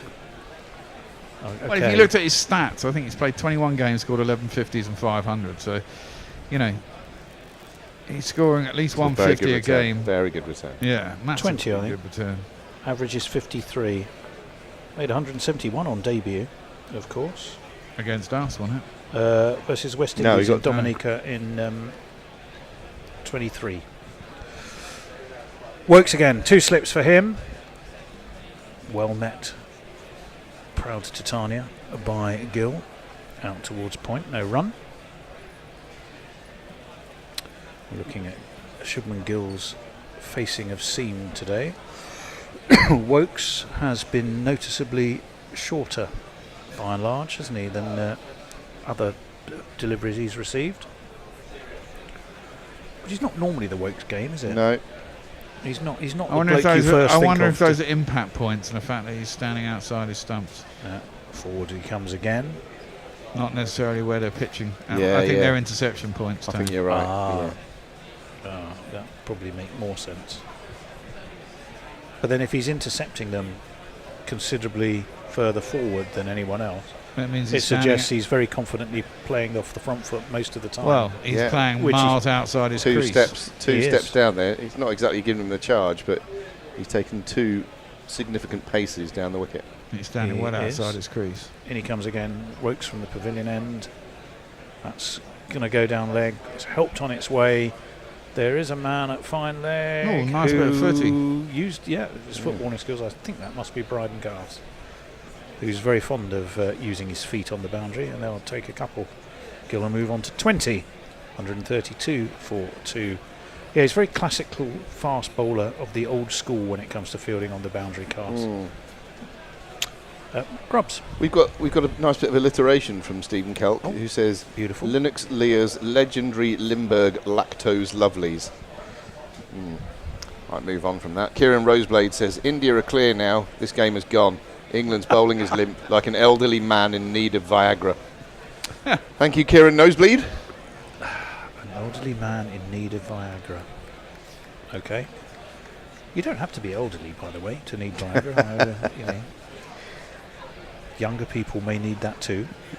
That's whipped by Jaiswal out to mid-wicket. I tell you. Whipped. You know that bit in Family Guy where he goes, the Duckster. Cool whip. Oh, whip. Cool whip. Yeah, that's... wait, what? Cool whip. You're going to have cool whip with It's pie. the dog. Who's the dog? Brian. Brian. You're going to have cool whip with pie. Will you pass it? Oh, god damn it, that one doesn't even have an H in it. 133 for 2. It is very green around Edgbaston, isn't it? It's lovely and leafy. Yeah, it's very leafy it's round actually Harbour. a really nice ground. Tongue in. Forward comes Gill. Not as far forward as he does for Wokes. No, it's because he's bowling significantly quicker, I'd say. 5 miles an hour quicker. Yeah. But still defended into the onside, and there was no run. Yeah, there's a beautiful blue sky. There are a few clouds, but they're dotted around. Chris Wokes has insisted on the handcuffs coming out. Through the ball goes, and he's given back to him. And he'll have to press on, but for the time being it's going to be Tongue. It was Wokes who was designated to go and have the conversation with the umpire. Never used to happen back in the day, did it? I don't think they had handcuffs But back in I the mean, day. any chat about the ball going out of shape? You just got on with it. You did, as that one's left by Gill. And through it goes at ankle height to Jamie Smith. Once it's an easy leave and an ankle height to the wicket keeper, it suggests fairly comfortable batting. Yep. Which indeed it has been since lunch, I think. Well, it's certainly looked that way, hasn't it? And you can do some inspiration from Stokes, for example. One of his famous partnership breaking, back breaking sometimes spells. Have we seen Bashir yet today? He had one over. Oh, he did. That's right. Yeah, I was commentating it. Yeah, that was defended into the onside. Memorable. They take a single and move on to 134 for 2. 2 balls left of the over. Shubman Gill's signalling for something. Gloves, probably. Either or drink. fresh It's drinks. gloves. I think it's more drinks now, anyway, isn't it? What, with only 4 balls of an over complete? No, obviously at the end of this over, and then Yeah. we're due a change, I believe. Already? Yeah. I've literally only just sat down, Bear. Well, you've sat down for half an hour, Have actually, I? funny enough. Yeah. Where does it go? I don't know. Where does Must it be go? having fun, Tom. Well, I am having fun. There's no doubt about What that. is the next change then? I think I'm on yet again. Wait, is this the one where you're subbing in for 40? Well, No. he's here though. Oh, No, is he? no. Okay, that was defended out towards backward point. Crawley Fields, no run. Do you want me to tell you? While you do that, I don't know how to say Devo DJ, is it? Or Devoj? Or Devod J? Anyway, good joke. Says, I took Viagra once, got stuck in my throat. I had a stiff neck for weeks. Oh, hey! Yeah, it's 40 Tony Devo. Grubby. 40, you are on Grubby, so you can stay exactly in that chair. You can stay exactly where you are. 40 can well, come over and unless take over for 40 me. wants to Wear a headset. and that one's dabbed, beats the man at 4th slip, goes down to the 3rd man boundary and gets in 4 more. And if you kids can't listen, then you bound to see the way You make up your minds, I'm getting out. crossing a boundary, crossing a boundary. So you can either, as you're ball by balling, 40, you can either sit in the central chair or are you okay in the left-hand chair? Do you have a preference? You're all right over there. Okay, it's all right. I'll use my phone. I can put that here. There we go. It has looked relatively comfortable since lunch for the England batsmen. The England bowlers toiling away, but to no great avail. Bryden Cast, as I say, I would like to see him bowling a bit more at the man, at the body, a bit that hard length that he's good at, rather than floating them up in an attempt to lure, particularly Jaiswal, into a mistake. And Wokesy maybe a little bit more toothless after lunch than before. Yeah, where he bowled with- was fired up before lunch. Yeah, as fired never up seen as he him ever so angry. gets. Oh yeah, well I mean these things are relative. Hello, Forthy. Hello, how are you? Very well. All the better for seeing you. Absolutely. Very much. Did, yes. did you find some lovely lunch in Lewisham? We had a little look down Lewisham High Street, and then we pulled the pin and aborted. Oh. And, reversed into Ladywell High Street. Oh, so my advice wasn't that good. Was it a bit too? No, it was a bit multicultural too for you? multicultural. No, please don't get me wrong. I'm no greater fan than me of multiculturalism. What did you end up eating? I went to La Délice, which is very nice. boulangerie, patisserie, Yeah. just to the other side of the bridge. Probably know the it. pick. I know where you mean. Probably the pick, Yeah. I'd say. Very Yeah. nice. Spinach and mushroom omelette for my partner. And was Mrs. Forth yeah, her. endlessly complimentary about your Kookaburra impressions? No, she thought it was rather poor, actually. Yeah, no, she did mention that to all the rest of us as well, just so you know. Yeah, I'm not surprised. A bit harsh. A bit harshly, I She's thought. harsh. Your wife needs to keep you honest, doesn't she? Well, yeah, it's where you look to for the type of criticism others wouldn't dare give you. Yes. Believe Well, me, trust me, I know. Well, Not from who- your missus, obviously. Under 38 for 2. Who do you think in the England team speaks wisdom to Stokesy and keeps him honest? Is there anyone who can do that? Or I would imagine Joe Baz. Root. You'd like to think Oh, Joe Joe Root. Root, Oh, you'd actually, think. in the team or in the Well, I management? was thinking in the team, I suppose. Yeah, you'd Oh. think Joe Root. Are we off again? No. Right. Highlights. Highlights. Thank you. Yeah, having drinks. Having drinks. I'm sure Root can. And obviously McCullum. They Yes. appear to be a good fit, don't they, McCullum and Stokes, kind of philosophically, if that's not an overblown Yes. word. I always think with kings, they really do need someone, or presidents. Yeah. Most obviously. Oh, well, Yeah. Let's move off that subject. I've seen very Yes. rapidly. Yes, okay, well, back to kings. Yes, kings. I think the problem with Richard II, for example, was that he was always treated as a little god. And doesn't do them any good in the end. They always end up, having a red-hot poker up their bum in Pontefract Castle or something. Yeah, always. Or, well, almost invariably. There's a series on one of the history channels, one of those things that I keep getting served a trailer for, which is called Killer Kings. Killer Kings. Someone talks about King John being just an awful king. Terrible man. And then inevitably Henry VIII, and the woman on there just goes, he was a really rubbish king. Yeah.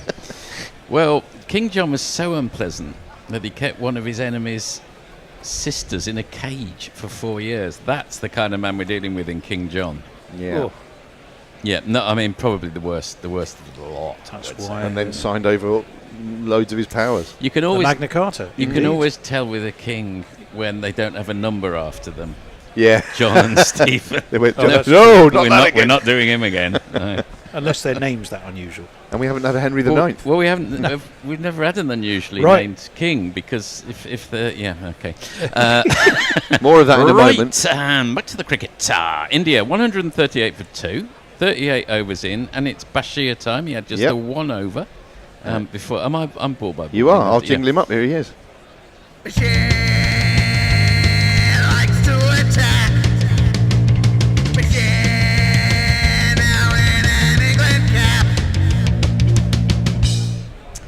Well, yes, I think the jury seems perpetually out on Bashir, doesn't it? We can never quite decide whether he's the man or not. He's tall. We will say he's tall. High release point. High release point, and there's of that there is no Bit of doubt. additional bounce. Yeah. Bounce and high release point. He's got a slip. He's got a leg slip. He's over the wickets to Shubman Gill, and the first shot is a forward defensive. Okay, I thought he bowled nicely in that test at Headingley last week. I thought he found a nice rhythm, nice sort of flight, good line and length, sort of threatening without looking really dangerous all the time. I mean, they're good players of spin, obviously. Indeed. I thought he acquitted himself pretty well. He's in again. He floats that one up a bit, and it eludes the man in the covers. But there's a sweeper out there doing the honours. Is that Harry Brook? Not sure. It's Crawley, I think. Crawley. Yes, okay. So they come through for a single. Jaiswal on strike. He's 81 off 94. Eyeing up a very useful ton this would be, but perhaps a little premature to talk of such matters. So, read that King chat. Were the previous 7 Henrys all really good, and that's why they kept getting called Henry? No, I think we can very quickly go through them and give them a score. Right, Bashir round the wickets, and he opens himself up a little, Jaiswal, and directs it down to long off. Henry I, very competent administrator. Henry II, terrible trouble with his children, Richard and John and so on, and his wife, who he ended up imprisoning, Eleanor of Aquitaine. Oh. Henry III, useless. Absolutely useless. He was on the throne for about 60 years. In the end, Simon de Montfort had to go trying to get rid of him. Shubman Gill. He wasn't king, was he? He wasn't. When was he king? I was about to say. Shubman the First. King Shubman the First. Shubman the First. And he pats that back down the wicket to Bashir. Henry IV, that's Bolingbroke. He usurped the throne from Richard II and he can never quite get off it. Terrible skin trouble. Oh, dear. I feel his pain. Very, very bad skin trouble. Bashir in again. Drags that one down a touch, but slightly gets away with it. He's Just a bit of a nudged wide of the man in the cover. So it's probably Joe Root, is that? When you say terrible skin trouble, are we talking eczema, of which I'm a sufferer, or syphilis? I think psoriasis. Psoriasis, well, yes, it's in the same wheelhouse. Henry V is the Agincourt man, of course, Parts and 1 and 2. Parts 1 and 2. He would have gone on to be a truly great king, but I think he died prematurely in a siege somewhere. That was going down leg side, and Jaiswal went to flick it off his hips, but got a little leading edge, which went nowhere. And at the end of the 39th, we'll do the remaining Henrys after these messages. Oh, right, okay. Well, I'm just doing a quick flip through Blue Sky, so we don't forget. The Light Roller, hello to you. Also, I believe, coming to see us this weekend, which will be fantastic. Hello to Ben McCormack as well, who says much prefers us to TMS. Well, that's very kind. So do we. We prefer us to TMS. Oh, God, That's why we're here. To TMS as well. There is something. I'll even break ranks and just see if there's anything of remote interest on Twitter. No, there isn't. Good luck. No, there isn't. So I shall go back to YouTube. Shubman Gill facing up to Josh Tongue. Nice forward defensive. Dr. Ball. You didn't get as far as Henry VIII, did you? No, so okay, just Other very than quickly. these obviously Henry VI, valuable. literally an idiot. Literally an idiot. Literally an idiot, okay. Poor chap. And he ended up getting murdered by the Yorkists.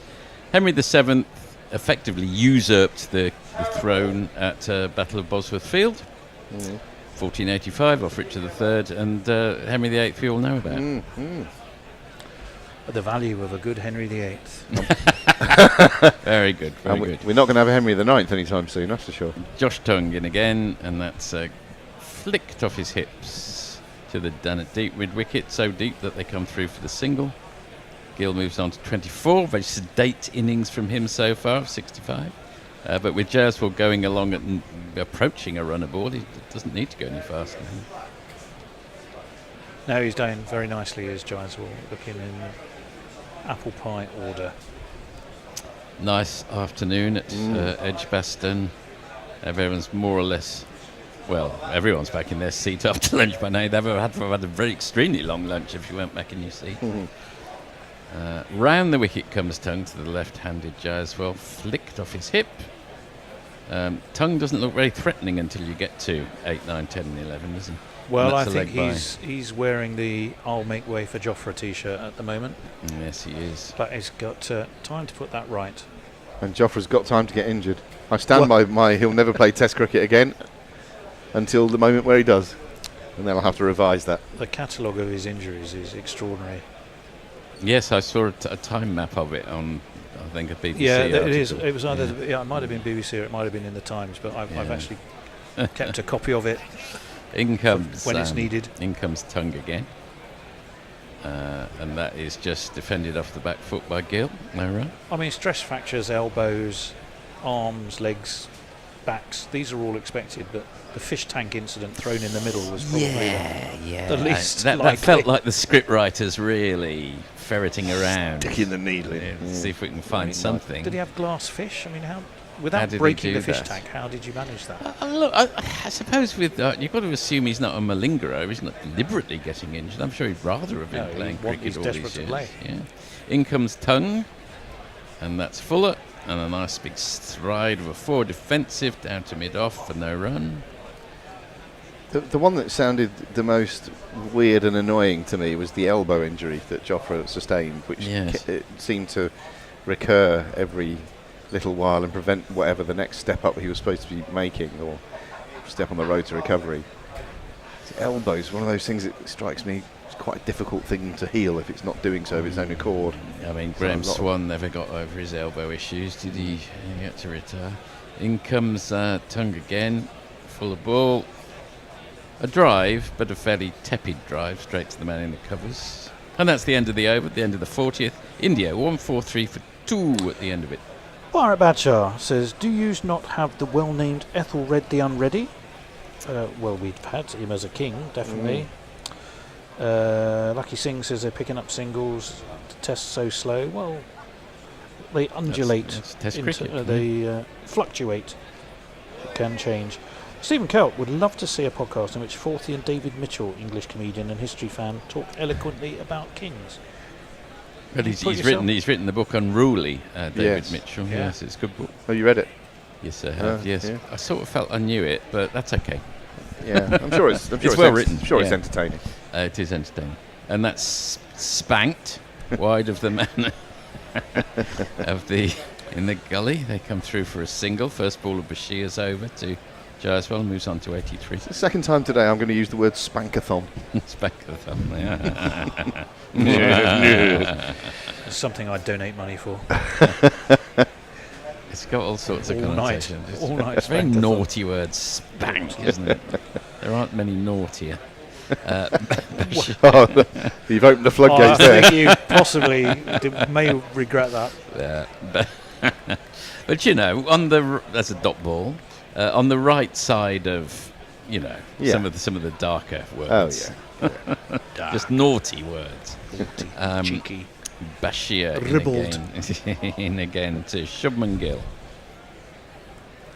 Shubman Gill's sort of modus operandi, I think, is to defend first, and if there's he's not the Michael Slater school of I'll see if I can hit it for 4 and then defend if I can't. He's the other way around. Well, you've roused Stephen Kelk. Oh, have I? Yes.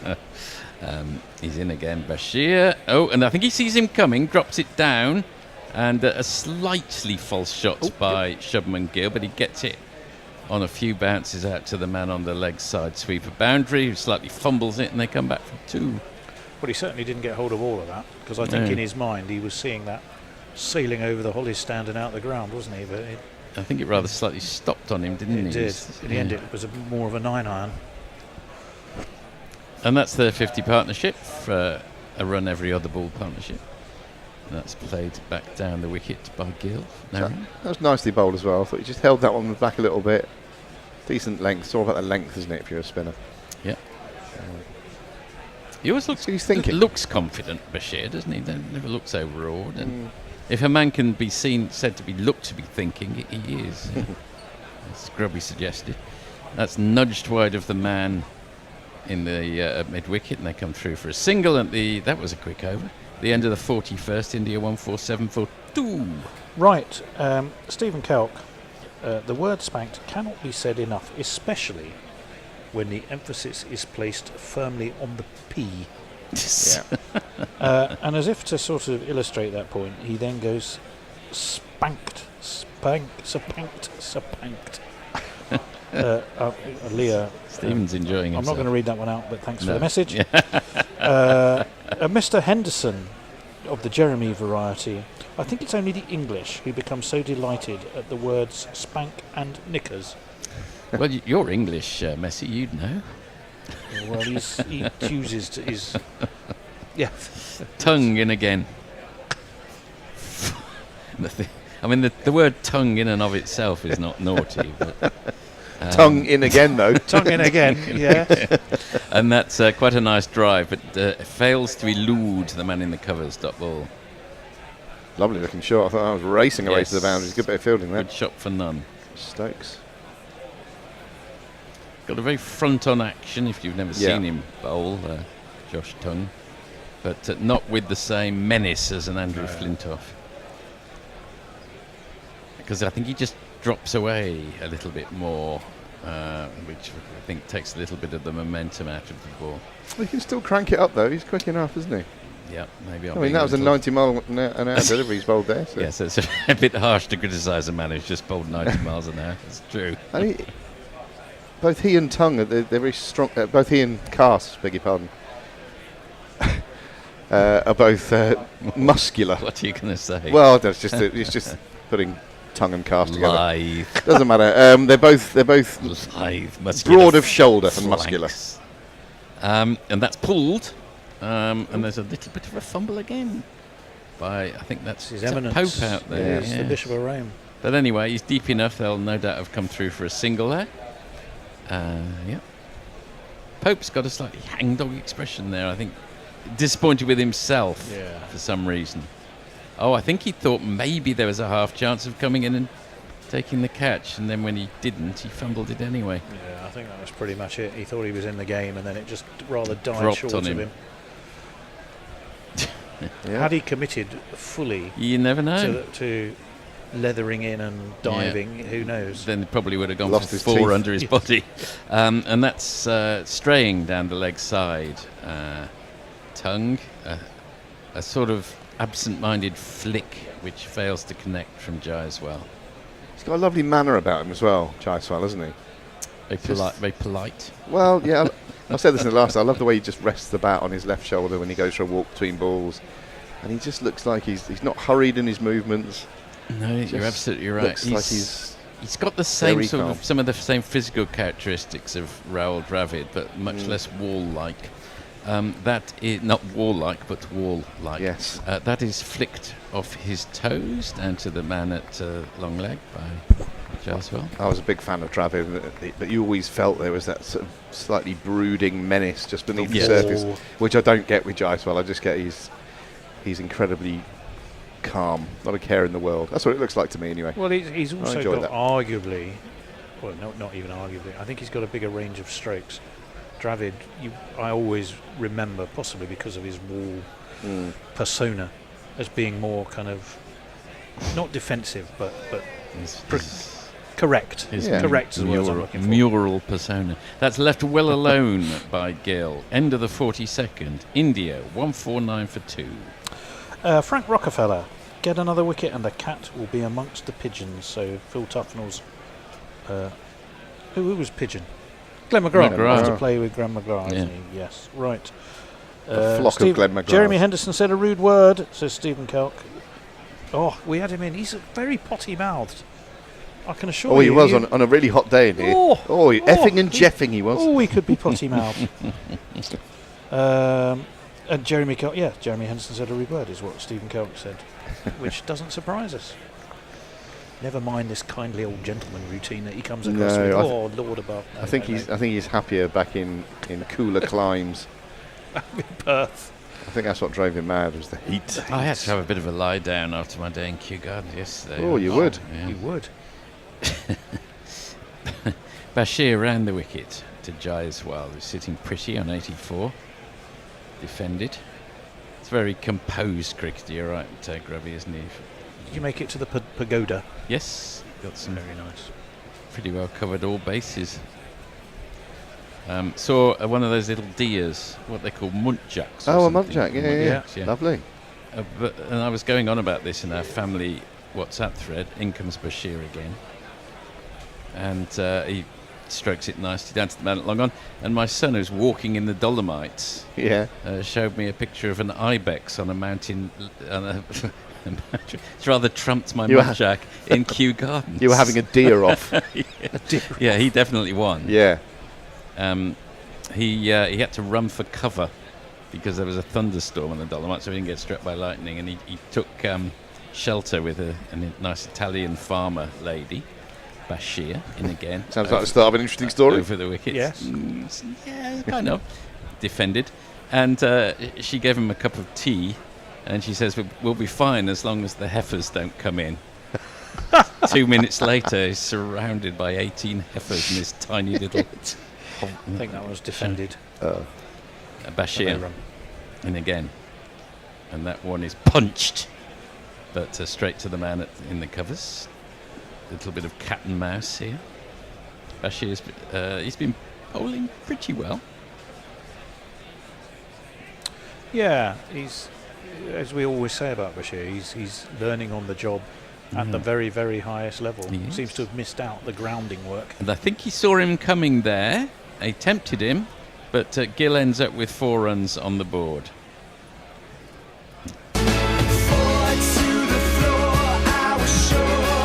So I think, what did you think there, Grover? I think he sort of pushed it wider, seeing him coming, but it turned out to be a bit of a gimme in the end. He played it very comfortably, Gill, in the end. Little shimmy down the track. I think he may have deliberately thrown it a bit wider.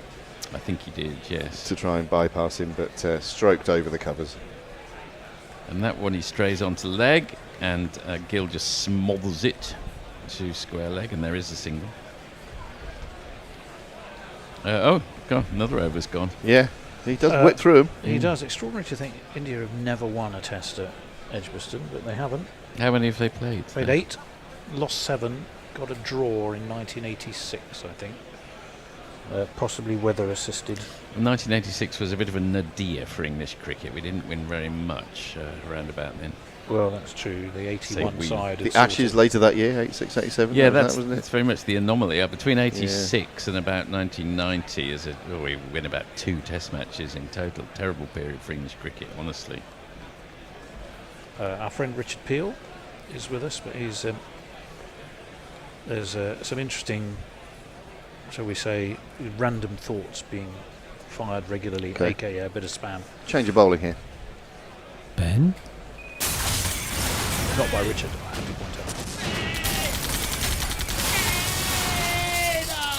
It looks trimmer. Oh, yeah, there it is. Still going. It looks trimmer and trimmer these days, Ben Stokes. Carved from marble. Carved from Porphyrian marble. The first one is Let Go by Gill. Dot ball. He's given up drinking, hasn't he?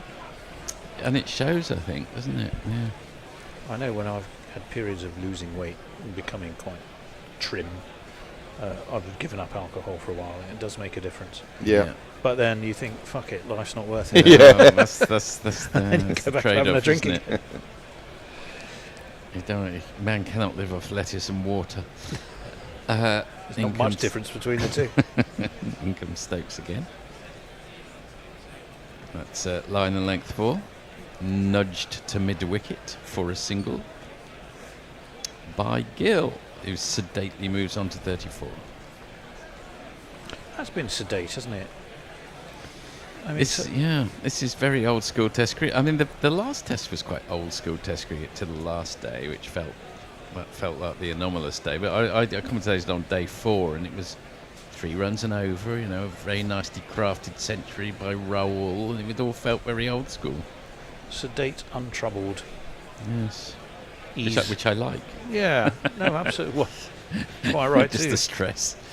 So And a Sunday nice stroll, not a sprint. A nice 5-day test as well as a nice riposte to people who are claiming that 4 days is the way to go.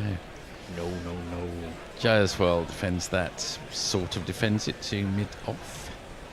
Dot ball. And are the black armbands for Ned Larkins? That's right, yeah. Yeah, they had a picture of him on the screen prior to play today. Very fond memories of the 1990 test against the West Indies. Yeah. I think he scored the winning runs. Did indeed, yeah. With Gucci at the other end. Who was this?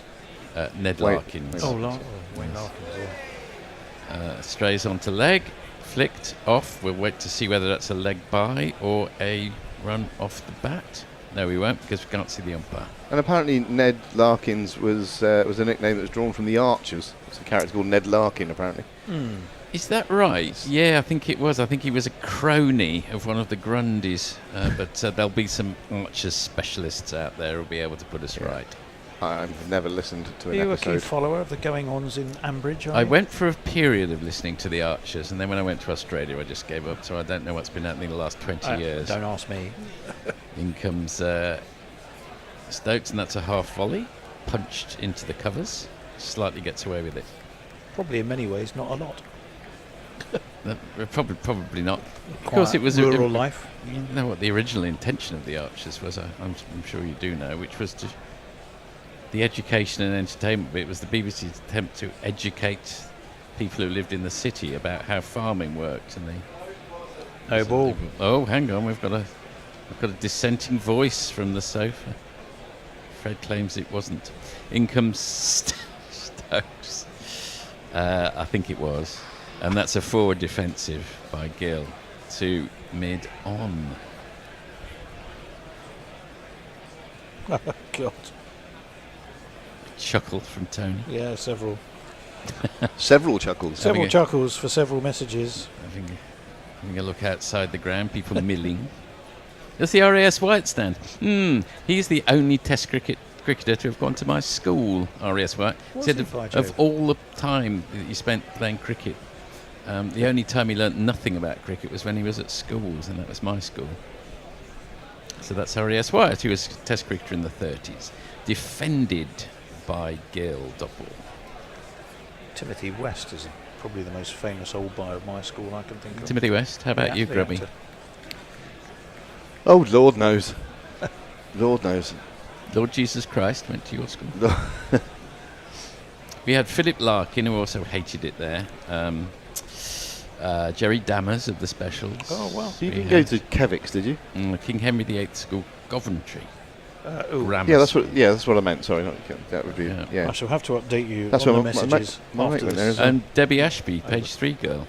Oh, okay. Oh, end of the 44th over, India 158 for 2. No, we're starting the next one now. Oh, yeah. Right, sorry, talking about As Debbie we- Ashby, page 3 girl. Bashir around the wickets. Oh, that was quite a good ball, actually. Kept coming in on him, and he did well to stroke it away for a single. Pope relays the fielding. As Australia really started that thing of staying sharp in the field and throwing it at each other. God, my captain when I played in under 15, under 16, still the best captain I've ever played under. Justin Day, he was fantastic. And I'd sometimes be fielding at mid-off or mid-on, and he'd be at slip or something, and he would absolutely wang the ball to me just to keep me awake in the field. Bashir throws that up outside off stump, and it's stroked wide of the man at mid-off for a single. Jayerswal moves in. Gill rather moves to 35. Jayerswal seems to have been in the 80s for rather a long time, but like Carol Decker.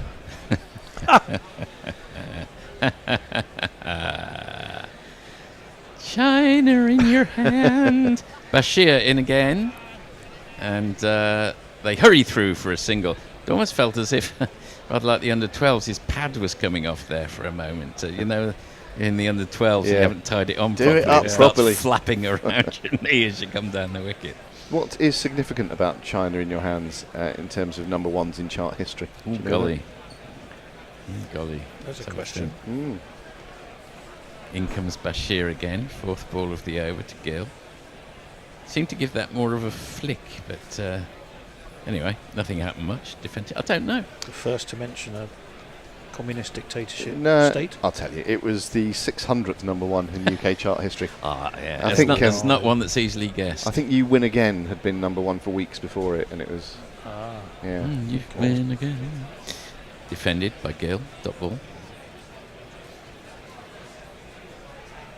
I don't really follow the charts anymore. I don't even know if they're still going on. Possibly Chain Reaction was number one after it, or something like that. Okay. I seem to remember. You've been hanging around Big Tony Harris for too long. I actually remember that off my own bat, that particular one. But you're right. And Shubman Gill, off his own bat, defends it to Bashir, dot ball. Oh my God, that's the end of another bloody over. He gets through him, does It's Bashir. 1-6-1 That's for it. two. As well as being tall, he's quick. His assets. Right, Pirate Badshah, life's too short for anything other than Sybaritic's excess bacchanalia. That's the ticket.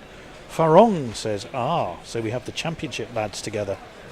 Which I we think do as well. Yeah, looking forward to the season, Ipswich, Coventry, Watford. And with that, I'm going to vacate the area. Neymar See you Butlin later. says, Gucci, I had a Gucci bag once. Farong finishing positions for the upcoming season. We'll have to get back to you on that one, Farong, after conferring in the green room. Neymar Butlins, cheers, checking in from LA, off to Vancouver, London, then Bordeaux. Might be at the fourth test at Old Trafford. Thanks, boys. Neymar Butlins, if you come to London, do let us know. Tony, could you tell me what I'm doing now? He's got an edge, has he? He has! It's Ben Stokes.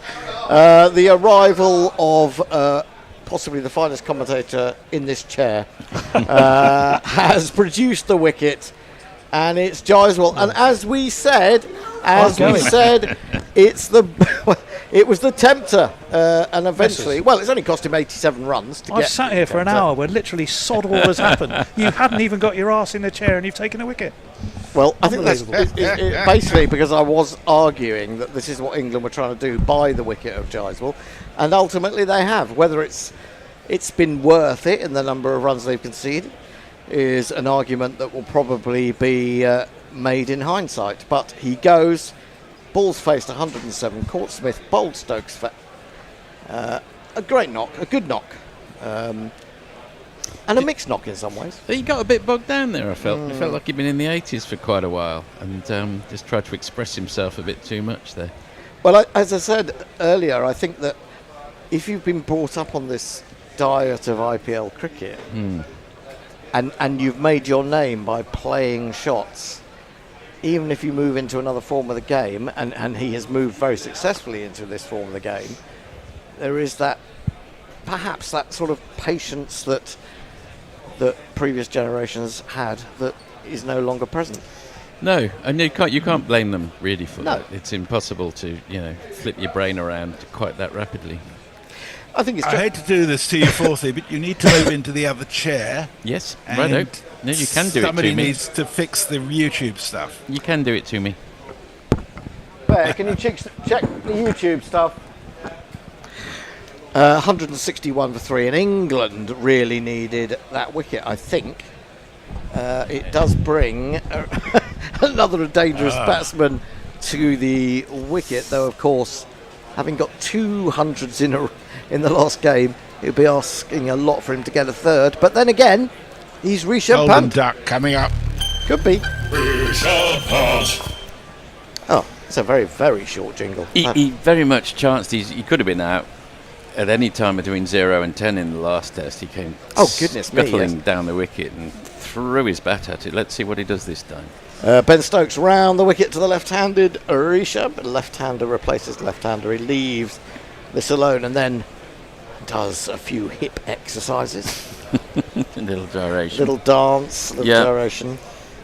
There was an Australian runner sprinter who did a whole exercise routine. Do you remember at the Olympics about 10 or so years ago?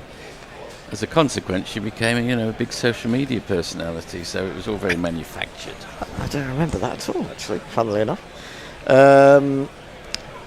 But then I don't remember a lot about the Olympics. I don't remember a lot about many things. Onto the front foot comes Rishabh, plays this square, on the offside. It's a little bit hurried there, wasn't it? I think it was a thick inside edge onto his foot. Oh, it may well have been a little bit of foot involved. Yeah, I thought that first 100, or the first innings 100, was a real mixed bag. Yes. His first 50 was one of the worst 50s I think I've ever seen. Yeah, it was. Yeah. It was. I mean, he even went to his 50 with a toe-ended pull that ended up being a drive off the bottom of the toe end of his bat. It was Extraordinary. a mess. Yeah. Stokes in again, tempting outside the off stump, but Rishabh resists. Well, fortuna favet fortibus, as they say. Fortune favours the brave, but your fortune runs out in the end with cricket. You can't keep going to the well. Yes, it's true. It's true. I mean, and cricket can turn on you in an instant. Yeah, can't it just? Yes. It's a cruel mistress. Cruelest game in the world, without doubt. Stokes in again, offering that up wide outside the off stump, wondering whether Pant wants to have a go at it before he's really got his eye in, but he resists once again. Playing on his ego. Yep. But that really was wide. Yep. They certainly, as you say, they certainly needed that wicket. Just when we're saying I can't see where another wicket's coming from, another wicket does show up like a bus. Well, it was again. I was just about to sit down and say, well, India have done quite well here. They're still not doing too badly. This is short, turned into the onside in a rather ungainly, or you could say innovative manner by Pant. He'll get his first run. He's up the other end. He will keep the strike. End of the over. 162 for 3. Messi. Leah says, in answer to your question around the intention of the archers, opium for rural imbeciles, probably. That's a bit unfair. Neymar Butland says, cheers, checking in from LA, off to Vancouver, London, then Bordeaux, and might be at the 4th test at Old Trafford. Thanks, boys. Well, I would say that Bordeaux and Manchester are quite contrasting cities. I was going to say, I think that one's been read because either that or I'm in deja vu territory. So you might need to go down a couple. Okay. When will Virat be dropping into the studio, I presume that is. Jaiswal, C. Smith, B. Hendo. Court Smith, bowled Hendo? Oh, yes, okay. Yes, well done. Well, Derek Willis says, unless Hendo has a time machine, the argument over whether England allowed too many runs by definition has to be made in hindsight. No, I've got a time machine. It's true. Bashir bowls to Rishabh, who defends on the front foot. Would it be time machine? Never really understand Doctor Who when he just says, "Where should we go?" and suddenly you're in Shakespearean times or so. Anyway, sorry. Where should we? This one. But it's a wonderful way of writing TV, isn't it? You can go wherever you like, whenever you like. Well, funnily enough, talking of the Archers being educational, that's how Doctor Who started. It was meant to tell school children about bits of the past. Oh, this is being just scared of aliens. This is clipped away to square leg for a single. Pant moves to 2. Bashir operating around his leg stump, trying to get it to turn. I thought I detected, as this one is played back to him by Gill, I thought I detected a spinning delivery from outside the off stump to the right-hander this morning when Bashir came on briefly, but doesn't seem to be much there for him now. No, but you wouldn't expect it first. You wouldn't expect it, but on the basis that I saw one this morning, I thought, way! This is again played, well, not so much back to him, but he does the fielding, skipping away to his left. You a Bashir fan? I kind of am. Yes. I think, having gone down this road, that England have to stick with it to a certain extent, although I think Bashir in again, bowls defended on the front foot. I think England need to take, and I know this is going to upset a lot of Jack Leach fans, I think England, either in this series, if Bashir's not coming off, or come the Ashes squads, I think they need to take Liam Dawson. Liam Dawson, yeah, it seems obvious, doesn't it? Bashir in again, bowls clipped from outside off stump. It's a mole, it's just popping up from underneath the Edgbaston turf, and he nuts it onto mid-on. Does his face not quite fit? Has he upset someone in the setup?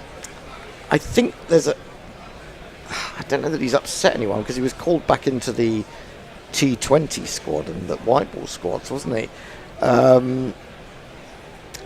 He's been quite vociferous when asked about the fact that he's constantly being ignored, that he's he's not even thinking about England in that respect, so he could have sounded a bit dismissive, but he wouldn't be the first to do that, would he? Stokes starting a new over to Gill onto the back foot, and plants the ball up to mid-on.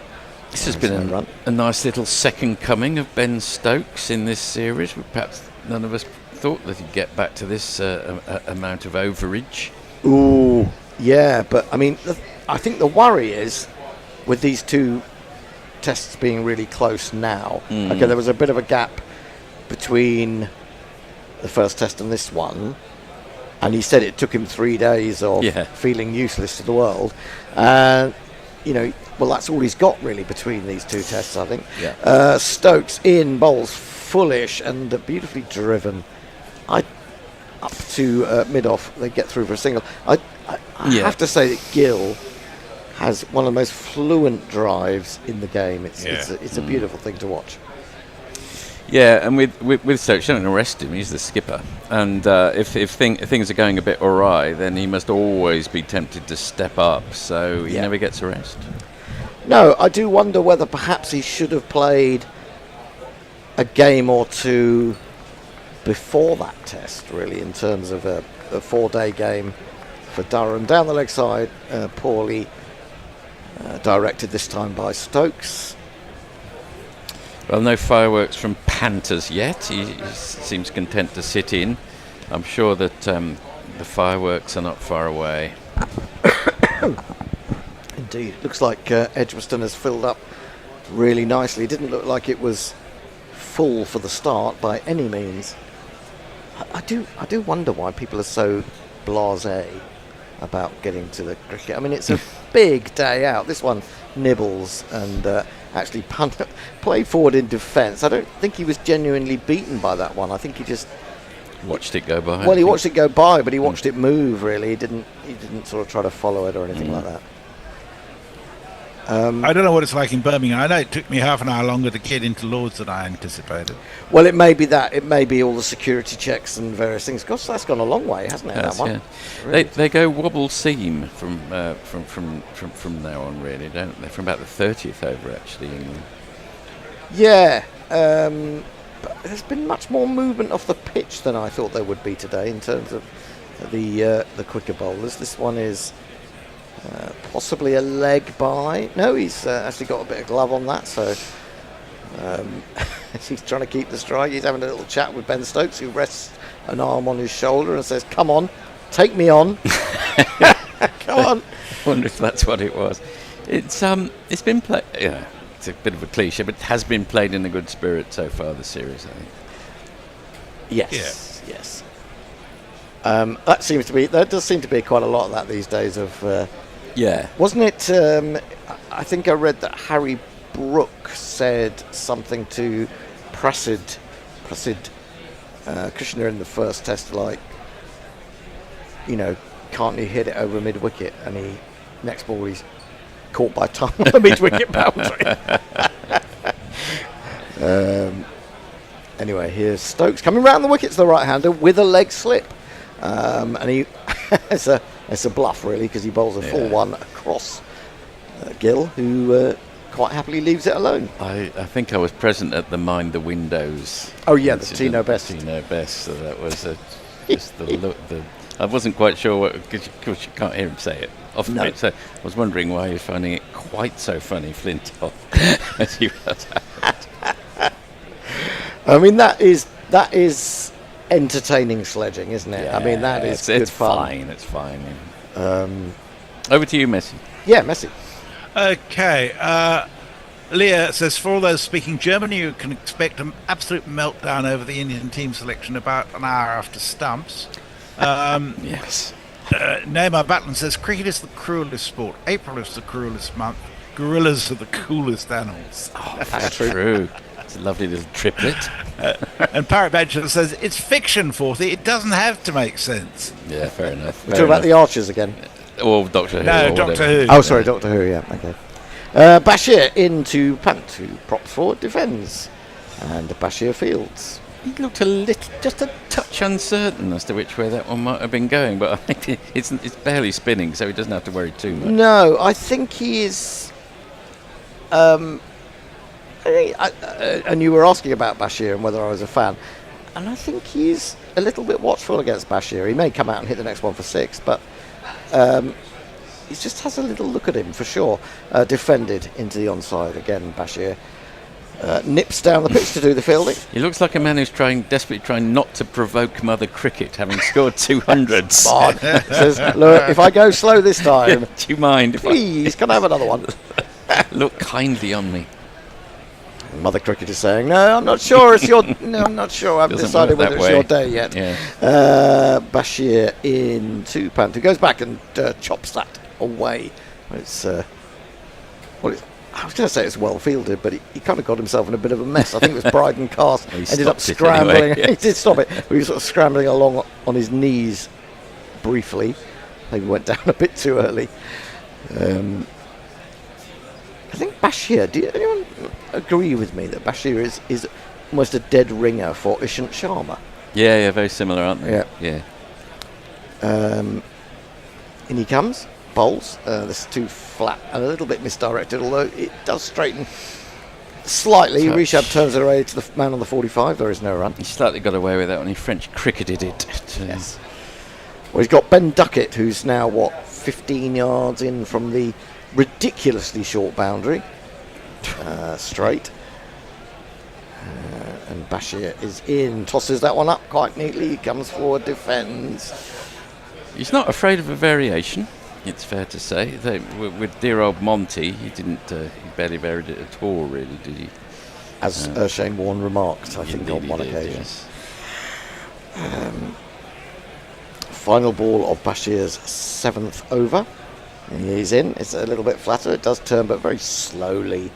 And it's prodded out for an easy single by Pant, who will keep the strike. And India have moved on to 167 for 3. Messi. Farong says, chasing 245 to win against Sri Lanka. Bangladesh are 1 for 69 and after 11.2 overs. The inevitable collapse won't be far away. I've got to say, I think Farong is as pessimistic about Bangladesh as Richard, what's his name? There's one chap who writes in. Do you mean George McPherson? George McPherson. Absolute Cassandra. He really, as I said, I think George McPherson is possibly another gorilla who enjoys winding us up by saying these things. Stokes in, bowls onto the leg stump and nicely steered into quite a gaping hole on the onside. Pant takes another single. He's advancing in 1 run at a time. He's off on 5 off 17 now. He's very much of the management school that I will set the example, Stokes. You wouldn't want to shirk in any way if you were a bowler in his side. I think also the fact that he is such a fitness freak as well. I mean, you couldn't fall back on your fitness, could you? With Stokes, with the training he puts in, like Gucci was from a batting point of view. Round the wicket to Gill. That's a good ball, full. And drawing a slight leading edge from his opposite number, the India captain. I like this. I mean, Stokes is trying things, and I love it. I love what he's doing. Yes, it's one of those little passages of play that on the surface not a great deal's happening, but there's the cogs are whirring in the captain's brain. It's what's going in the background, isn't it? Going on in the background. Here is Stokes again, 2 slips and a leg slip. This is down the leg side, and it's a comfortable single as he meets that nicely enough out to do a deepish mid wicket. That's one of the hardest shots to learn when you're starting to play cricket, to sort of smother it on the onside and keep your hands in the correct position. Keep the face open long enough, and then turning it at the right moment. It's a really hard shot. It's very unnatural. Yeah. Punt on 5, Gill on 38. He's been very watchful. He's faced 99 balls. 169 for 3. Run rate has now come down to 3.4. Full, nicely stroked by Punt. It's going to be a single. Someone a bit quicker there at mid-off than Josh Tongue might have made Punt hurry a little bit. Do you think they get fewer run-outs these days in Test cricket? I thought, just you asking me that without any evidence whatsoever, I would argue they get more because you get many more direct hits, I would think. Okay. Since when is the question, Forthy? Yeah. Look, I've got no data. I've got no data. Got no data to back me up. Just got me gut. Back over the wicket to Gill, and he plays a lovely shot into the offside. Such minimum movement, really, minimum of the hands. He just a tiny little jab at it and took it speeding into the offside to Crawley. There's some great aesthetic players of various types on both sides in this series, aren't there? It really is one for the connoisseur, these two batting lineups. Not the bowling. No. Particularly with that Bumrah, but the batting is beautiful to watch. It is curious how, that they seem to be so down on their bowling, India. Onto the front foot comes Gill, defends, back to the bowler. Because it only seems like a series or two ago that in England you felt like they had at least as strong a bowling lineup as England in these conditions, or in typical English conditions. But it's one or two players. We've lost Umesh Yadav. Mohammad Siraj doesn't seem to be quite the bowler that he has been. Yeah. But anyway, Messi.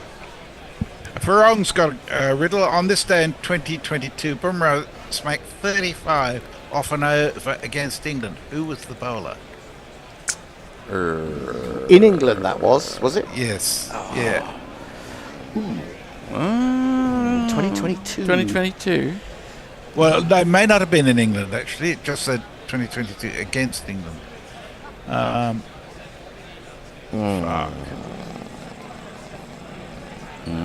Good question. It's made us all go, I do remember that. I do remember him getting that big 30. It may have been more. I can't remember exactly what he got. Maybe 39. I'm not sure. Bashir then to continue. Bowling to the left-handed Punt. Was it a part-timer? Have you got the answer there? Mayank says it's Stuart Broad. Clipped away by Punt with no attempt to play an attacking shot. He'll take yet another single. Mayank usually knows these things. Yeah, I'd say that's right. I'd say it was a white ball match. Right. Oh, no. It was a white ball match. Was it? Because I remember him going crazy in a test match on one occasion. Because I remember he started the series with a test batting average of 2. That's right, yes. And then suddenly surprised everyone by smashing a few sixes. Yeah. Talking of bashing, it's Bashir bowling to Gill. He's got a slip. And that's all. It's easily worked. Oh, I don't know that they should have been running that. And Stokes himself is the man who errs. He was coming in from a square leg. As he picked it up, he flicked it almost over his shoulder, I think. But that was a risky single from. I think he thought no one was there, and then suddenly Stokes appears from his blind spot, and as he goes to throw, the ball just loops up out of his hand. That would have been interesting. He was lucky he was not he was left-hander there, because he was falling short at that end. It was probably a harder wicket to aim at the other end. Bashir to Punt. Punt defends on the front foot, and I thought Bashir sensed a slight gap between bat and pad there, that the ball would have gone straight on and might have found, but he does get enough of that bat on it to keep it out. Big chewer, Bashir, big chewer. Is he a big chewer? I hadn't big noticed chewing that. gum guy. Yes, it was in December 2022 when the over started. India were 377 for 9, This is defended into the offside, no run. And who was the bowler? Do we know? Broad. It was Broad. Oh, it was Broad, was it? It's often Broad on these occasions, isn't it, poor fella? Yeah. It was 4, then 5 wides, then a no ball that went for 6, 4, a 4, a 4, a 6, and just 1 run off the last ball. Wow. Bashir in again, defended. Back to him by Pant. And what did he end up with, Bumrah, in that knock? Sorry? What did Bumrah end up with, ultimately? Hang on, I'll look at the scoreboard. Because it was Stuart Broad to Yuvraj, wasn't it, the 6 sixes? It was indeed. It was Stuart Broad who missed the wicket when he was trying to throw it in the T20 the first time that Netherlands beat England. Bashir in, down the wicket comes Rishabh Pant. He's seen enough now, and he takes advantage of that short straight boundary to put the ball over it for one of these. I do admire a batsman who can basically one moment just be pushing it a yard from him, yes, and then skip down and hit it for 6. Nothing between 1 and 6 Lock and so far yeah. for Pant, and it was a kind of an effortless shot once he got to the pitch of it. Bumrah ended up on 31 from 16 deliveries. 31 not I out. thought he got a 39. No, maybe I'm... Right. Okay. That was the end of the over, I presume? Yes. 178 for 3 now. Pant moves to 13. Stokes is back to bowl at Gill. Is he going to be over the wicket or around? He's over, and he offers up a nice half volley, which, despite the dive and extra cover, has found its way through. Bryden Cast it is who's continued after it, and they get back for 2, although it looked like Pant had to put on the afterburners latterly. I don't recall Bumrah being particularly threatening with the bat before or even since that series. It's funny, isn't it? I think there may be one other innings where he's done it. Something similar. There's a fullback for France, Thuram. Thuram, who played like 140 matches for France and scored 2 goals, both in the same match, in the semi-final for the World Cup. Oh, extraordinary. This is again... Well, I hesitate to say driven. It's just stroked beautifully up to mid-off. But he's got to find the gap. He may feel like he's missing out on a few there. Quite full deliveries. Yeah, he's not the sort of chap who'd probably get fazed by that now. Well, I think, he showed a lot of maturity in that first test. Yes. He would have been coming in under quite a bit of pressure. Yes, that's right. He's on to 41 now. 180 for 3. We're 4 minutes short of tea. Stokes in, wide and short and cut, but straight to Duckett at square cover. Good time to get another wicket to just... well, it's always a good time to get a wicket, but 180 for 3 would look a little daunting. On the other hand, they've got the precedence of the first test to go off. Yeah, and I think you would think that India would have learnt a little bit from their failure to kick on. Yeah, you'd hope so. And you'd also think that as a batsman, technically, you'd have to say that Washington Sundar is quite a lot better than Shardul Thakur. Yes. I mean, at one point he was averaging 70 or something as a batsman, and now we've got 3 sort of short extras, almost round to mid-off, and Stokes bowls him a slower one, which is quite fun. Some mind games. 72 miles an hour. He was trying to tempt that drive with those 3 men in. That would be the suckerest of sucker punches if he fell for this. There's 3 of them. I mean, it's pretty clearly indicating what he's going to do. Is that a knuckleball? Well, I don't know, because it did seem to come out of the hand from quite an odd place. It could well have been a knuckleball or Stokes' appropriation or approximation, I should say, of neo-knuckle, like neo-gothic. Proto-cow and various things like that. Stokes in back of a leg defended. And he fields 1 ball more. Will we get another over in before tea. I will very quickly say I much prefer neo-Gothic, like the Natural History Museum, St Pancras and Victoria and Albert, to the actual Gothic, having just come from France. My God, they're gloomy buildings. Yeah, and always quite scary sort of animals. Yeah, gargoyles and things gargoyles, as well. Yeah, horrible things. Oh, they're wonderful things, gargoyles. I think they're fantastic. Then They're this sort straight of out of Mervyn Peak. Just bloody gloomy. That sort of era's gremlins, aren't they? Onto the front foot comes Gill in defence. And that is the end of the over. 180 for 3, 52 overs bowled. And the run rate 3.46. And I think we're going to get one more in. I think so. All right. Credit to a number of people who got broad. Leah, Afan Rahi, Racing Rant, as well as Mike. And Stephen Kelt got it wrong. He says, I failed. I am ashamed. Who did he go for? He went for Root, I think. Oh. No, Wood. Paul Stratton says, we really are going to struggle without a top cast spinner. With tongue coming to life when we have taken 5 wickets. We need constantly to bat last. Well, which we do. Chinmoy Sama says 350 all out on the cards here. I think by the 5th test, India will get rid of all the boulders and field 11 batters. Yeah, well, that's what Aninda was saying this morning. This is short and wide, not a very good ball, but he gets away with it, Bashir, as he's got a man not right out on the boundary, but certainly far enough out to prevent the 4, just a single. So when I was at school, the orthodoxy was you're saving a 1 or you're saving a 4. Nothing in between. There's so many in between positions now.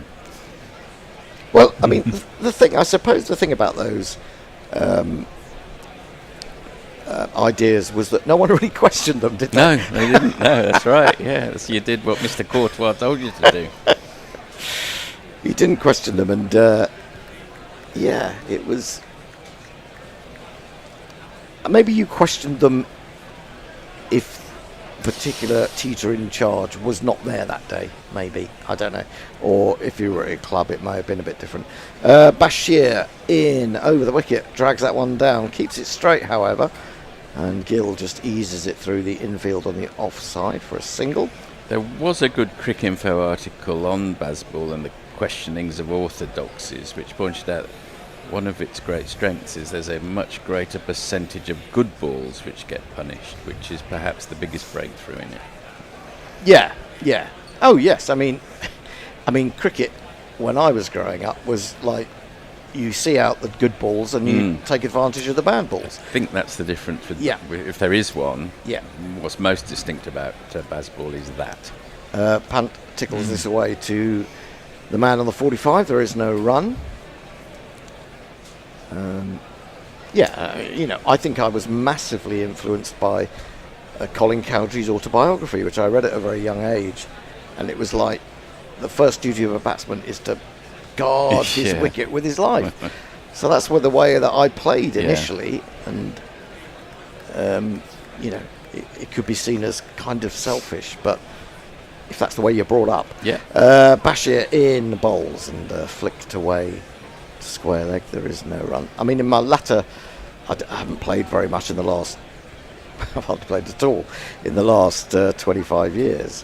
But when I have, I actually get quite bored defending, and I want to play shots now. Whereas, but then it's because it's just friendly cricket, and I'm not that bothered.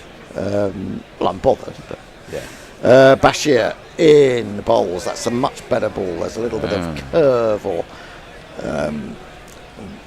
Curve exactly, or sort of drift on that one. He's bowled that. That's an interesting one. He bowled that more from his palm than from his fingers. To be, didn't it? Interestingly, he's definitely not afraid to experiment, Bashir. So all credit to him in the midst of a test match for doing that when he's a young bowler. Into the left-hander, and he bowls him with a nice full toss. Yeah. But again, it was a weird variation. It was almost like a slinger, wasn't it? And that should be tea. I think India will go to it on 182 for 3. They've only lost the 1 wicket in that session, which I guess you'd say means it's the session to them. I think they were 97 before lunch for 2, so they've added another 84. So they were on 98.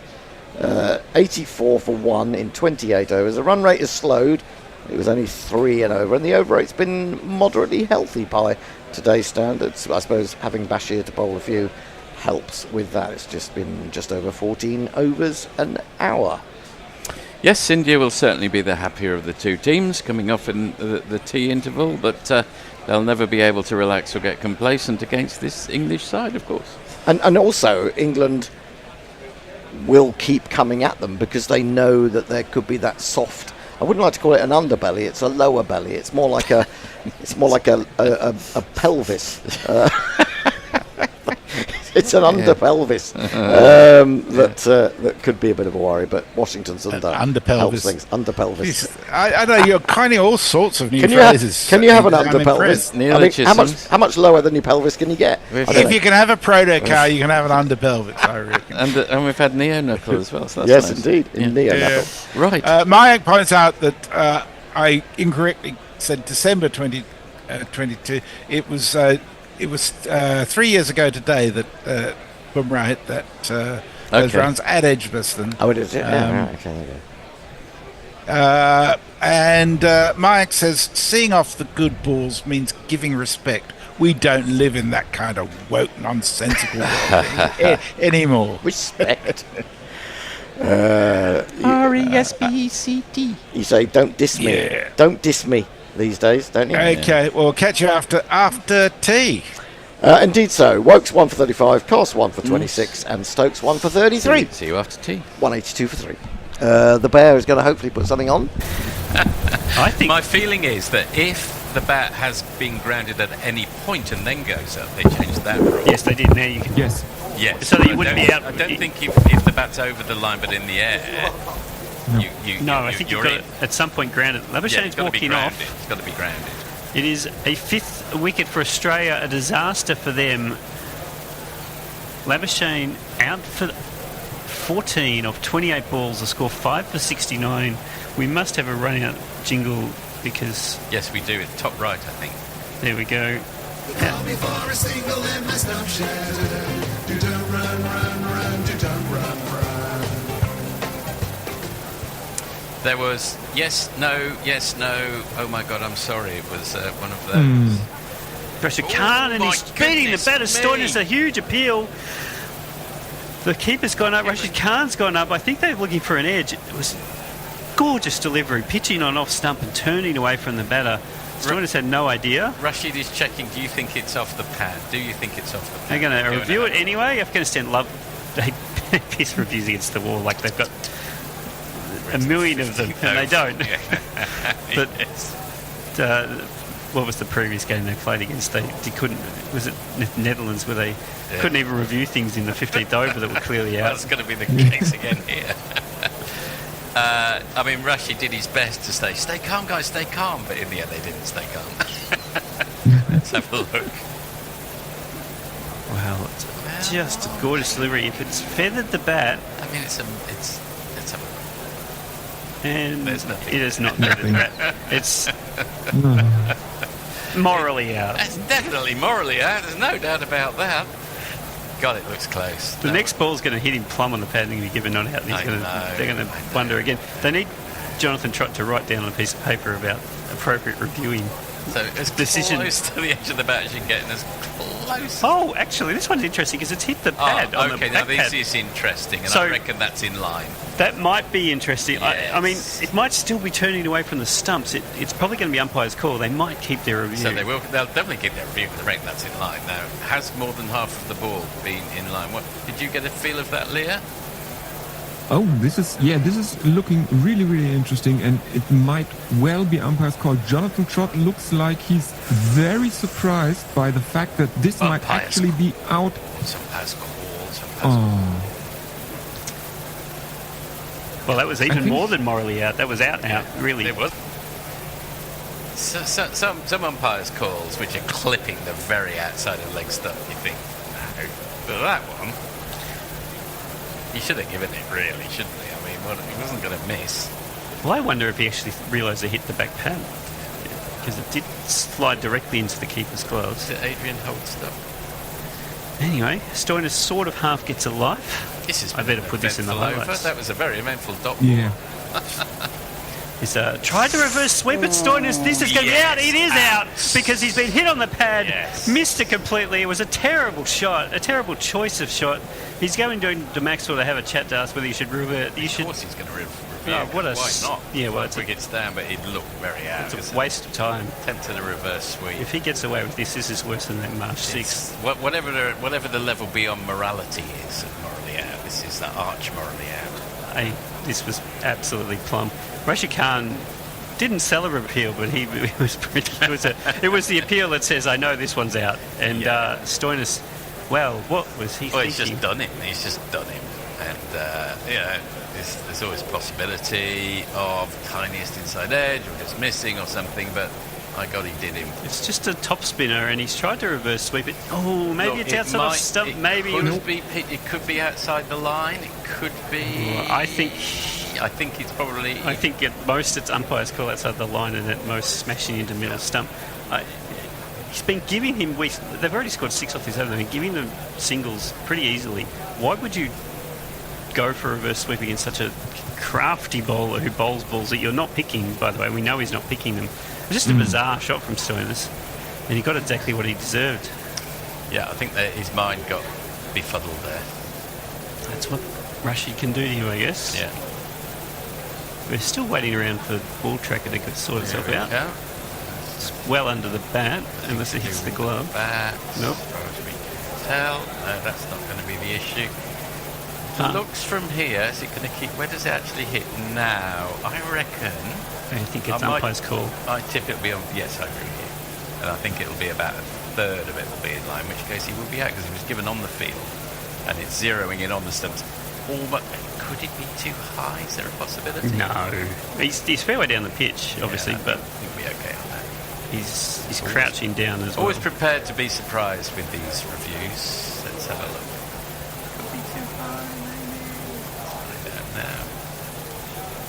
The impact is absolutely in line. Smashing middle stump. Evidently not too high. Couldn't be more out if it tried. Well, 5 for 87. And, going to run out. 6 for 87. 6 for 87, you're quite right. They thought they'd updated the score and they had not. Well, 87 has struck for Australia.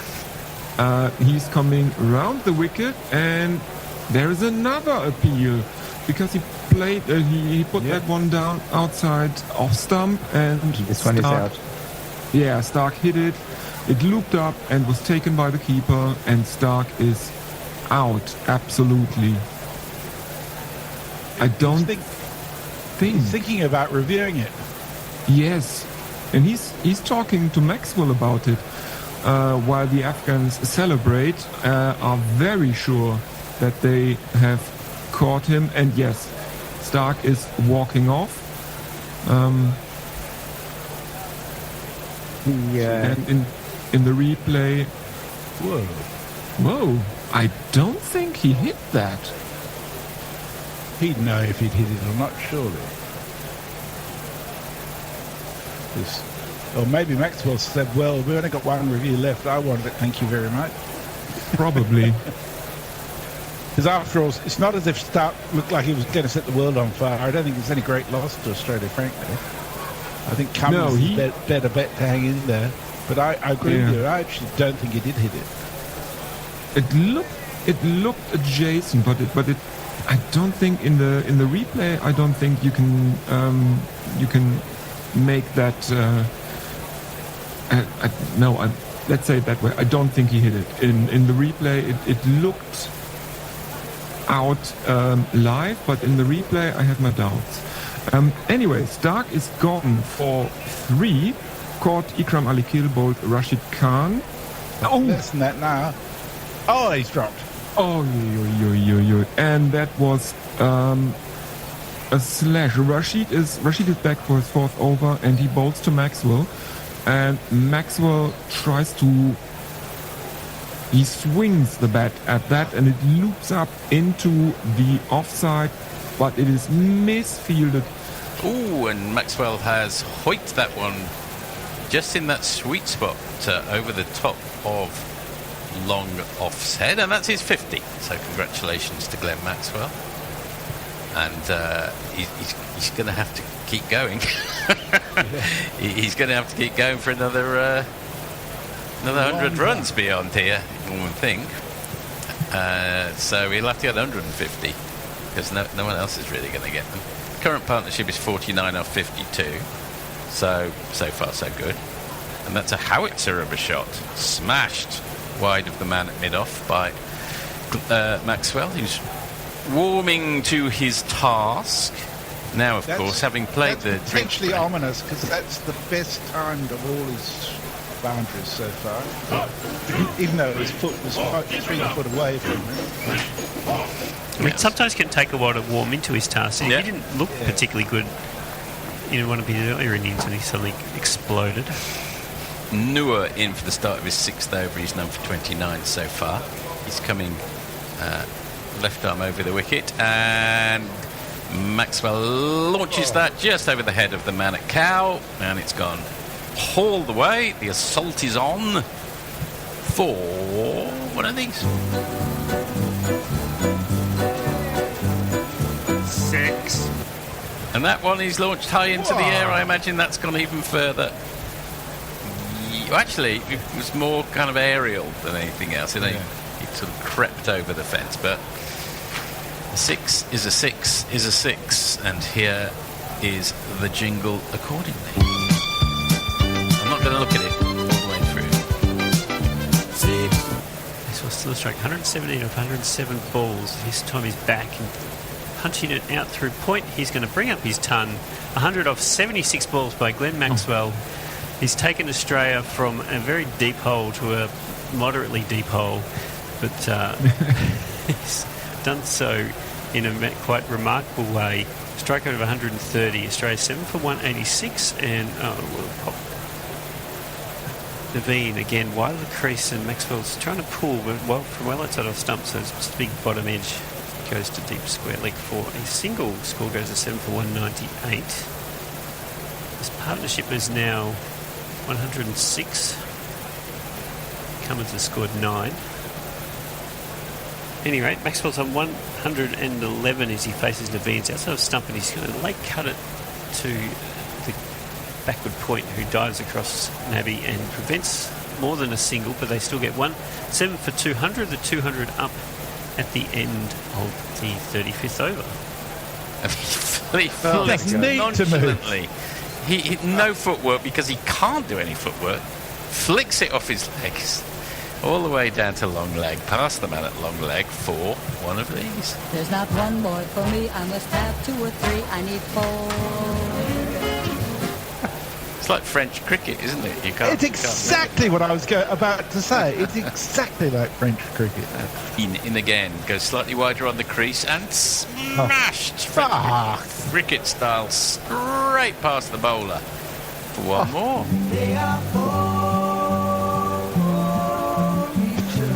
All right, I would say 61 from 63 balls. It's now, I would say it's probably evens either way. What do you reckon, Krishna? Yeah, it is that's evens. probably about right. Yeah, it's just that Australia's 7 down. That's the only thing against them at the moment. And that is French cricketed just wide of the man at long on, and it's gone for 4. 2 plus 2 is a member. And that's Glenn Maxwell's 151. Well done him. Jeez. They need 51 from 51, and he scored 151. All the 51s are up. Reverse. Oh my wordy me, that shouldn't be possible. Oh, that's nuts. He has reverse scooped it. Is that the correct expression? Yes. Over Point's head, but so far over Point's head, so way over his head that it's gone for. Try this. No, that's not that one. No, that's this. Try this. There we go. That was, of all these shots, that was the most outrageous. That's the right word for it. Yeah, pitch. And pummeled directly between the 2 fielders out there who were stationed to deal with that shot. But such was the speed at which it went that it went for another one of these. No, remarkably, Afghanistan are still ahead on the win predictor. And that has been hacked. Oh my word! They're doing this at the canter. That has been hacked wide of the man in the covers. It's gone through for another one. So it's all happening in a rush. 5 needed from the last 20 balls. Australia are going to do this almost without doubt. Yes, and just bring Lear on in a minute. And he's going to finish it in style. He's launched it once again, 10 rows back. I mean, what can you say? I think, did he get the 200? Yep, 201. 201. Australia win by 3 wickets. Glenn Maxwell has scored a double century. It's the highest ever 8th wicket partnership in ODI history. Australia, who are at one point were 98.6% certain, maybe even 99.6% certain to lose, have pulled 99.8. 99.8 have pulled off one of the most amazing heists. Glenn Maxwell not on 2 legs, not on 1 leg, but on no legs by the end there, as it were, has just flailed, and the most remarkable innings maybe of all time. It's certainly up there. You've got to feel desperately sorry for the Afghanistan team who thought they got this in the bag. There's 1,000-yard stares all around on the boundary, but many congratulations to Australia and their never die spirit, but specifically to Glenn Maxwell, who has more or less, I'm going to say, win that match single-handed, but he's won that match no-legged. Leah, what did you make of all that? Yeah, well, I guess Maxi shouldn't be too surprised if he's got another nickname now in Afghanistan. Something like Cockroach, just can't get rid of him. Yes, quite. They'll honour him. They won't abuse him. Yes. I mean, nobody can see that without just being in awe.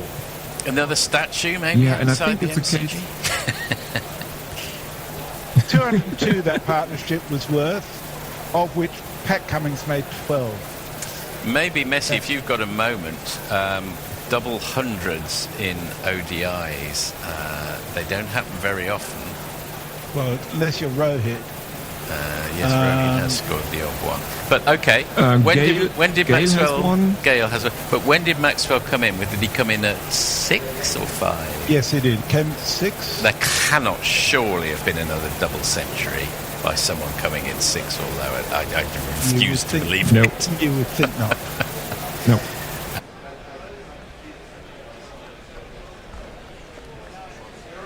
Hello, it's Grubby here. We're going to be back. Hello, Grubby.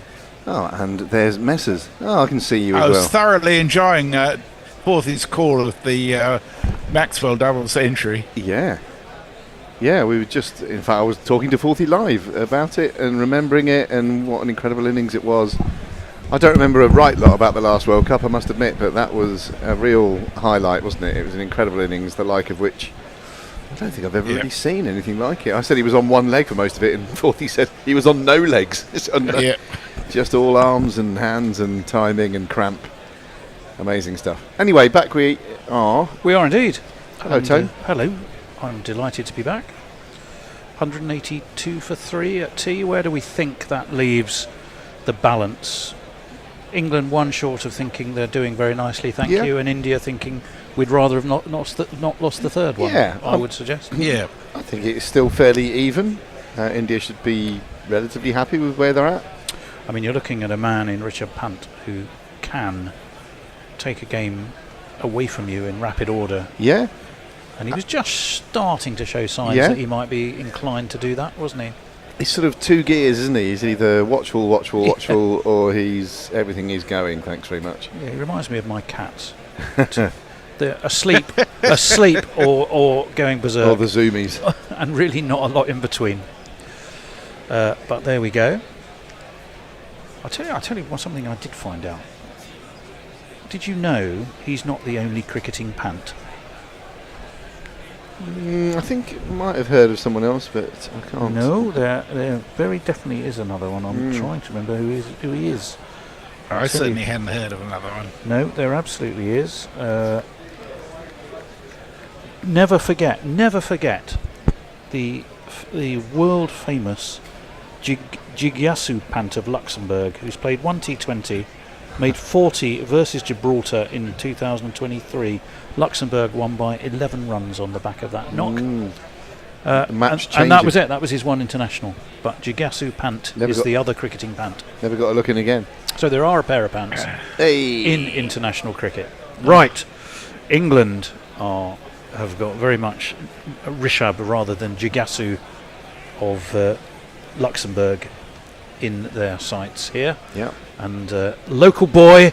Here he comes. Or local man now. It's this fella. Works his fit, got out of bed, went and had himself a net. Found this way that his heel had healed. Passed the test and he went to the team. Bowling from, well, rather confusing. Gilly, gilly, Austin, for cats and Ellenbogen by the sea. I think he's bowling from the city end. I get confused. But anyway, he's going to be in over the wicket. 2 slips and is immediately nicely defended by Shubers out towards mid-on. He sends back Rishabh Pant. Gone a long way down. Automatically in. Let's take the single and get things moving skip mode. But Shubers is going, oh, take all your jets, Rishabh. Take your time. Which is not his way of doing things, is it? Not his way of doing things. So will we see another somersaulting celebration? He got a century in each innings, didn't he, at Headingley? Extraordinary performance. It's the first time in Test history there have been 5 centuries, and that team's gone on to lose in the match. Indeed, as well defended by Gill, pushed out to a short mid-wicket. Again, there is no run. Tidy start from a relatively tidy Chris Wokes. We would definitely say he was a bit unlucky early on with the movement he was getting and the general threat to the batsman. Yeah, I mean, I don't think he was getting wild movement. I think he was bowling very disciplined line and length. He had 2 very good stump to stump he was bowling, I would say, and testament to that was the 2 very close LBWs that were both given not out on the field, and both of which were clipping and therefore remained not out. In he comes. Forward comes Gill, who with those big long legs, he's tall, and when he drops the bat on the ball, it sort of stays dropped. It stays dropped. It does though, doesn't it? It genuinely does. I mean, he is beatable, and he occasionally can flash outside of his off stump, but his defence is about as rock solid as you will ever see. Cue this one going straight through the gate and pinning back his middle stump. What have we got? We've got a very offside field, 2 slips, a gully, backward point. We've got a man short in at silly mid-off, really. A more conventional cover, a mid-off and a mid-on. Only 2 on the leg side, which would suggest the way they want to go to Gill is to attack the off stump, which is precisely what Chris Wokes does. And it's defended out towards cover, Ben Stokes Fields, and there is no run. What's the thinking behind the very offside field, Grubby, do you think? Well, exactly as you said, I suppose, attacking that 4th stump line, making him play there rather than giving him anything he can whip through the leg side. There's a bit of protection. There's a deep backward square and a long leg and a mid-on, isn't there? So those are the 3 on the leg side. But yeah, there's some quite funky in front of. If you're going to do that, well, I'll hold that thought for a minute as over the wicket comes Wokes, and that is a ball that doesn't really do much, but maybe just moved away a shade. And Shubers involuntarily had a little twitch in its direction, didn't he? That's good bowling, actually. He was genuinely beaten there. It's one of those where he maybe come a bit wider of the crease, threatening to angle it in, and it just held its line rather than move extravagantly. I see. If that is what you're going to do, it did move actually. It did. Well done, Chris Wokes. I'd be inclined to definitely give Carse a roll from the other end as well. If you're going to attack Gill that way, that's well defended by Shubman Gill. Chris Wokes pretends to bowl the ball underarm back towards the batsman. He was well in his ground. There was no run. It's 182 for 3. I would give Carse a go this next over, and just a shade short of a length to see if he can get him flinching a bit. Messers. Well, before tea we were chiding Farong about his pessimism about Bangladesh finding a way to lose their ODI. Since then, he says they've gone from 1 for 100 to 5 for 103. So proven correct then. Yes, absolutely. The tail may yet wag. You never know. Yeah, Tail well. may yet wag. Right. I was wrong. It's not going to be Cast. It's going to be Shoaib Bashir. But he's going to be bowling to this man.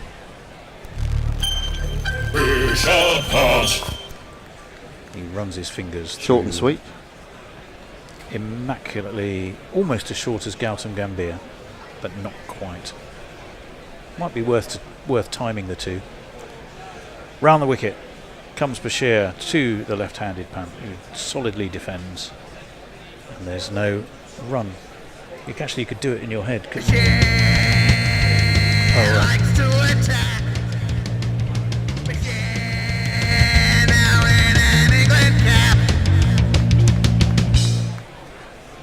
Round the wicket again, defended again, no run. Yeah, so we've got Rishabh Pant and Gautam Gambhir. Well, Rishabh They're Pant, about the same length, aren't they? 5 seconds, I can tell you, because I've just played it. Oh, they don't never feel like 5 seconds. Gautam Gambhir. I'm just going on what's written on the actual file. The actual music time can't be 5 seconds though. Right, in he comes, Bashir. Not a great ball. Kind of went on with the arm onto leg, and it was just pushed away around the corner. They'll take a single. But Bashir, every so often he'll bowl a ball and go, "Oh, that was a terrific," or he'll flight one, or he'll do something. And then, all too often, you'll just get that one that you go, "Oh no, why did you do that?" But that's what you get when you're learning on the job. Yeah, as I said earlier, I think he's bowled pretty well so far in this series. He's not got how many wickets did he get? Maybe 2 or 3 tops in the last game. Yeah, he got a couple. I think he's maintained his discipline pretty well. Over the wicket, he comes to the right-handed Gill, who defends. Bashir does attempt to field a bit half-heartedly because he knew it was being backed up, and again there was no run. You got 3 for 190. Yeah, it's not superb, but it was hard going. That one's defended into the onside. Again, no run. Where is our boy Bashir? I keep having to scroll past Jacob Bettel, who I think might be. You're not likely to see him come in this Test series, I don't think. Thrown up outside of off stump, defended by Gill, no run. Yeah, I think his line and length, his discipline in general has been pretty admirable. Yep. I think I like the shape that he was bowling with, particularly sort of round the wicket to the left-hander in the last game, where he'd sort of drift it into leg and then it threatens to turn away, or if it holds its line, you've got a chance that way. I felt that he was in a good rhythm. I felt. Well, I think in the context of the match as well. I mean, you could look at 1 for 100 and 2 for 90, but you've also got to look at who did he get out. And he got Shubman Gill in the first innings, and he got Rishabh Pant in the second, as well as Praseed Krishna. Yeah. So 2 out of 3, to quote the great Meatloaf, ain't bad. 2 out of 3 of those are very much prize wickets, aren't they? Yep. Yeah, it's a team game. He had Josh Tongue at the other end getting rid of the tail, which might otherwise be a job for the spinner in other circumstances. It doesn't really matter who does it on the day. And as I say, he bowled probably better than those figures suggest. So he's doing a job for the team. Well, Chris Wokes mops his furrowed brow beneath that salt and pepper hair. Now down the track comes Richard Pant, and doesn't really get hold of it at all. Was that Richard? Richard Pant, did I say? Richard Pant. Richard Pant. Rishabh Pant. Well, he was. My pronunciation of his name was about as good as his timing of that shot, because he didn't really get hold of it, and what I thought was going to go trundling away to the mid-wicket boundary. There was more muscle and not actually as much effect, and he only got a single. Good old Dickie Pant. Dickie. Vaudeville performer. Dickie Pant. Here he is, it's Dickie Pant. I say. Right. Oh, hello. Now, ball check. Finally, Chris Wokes, who's become the spokesman for handcuff use, has got gaffers That's to very go. kinky. Well, has got gaffers to admit no matter how much I push it, it just won't go in. And there we are. God. It is going to be a new Actresses ball. and bishops spring to mind, but This probably isn't completely accurate, but we are getting a new one, so. We are, indeed. New old ball, please. New balls, please. We haven't got one that says replacement ball, so that'll have to do. Well, there was something quite interesting. No, there was something quite interesting there. There was a handshake between Pope and Stokes. You wonder if it was Ollie Pope who said, "Hey, hang on, time to put that through the handcuffs again," because I think that looks like a piece of rubbish. It did look very bent out of shape earlier on today, sort of in between times. There was a close-up of the ball. It was almost a sort of rugby ball shape. That's This what it is looked always like. quite... anyway, something's amusing everybody here. Are they struggling to find one of the right age? And so that maybe they're trying to find one. They must all, to make into the box, they must all have to pass the can go through the handcuffs test before they make it into the box. Well, I think that might have been what they were You'd like laughing to at. I think they picked one out and then they went, actually, that didn't fit through. Well, someone's not doing their job. Surely they don't expand in the box, do they? That can't be possible. But apparently they might do. Right, Ben Stokes is giving it a good old rub on his trousers. He's holding it up, examining it as if it were a glass of red wine, holding it very carefully, looking for its legs, its constitution, and its general fullness of body. Well, this is right. You should read the article about the old ball seller underneath the oval, where such comparisons are rife. Oh, I'm sure they are. Oh, that one was written by Chris Woke. That was a Woke article, yeah. Yeah. Oh, yeah, of course. Yeah. It was indeed. Right, Chris Wokes has got the new old ball. Does it do anything? No. It's defended into the ground by Shubman Gill. Oh, get it changed, no lads. run. Bang out of shape, that ball. Yeah. Well, if they were hoping that it might suddenly hoop round a corner or rear up at Shubman Gill, that wasn't going to happen, I'm afraid. It's got to play on your mind ever so slightly, though, as a batter, isn't it? When the ball is changed like that. Is it going to do something? And then there might be a bit of additional zhuzh among the fielders. Just a tiny little lift. It's fine margins. In comes Wokesy. Forward comes Gill, who is who takes, as ever, a step and a half forward and then skips backwards, almost like if you're rewinding a film. So he was sort of running backwards. And he moved far further in that reverse than he did when he came forward. But he's, a yard and a half out of his crease? That's where he's decided he wants to play Wokes from. Wow. And at 80 miles an hour, he can. Is it taking any swing out of the equation? Maybe that's left alone by Shubman Gill through to Smith. That's a very non-threatening shin height. There's been very no little swing all day, I think. Most of the movement we've seen has been off the pitch. I don't think there's been much in the atmosphere, which is surprising earlier because there was a bit of cloud cover earlier and it was probably a bit sort of muggy there. So you'd think conditions are right for it. Who knows if at some point we'll see a bit of reverse if it's dry enough. Well, slips go down, Wokes comes in, Gill is forward as is his way, just pushes it to short mid on and there's no run.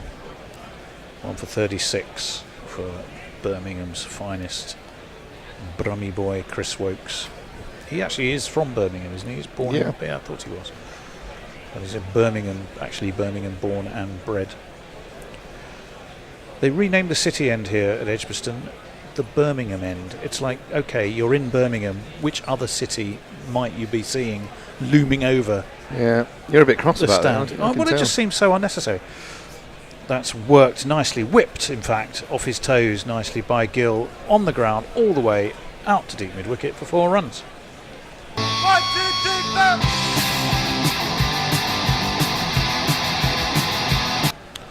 3, 4. Same start point. He's used in his defence, but this time he just put a bit more muscle through the ball, worked it away, and there it was. Right, Messers, who's with us? Barong says, I don't believe this, Bangladesh are now 104 for 7. And BRU announcement: do not accept rides from any overpaid shite pricks or their families. Nitish Deshpande says this spinning track or fast track or in between? It's certainly not 40 quick, overs. and we haven't seen. It's too early to tell if it may turn. I think if I was a batsman, I'd be slightly happier about what I'm seeing than if I was a bowler. Dibby dibby dibby dibby dibby dibby dibby do. Bashir, cut, fielded at backward point in lively fashion by Ben Stokes, and stops a run indeed, because Pant was looking to be aggressive there. And we're just having another look at the consummate ease with which Shubman Gill just eased that away, didn't he? It was a lovely shot. Yeah. Right, Bashir has a slip in close attendance, and he bowls down leg. Well, there you go. It's easy to push a single to square. Pope, somebody else, who else? A tongue and somebody else converge. I didn't see who the third one was. None of them could stop an easy single, and it will bring Gill back onto strike. Jofra Archer doing some drinks duty, and he's getting a big round of applause. Or, because isn't that Ollie Stone with him? Who's a local boy? Is that Ollie Stone that I can see there? Don't know, I've got my specs on. Well, he's a local boy, isn't he, Ollie Stone? A Warwickshire lad. So I have a I bring you an feeling he may be. update. Oh, wait. Sorry. Defended by Gill, back to Bashir. Bangladesh are now 106 for 8. Oh, They've my lost Lord. 7 wickets for 6 runs. Yeah, that's definitely Jofra. What on earth is going on? Is that, if that's Ollie, is it Ollie Stone as well? No, it's hard to tell. Didn't see enough of him. Thrown up, down a track comes Gill. He's lofted that just short of the long on boundary. Skips over it, 4 runs.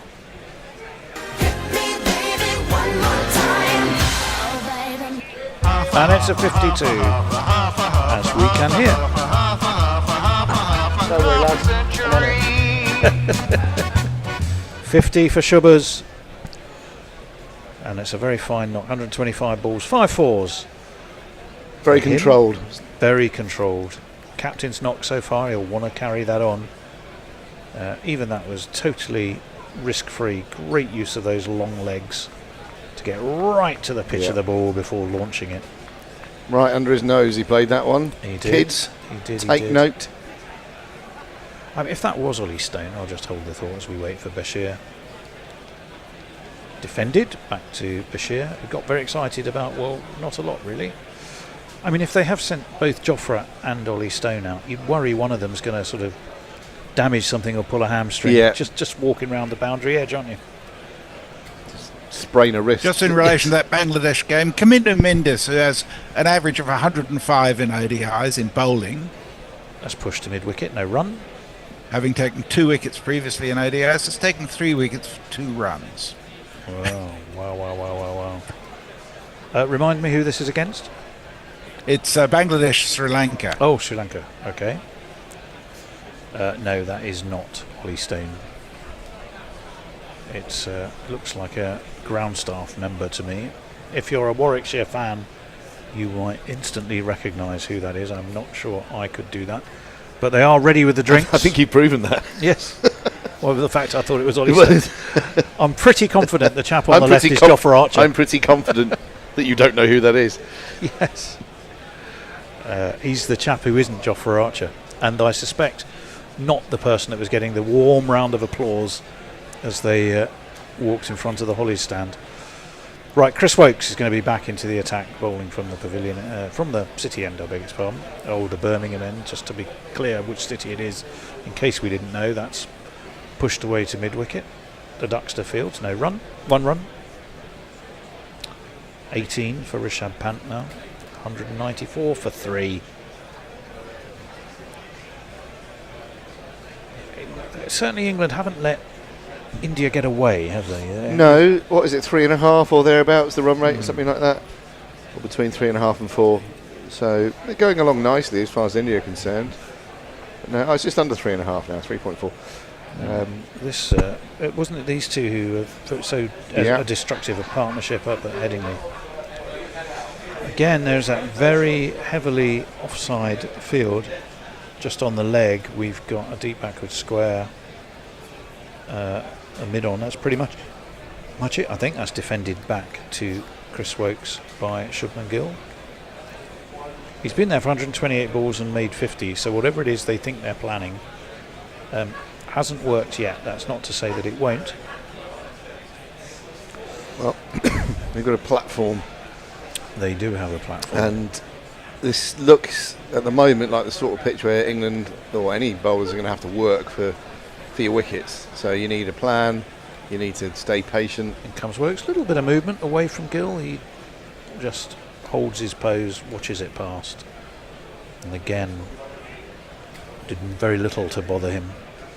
Indeed, he generally looks pretty untroubled. Only day one, it's a 5-day test.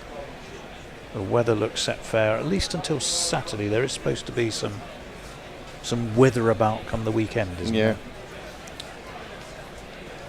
In my head, I think any first day of a test has to be a Thursday. It always confuses me when they start on weird days.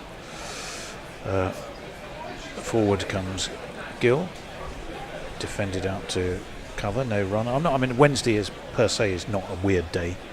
It just doesn't feel a right day to be starting a test match. Any day apart from a Thursday would be a weird day as far as you're concerned. Start a test match. In the context of starting a test match, yes. In the context of starting a test match. a test match. Exactly, yes. Other than that, I'm not deist in any sense, for or against any particular day. Although Thursday always used to be my favourite. I thought you were work day deist as a bishop in favour of a god of some sort. Yes. Very good, very good. Right, that one's nicely flicked away through leg. Ollie Pope, speaking of deities, gods, and those who lead the worship their of servants them. on earth. Their servants on earth. Puts in a throw, doesn't stop a couple of runs. 196 for 3. Rishabh Pant's there. Doesn't look right with his yellow bib on, does he? He shouldn't. He should be out there. Bumrah, sorry. What did I call him? Rishabh Pant. I know who. Yeah, I know. He's fit, and he's got the old sub bib on. There. Yep. It is odd. That is Wokes, definitely in he comes. Driven away, but driven straight to point. No run on this occasion. Uppish when it first came off the bat. That one, not quite there. Not quite head over it as he often is. We're going to watch highlights of his excellent 50. You do feel he's set to crack on for more. Does Shubman Gill. He will be very, very keen, of course, to have a captaincy record that doesn't read 101. He'd like it to read 211 by the end of this test match. He'd also arrest a pretty horrible run for India, was it? Only 1 win in 9. Is that right? Gosh. Not great. Not great at all. Of course, they got thumped in Australia, then they lost at home to New Zealand. So, whilst quite rightly we see them as the giants in the game that they are, and it's seems to be a beautifully well matched series, the fact is their current form has not been that great. Bashir, in he comes, down goes Pant. He ends up on his arse. He's hauled it away, down over deep backward square, and got himself 4 runs. It's just another score. It's just another 4. It's the tumbler. He was a tumbler, wasn't he? Well, first of all, he tumbled. Mr. Tumble. Mr. Tumble. And then he got up and ran, even though he must have been reasonably confident the ball was going to make it to the boundary, but not quite confident enough to stay on his backside. 200 is up. 200 for 3. In comes Bashir. Little bit of turn. Pant can wait, watch, and defend. He moves on to 22. Yeah, he plays the shot beautifully, but then I think it's as he lifts his leg and the weight of his bat over his shoulder, that's when the wheels come off a bit and he ends up like a turtle on its back. In comes Bashir, throws that up, played in front of his middle stump, right off 2 back feet really, because he'd got them pretty much aligned right in front of his middle stump when he defended that. I mean, that one not so much, because that was more of a, in terms of the kind of position in the bat swing, was more of a conventional sweep shot where he tumbled. But there's one that he plays, he deliberately goes over. That was thrown up wide outside of off stump. driven away down to deep cover cast fields. They take a single, and the score moves on to 201 for 3. Those sort of lap shots that he plays where he deliberately gets offside of the ball and then goes over almost as part of the shot. That's what I'm thinking of. What we saw in the last Test match. Yeah, the tumbling lap, whatever we're calling it. Almost does a somersault. Yeah. Which he did, of course, when he got to his ton. Well, his first one. He did. Thrown up by Bashir, defended again, and there was no run. It's exactly 1 ball left of this Bashir over. And then we got another change, I think. I think we do. I don't know if my lad Louis is listening. He's just sent me a picture of my grandson wearing a flat cap. He looks like some sort of northern lad.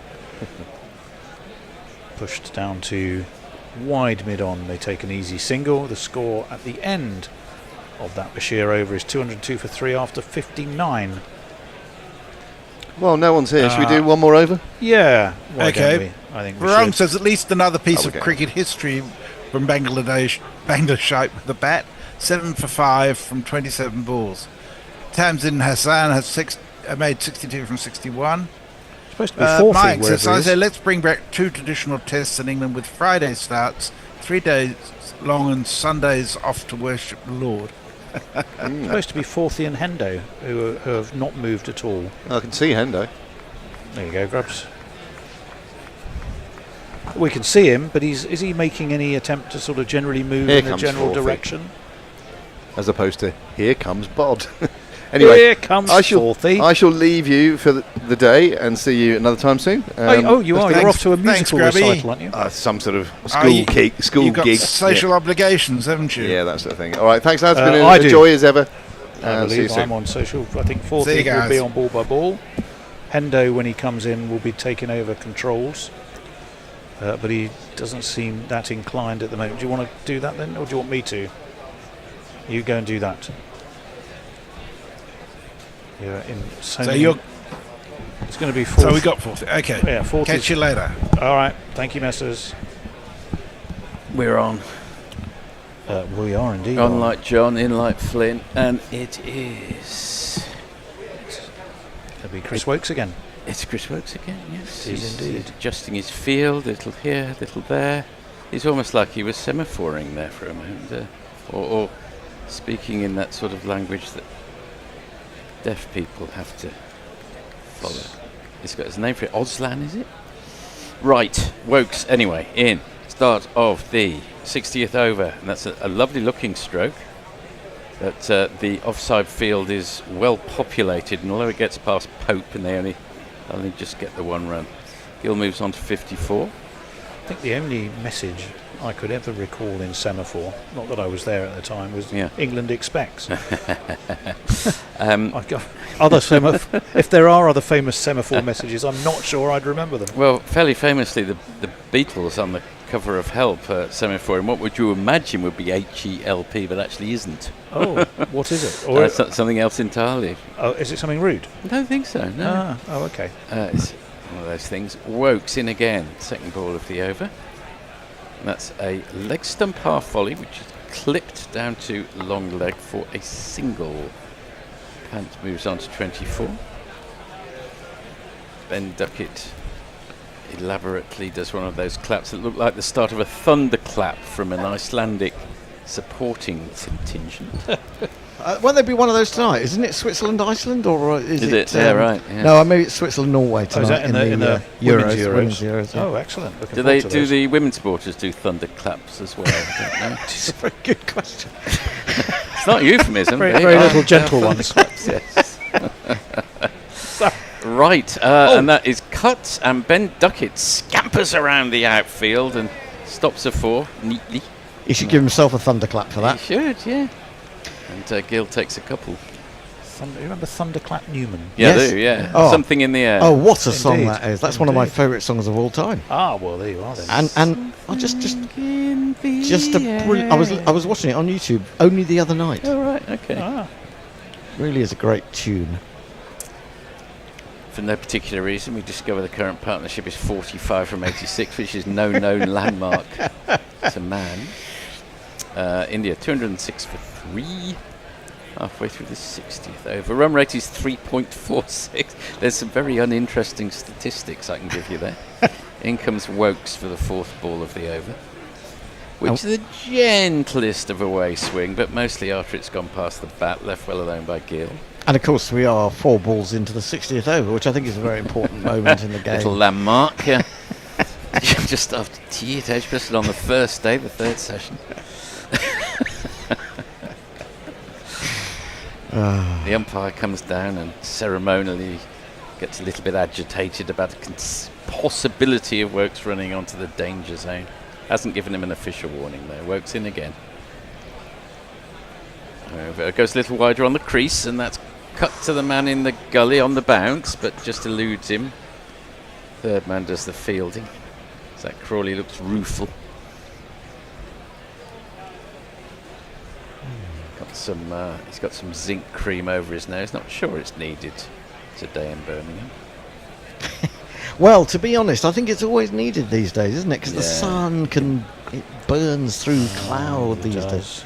I had a friend who had his eyebrows singed in March in the Cotswolds. Was he leaning over a fire at the time? Quite how he managed that, I do not know. And that's swatted away by Pants down to long leg for a single. They can be quite feisty in the Cotswolds. If you're caught parking in the wrong spot up Broadway, chipping sod brick. brick. Oh, that's the end of the 60th over. Right. 208. Hawkster says, "Hiya GCers, help by the Beatles." What? The UK cover spelt NUJV. Different photo for the US spelt NVUJ. Nothing rude. Not rude, he says.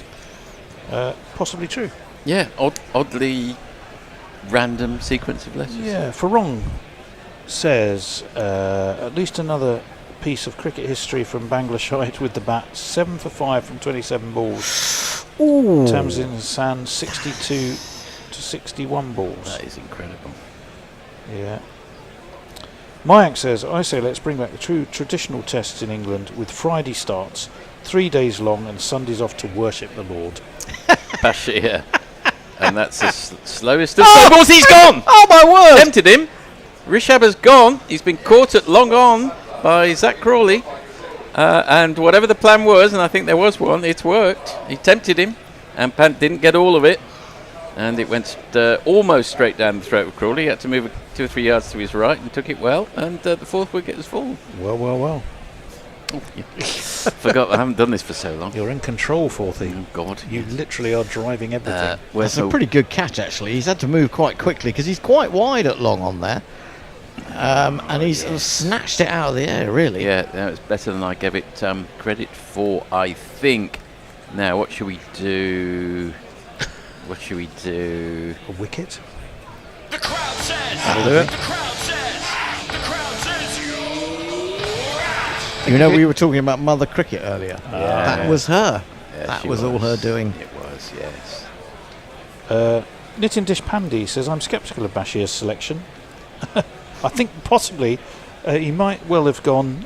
Yeah, that's an inopportune timed tweet. England have good spinners, but they ignore county cricket players. Well, we are also a little critical of that. However, the Nitin does go, oh, out. Yeah, that's true. So, yeah, that timing can so is often be everything. the way it works. Yeah. In that seat, you're sort of... Yeah. What am I? You are like Mr. Zulu, Scotty, and Kirk in one tidy package is the way you have to think of yourself. You're doing basically everything. Yeah, I am very rusty. I'm sorry about my my finger twitching was rather tardy there. I haven't actually operated the controls for a while. I only discovered it was operated by the mouse last time I came in. And I was stuck on just one jingle because I couldn't move anything. And when there was a 6, I played a 4 and then half a jingle. 1.5 jingles for the 4 because it was a 6. Mayank very kindly sang some jingles for Oh, us. that's handy. Yeah. Is his singing as good as your bird impressions? I'm a little hurt. I shall have a word with my wife tonight. It was critical of my kookaburra impression. Oh, here we go. Right, new man.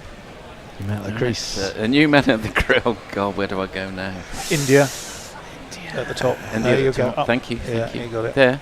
somewhere amongst them will be Nitish Kumar ready. And he is ready. And there's a ball, and he's ready. I'm not. Pushed into the onside. Thank you. Mid wicket, no run. What do you reckon? Is he there? Yeah, he's definitely. He should be there. Well, the bear is never misses out any that just because they made a team change. He's yeah. Well, on it like a. It's not there. Not as I can see. Although Bashir in again, and a nice forward defensive from. Should we call him Reddy? Nitish, I reckon. Yeah. Prefer Nitish. He's ready on the screen, but we'll go for Nitish. It was a nice looking shot from Pant. It just didn't get all of it, and Crawley did a good job. He lost his sunglasses as he tumbled over, least of his problems. In comes Bashir again, and that's pretty well the same ball that tempted Pant. Oh, they scamped through for a single, but although Duckett's onto it, they were safely home. Reddy's off the mark. Yeah, there was a look of anguish on the face of Shubman Gill when that was plucked out of the sky by Crawley. Look how wide the long on was. Was he trying to get it straighter of him? Didn't quite get it right. Having a look at it again, he certainly gave it a lot of air. Credit to the bowler. Don't know whether he was moving to his right before the ball arrived. I don't know. In comes Bashir again, over the wicket to Gill, who's on 57. Oh, clever ball. Yes, do you want to describe that one? Well, it was a quicker, I mean, you would call it in old English cricket. In cricket of yore, you would describe it as crickety. In the oldie crickety, you describe it as an arm ball, but it's almost like he was expecting a bit of spin, and then he just realised he was in no position to play the quicker delivery. Bashir in again, and again that's fast to be straight onto leg stump this time. That's a nice bit of fielding by I think the captain. Nearly takes out the umpire twice. There's a little chuckle between them. More good-humoured banter on the field. Good to see. That's the end of the 61st over. India 210 for 4. Right. Well, Leah is I think is quite taken with the idea of you combining all the main people on Star Trek. Says, please, Forthy, do it. I'm giving it all she has. By Scotty, followed by from Zulu, who wasn't Scottish, obviously. The dilithium crystals will know holds, Captain. I won't be satisfied until he's done a bit of Lieutenant Uhuru. The first transracial kiss on it was mainstream TV. Yes, indeed it was. If that's the correct word. I wonder if she took her funny little earpiece out before she gave herself to that. Wasn't trying to kiss her in the ear. Rather weirdly, Nichelle Nichols, not Michelle Nichols. I seem to remember. Anyway, in comes Chris Wokes, slightly wider with crease, cuts by Gill. He drops it a bit short. I think that's probably little Ben Duckett scampering around again, keeping it down to the single. Little Ben Duckett. I was just going to say, and I may be completely wrong, but I'm just going to go out on a sort of Gary-like. Oh, here we crazy, go. Here we go.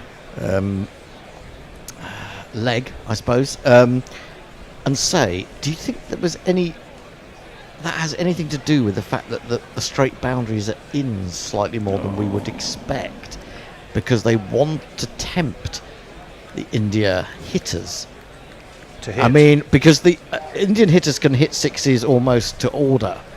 And if you bring in the boundaries a little bit more, they may think they'll do it even more regularly. I mean, Pant is the kind of player who will just play the shot simply because he thinks he can clear the outfield.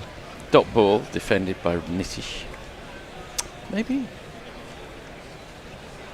Well, maybe it was a collective ECB decision to do that.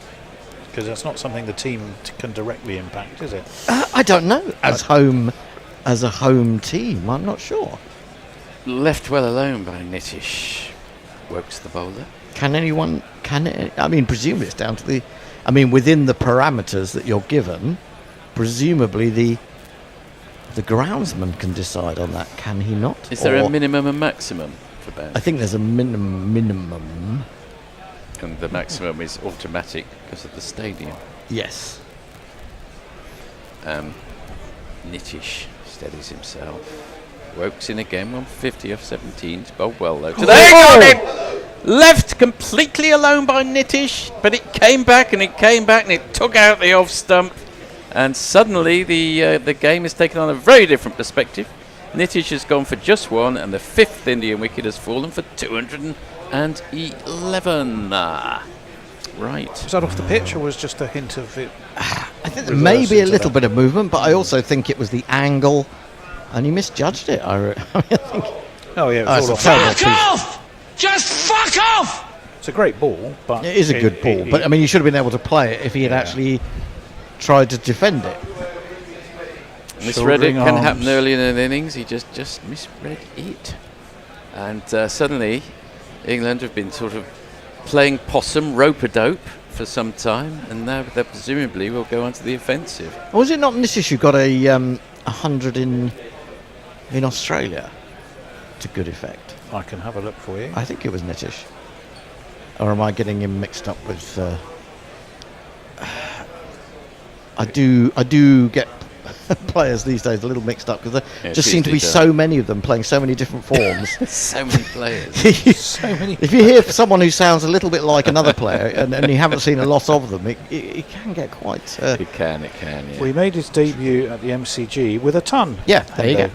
A ton on debut in Melbourne. That's yes, right. He did. That's right. I think I went to It's actually the first thing on my notes in big block capital letters. But I think, does he not bowl as well? I thought he bowled. Maybe I'm wrong, completely wrong about that. I thought he could bowl a little bit as well. Anyway, we shall see as time goes by. But as you say, a massive change suddenly. What is that? 2 wickets for no more than 3 or 4 runs? Wow, yeah. If that. You look up, and this man has come to the crease. Oh God, I'm very stiff, I'm afraid, with my... Here we go.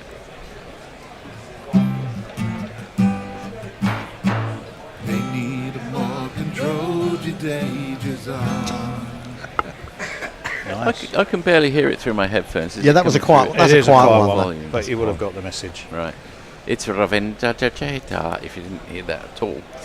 And anything can happen. England really on the attack now, aren't they? So we've got 2 slips, got a gully, a point, and then in a ring. And straight away, Jadeja off the mark, plays it into the vacant square leg area.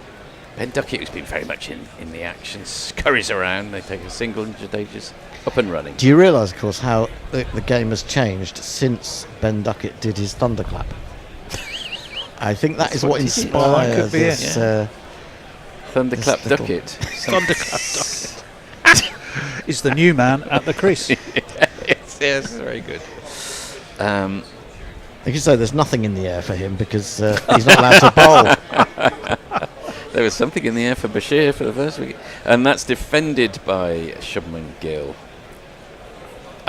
Possibly some of our younger listeners won't have heard Thunderclap Newmans. Well, if you haven't, I mean, It's actually, a great song. was it a sort of Vietnam song? I think it might have been, or a sort of fear of nuclear war type song. Yes, there are some preoccupations for the protest singers in the 60s. I did buy a Thunderclap Newman album, possibly the only album. Yes, possibly and it was possibly the only decent song on it. Yeah, that's amazing, isn't it? Those one-hit people. Yeah. Zager and Evans in the year 2525. They're the only people to have successfully pulled one of my podcasts because they complained about the copyright on one of the tracks. I just imagine Zager and Evans in some small studio in Arkansas or somewhere going through every single podcast. But you don't play the music, do you? I do play the music. Oh, you do? I do on Sombrero Falls. Oh, right, of course you do. Yeah.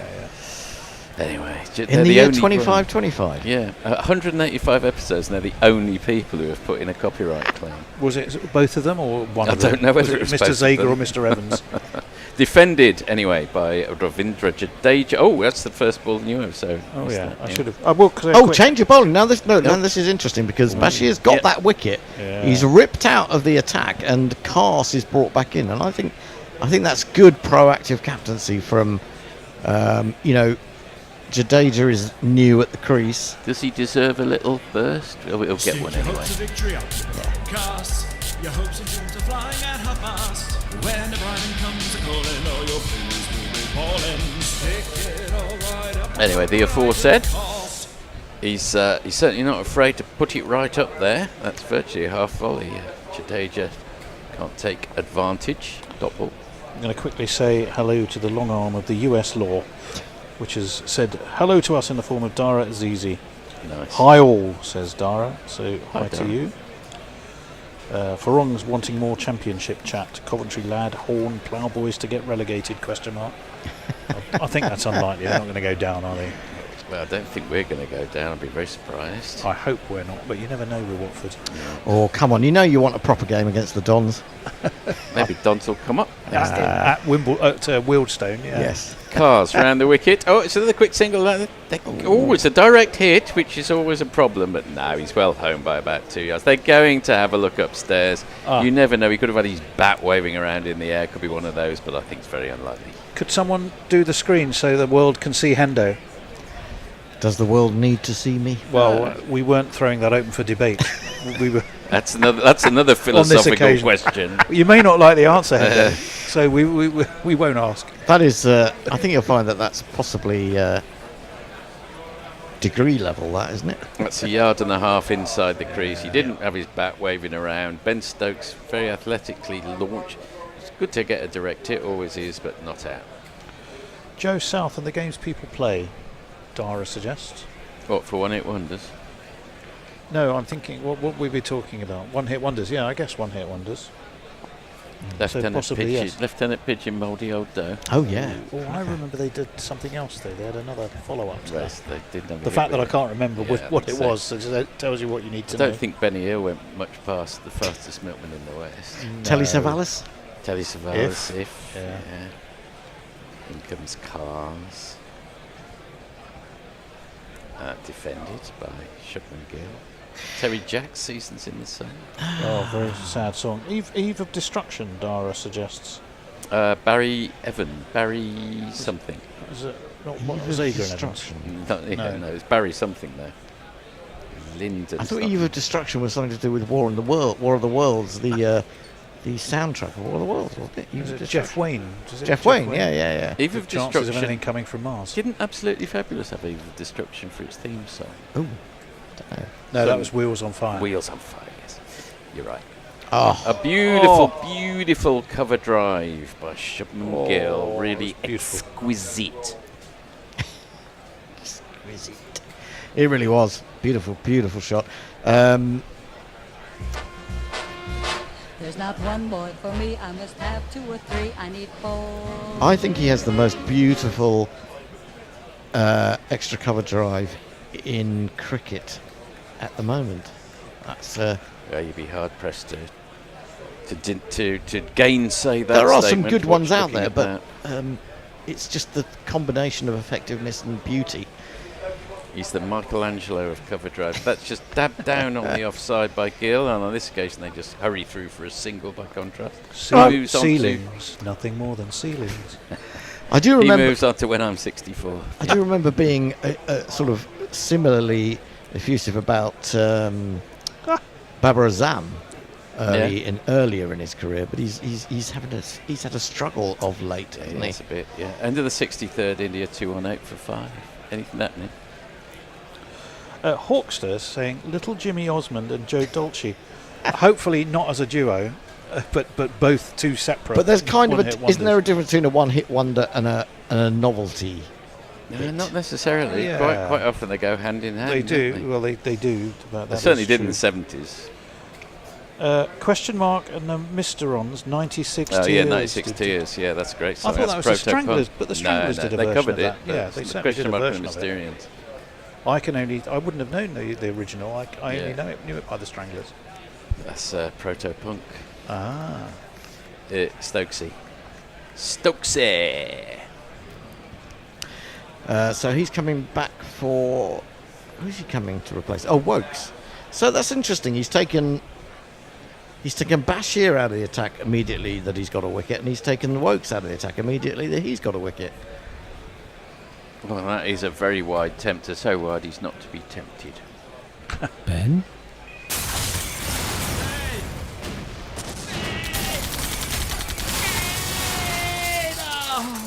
Ben Stokes. If you're going to operate with Stokes and Cast, you get the feeling that they are going to look for a bit of short pitch stuff because they're probably the two best equipped to deliver that, aren't they? I suppose they've got half an eye on the second new ball, get some Stokes and Cars out of the way now, and then sort of stitch something together between overs, 70 and 80.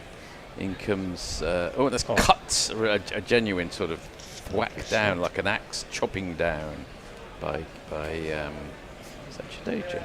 Yeah, no, Gill. No, Gill. Sorry. 65 Gill. He's no longer 64. He's batted really well, Gill. I mean, you know, he's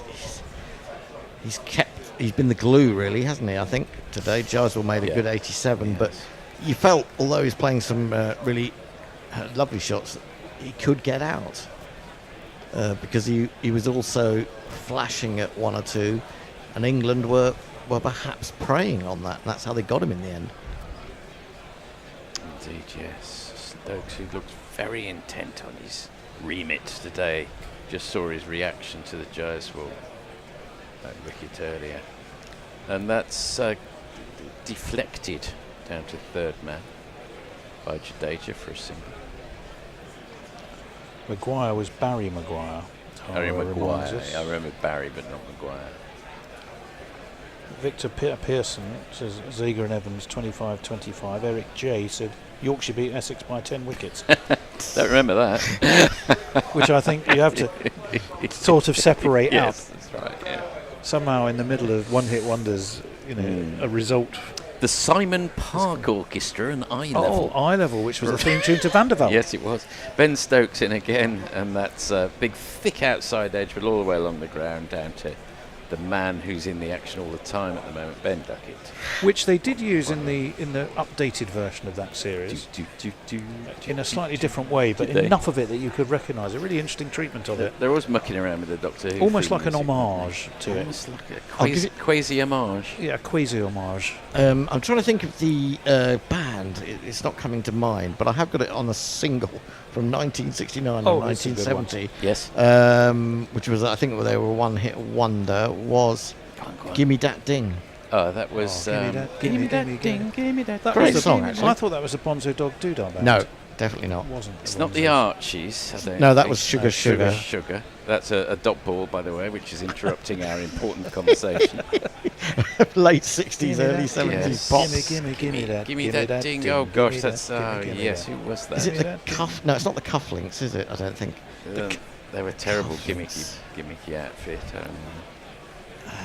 What use a metronome if you got no way to play? There's a brilliant piano solo in there as well. The Pipkins. The Pipkins, yes. Pipkins with a P. Stokes round the wicket. Oh, he got away with that one. He just closed the bat and it wouldn't have missed the outside. It got a big thick inside edge and wouldn't have missed the off stump by much there. Got away with that. Jadeja moves on to 4. Got some more for you coming up. What, one-hit wonders? Give us the song title and let's see if we can identify the group. I'll give you one. Another one. Murphy's Law. Don't know that. Don't know that one. Murphy's Law. Sure Out to Get You. Right. And I've forgotten the name of the band. Again, it's a single. Completely forgotten that. Terrible. I was terrible at buying awful songs. Hocus Pocus by Focus. Don't think they had anything else. In comes Stokes again. Line and length. Left well alone by Gill. And that is the end of the 64th over India 2-2-3 for 5. Right, yes. Okay. You want me just to give you the songs? Well, I mean, let's not thrash it to death. But okay, so I'll give you the artist and rather than the song. You're going to do the artist, all right? So, Carl Douglas. Oh, Kung Fu Fighting. And I always say, surely not everyone was Kung Fu Fighting. Okay. Well, apparently they were. Yeah. Typically tropical. Oh, Barbados. We're going to Barbados. A very racist song, but fine. Indeed. Clive Dunn. Grandma. Oh, yeah. Norman Greenbaum. Spirit in the Sky. Yes, very good. Spirit in the Sky. Now, rather unfairly, Althea and Donna Uptown Top Ranking. Fantastic. I think. Bashir round the wicket, and that's the one that got bam. We're having a look at the replay. And it's Cars. Oh, God, how annoying. And there's Cars into Jadeja, dot ball. Yeah, Jadeja got himself in a bit of a strange position to that delivery, and he just popped it up a little bit aerially there. could have got himself in trouble. Stopped the shot, I think, a little bit. The Black Box Recorder do a very good version of Uptown Top. 1977 Uptown Top ranking. Yes. They were certainly well known in their. Oh, it's an amazing song. But yeah, it was. You're right. It was a one-hit wonder. I will agree. It was number one as well. A lot of these were defended by Jadeja. I've got a feeling that Murphy's Law was by a band, whether they were a band or whether they were just a studio group that made a song. Sherry, I think it was Sherry. No, Sherry Baby. Frankie Valli, is it? Yeah, that was Frankie Valli. And the Four Seasons. And his Four Seasons. Have you seen him lately? Poor old Frankie Valli. He's gone very strange. Cars. The thing about Frankie Valli is that my eyes adored him. Oh yeah, so true. Though I never laid a hand on him.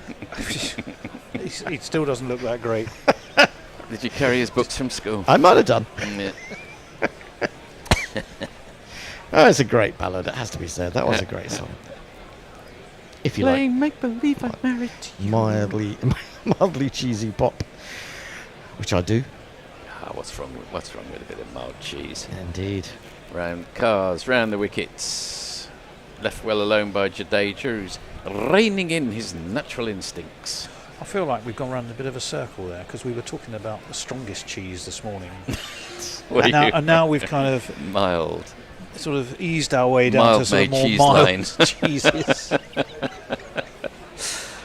I think we might be due a change. I think the bear, Hendo, and I'm the one who's supposed to disappear. End of this over, I shall do that. And who's ball by balling? The bear is coming in to do ball by ball. Am I summarising? You are summarising. So that Jadeja shouldered arms, but only to half mast, and the ball sort of clipped the inside. That can be often lead to a play on. It got the underside of the bat. This is part of your ad man shuffle from this morning. Oh, right, gotcha. Anyway, dot ball. And looking at, I suppose they're talking about the fact that Kuldeep Yadav was not he's a match winner, slotted into this team, and they're looking at the most successful wrist spinners in Test cricket. I do tend to agree. Paul Adams is the man that tops that by many a wicket. Although Yadav's got the lowest average, I think, at 22. Defended by Jadeja, end of the 65th, and are we turning around? We are turning around. I'm leaving you for a bit. You and Hendo, though, are staying where you are, and the bear will come and join you. I will say, if you leave me now, you'll take away the biggest part of me, but there you go. I should move on to the socials, as Forthy's had enough. He's had enough of the jingles. He takes the opportunity to claim the middle seat and hand it over to the bear, who will be your next ball by ball. Although I've forgotten about my beer. Mm-hmm. Would anyone like to get my large brown bottle out of the fridge for me? Well, Stokesy coming in, defended by Shubman Gill. Out to the covers. England looking feisty in the outfield. I think if anyone can spot the lyric "I've drunk from small brown bottles since I was so tall," I will give them a virtual hug, because it's somewhat obscure. But anyway, was it actually in a song lyric? Yeah. Location of band? Where do they come from? Yeah. The northwest. Mac lads. Yeah, part of Manchester. What's the name of that suburb? Yeah, very specific suburb. Not Didsbury. Salford. Not Salford. No, that's half of Cheetham Hill. Not within Shore. Anyway. Wilmslow. Not Wilmslow. That one is Audley Edge. That's the fed after mid on. There's no run. Not Altrincham. Wally Range. Great, not Wally Range. No. Great FA Cup upsetters, weren't they, Altrincham? Stockport. Yes. Not Stockport. Not really a suburb of Manchester. Well, Greater Manchester. Yeah, true. Anyway, if you know anything about me, you'll know they're one of my favourite bands, so that might help. But there we The Fall. It is the Fall, yeah. And so some called Hip Priest from Hex Induction Hour. Well, I can't stand the Fall. No, that's fair enough. Some people can't.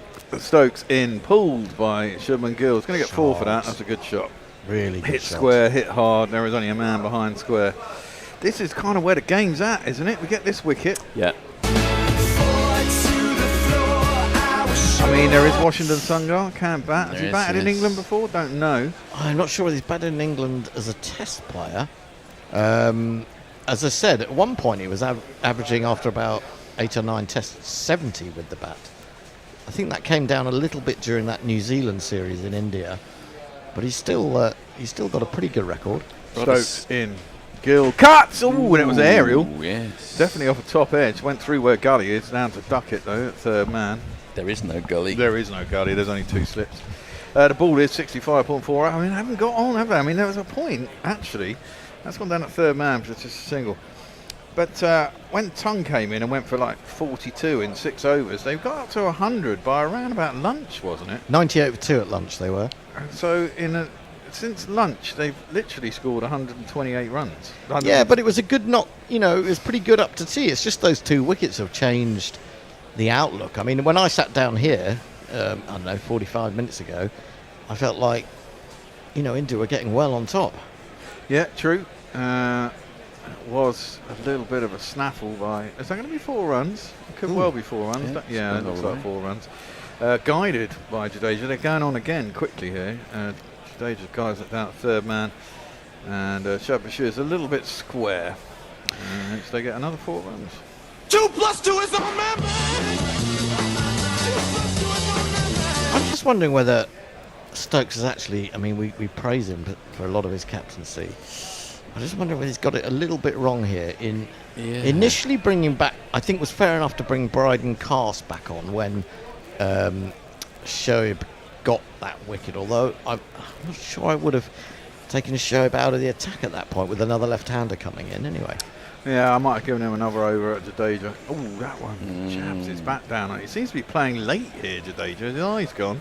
There was just down on that, goes square on the offside, and there is no run. There was a slight moment where they thought was it pad first, but I think it was outside the line anyway, so they didn't take it upstairs.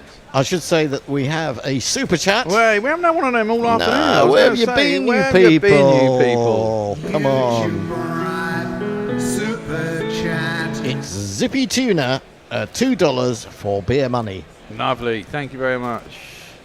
Always appreciated. Thank you very much, much appreciated. Yes. Sometimes someone super chatting just sets off a sort of chain reaction. Chain reaction, Chain yeah. reaction. Talking of Diana Ross, isn't it? Yes.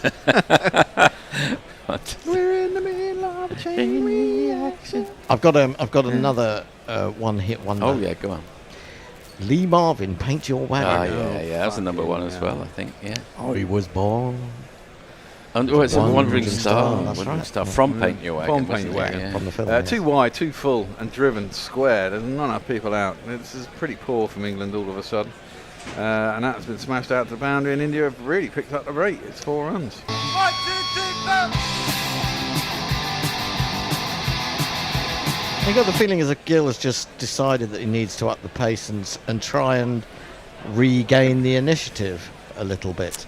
Yes, well, he knows what's around the corner. I mean, he with the knows. tail. Yeah, he knows that, but he also knows he's not the last. These 2 are not the last pair.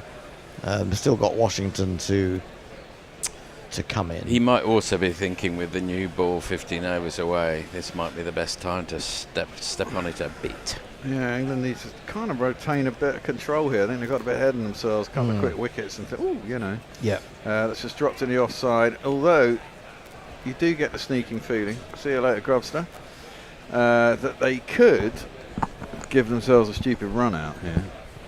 And they are going on quite quickly.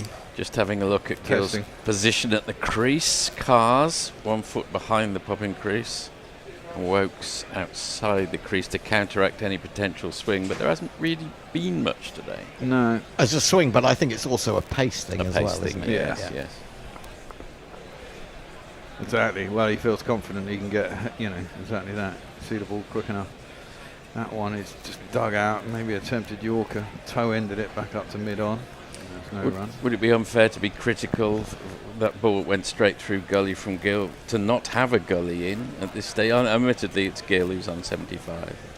They usually criticise Stokes for being conservative in the field. Well, you felt like he was getting quite attacking, wasn't it, in that last over against Jadeja, and he brought in 2 guys at sort of short mid-wicket as well. But then you've got to bowl to your field. Well, that's true, yeah, and if you start giving them loose stuff, they've got more gaps, haven't exactly. they? Cast in again, that's short. Nice. He jabs that down. Hasn't got the other side of third man. This time it will work with just a single. Is that Crawley out there, I think? I think so. He never looks his full height when he's in the outfield. No. I don't know why. He looks like good catch down at long on though. Yeah, very good. He did take that nicely. Kieran Nosebleed says, did Tony just do a prolonged bow to Hendo? Well, I hope so. He says no, but claims not. I think it was just sort of, it's just sort of wired into him now to offer his praises. His praises, yes, absolutely. Zippy, good evening, says Nitin Deshpande. Goes on about various things involving Brandy. Brandy, ooh, that's not a bad idea. Clipped into the leg side by Jadeja. Can't beat the mid-wicket line. Brandy, I don't like Brandy, girl. really. That might have been a one-hit wonder. I assume Brandy, by Looking Glass, has already been mentioned. One of the all-timers, that Zippy. Along with the daily GPL, says, what has happened to the Super Chat dancing challenge? Oh, is this what you were talking about earlier? Well, yeah. You're going to dance on the table. We were going to get our bellies out and do some belly dancing. Oh, no. We hadn't come out with it. We needed a fee. Substantial. It was a substantial fee that had to be raised via Super Chat. Thrown up outside off stump. Maybe a slow. No, it wasn't a slower delivery, but Gill completely mistimed it. Ends the over. There is no run. 238 for 5 after 67. Jadeja's on 9 and Gill is 76. Well, I will argue that the very fact that we haven't had many Super Chats on that would suggest that it's not something that the general public is particularly keen on. But you never know.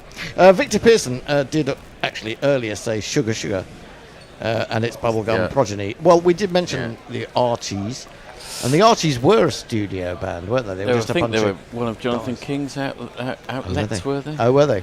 They didn't exist. They didn't play. They were a cartoon. And in fact, they went to number 1 for about 8 weeks. Yeah, and yet they no one live appeared on Top of the Pops. Pretty sure it's a Jonathan King thing. Jonathan King, did he get done for child? Yeah. We don't talk as much about him these days as we once did. No, because there was the other one, Paul Gambaccini, didn't he? But I think he's all right, isn't he? Yeah, he got accused, didn't he? But it plagued him for a while, but there was nothing in it. I think Gambo's all right. Yeah, that was cut out towards the boundary, and it will be 2 runs to Jadeja. Well, I do like this from India. I mean, I think it's a good enough wicket to bat on that you can score reasonably quickly. Yeah. If the bowling isn't,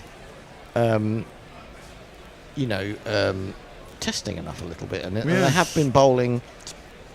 I don't know, a little bit wide. Wasn't it Edgbaston 2005 when we got 400 on the first day? That's right. Yes, it was. That's right. The famous test. Yes. Yeah. 2 slips and a gully for Jadeja. They have been ill-disciplined, but looking at the makeup of the attack, you're not surprised by that. Not really, no. Jadeja's knocks it into the offside once again. They go through for another single. Good running between the Indians here. We haven't seen Tongue for a while.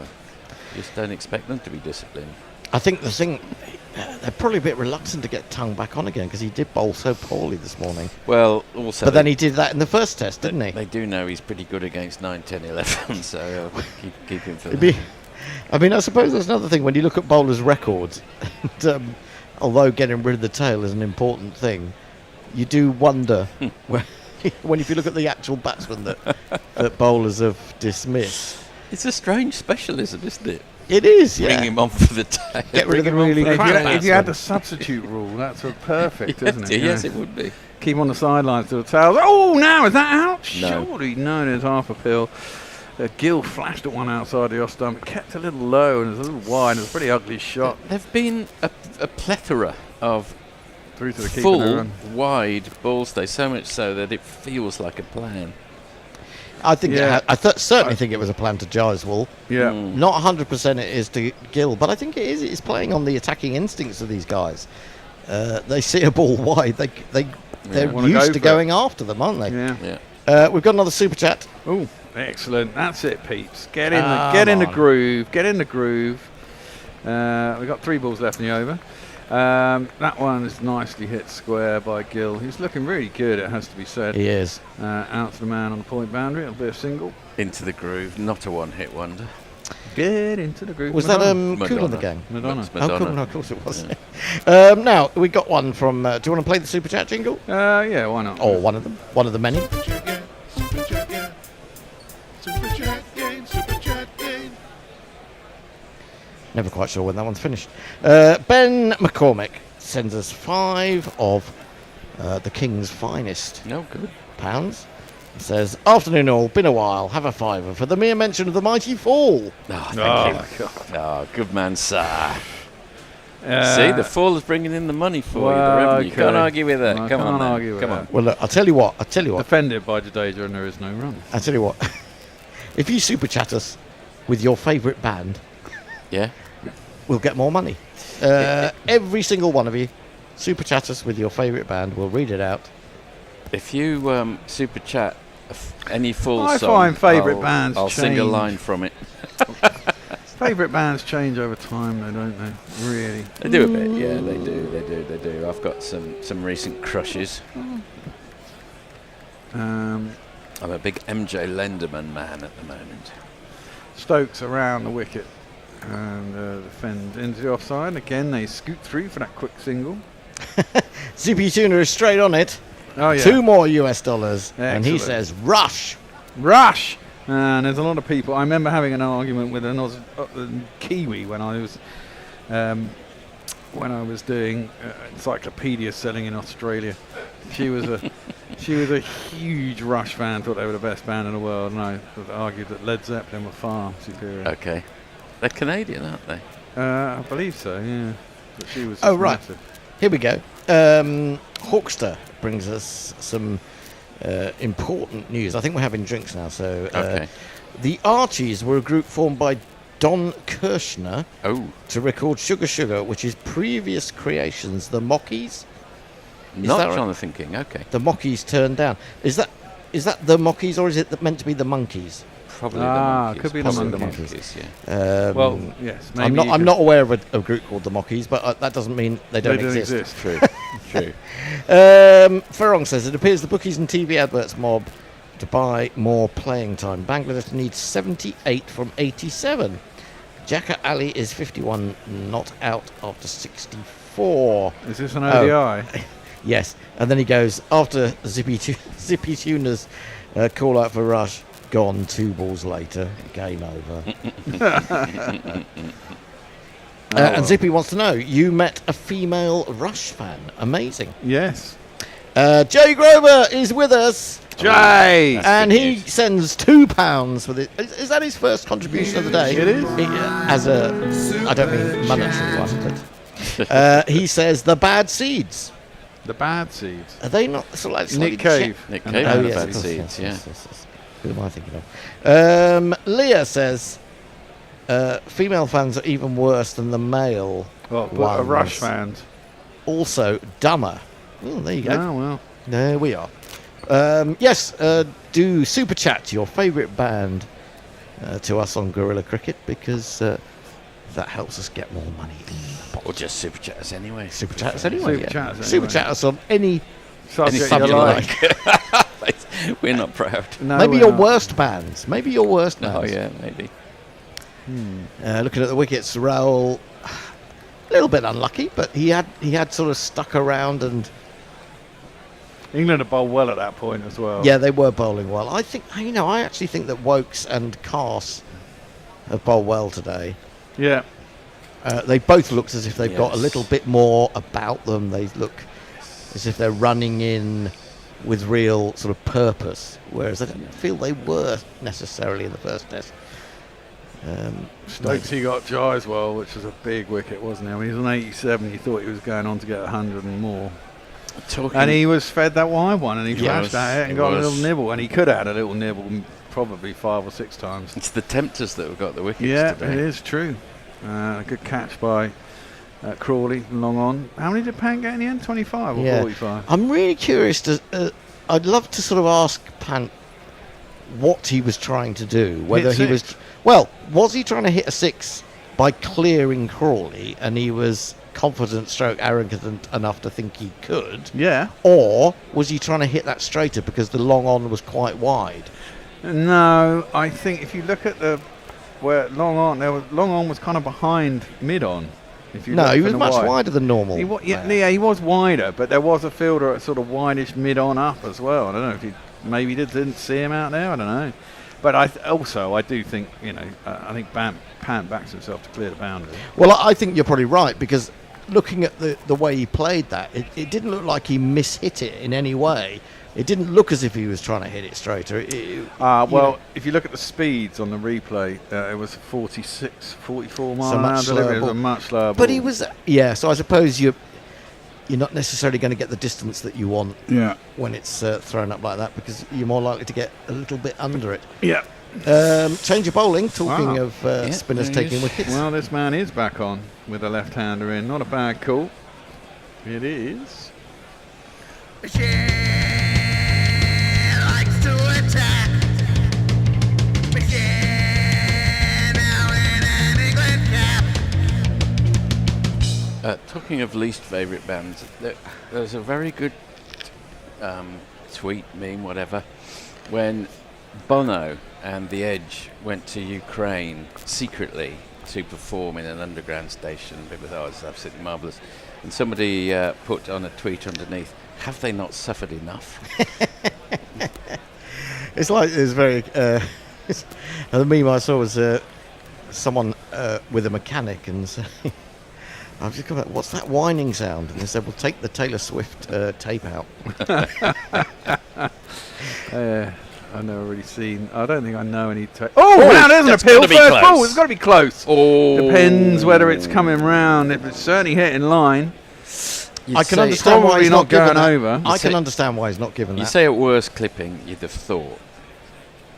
Again, it might be a really good decision. I mean, that's the third. I know. Well, the question is it going to straighten enough? You've only got 1 second left. You've done it. No, you've got no. Decided against. That was bold. And they've still got all three, haven't they? Not. No, they've lost one. They've lost one.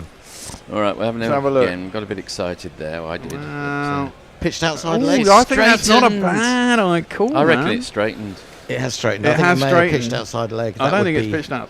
I reckon. I think it's pitched middle and leg, and I'm not sure it's straightened enough when carrying on. Honestly, that looked very similar to the Lions-Stokes dismissal at the end of 2019. Yeah. Did indeed. Well, non-dismissal.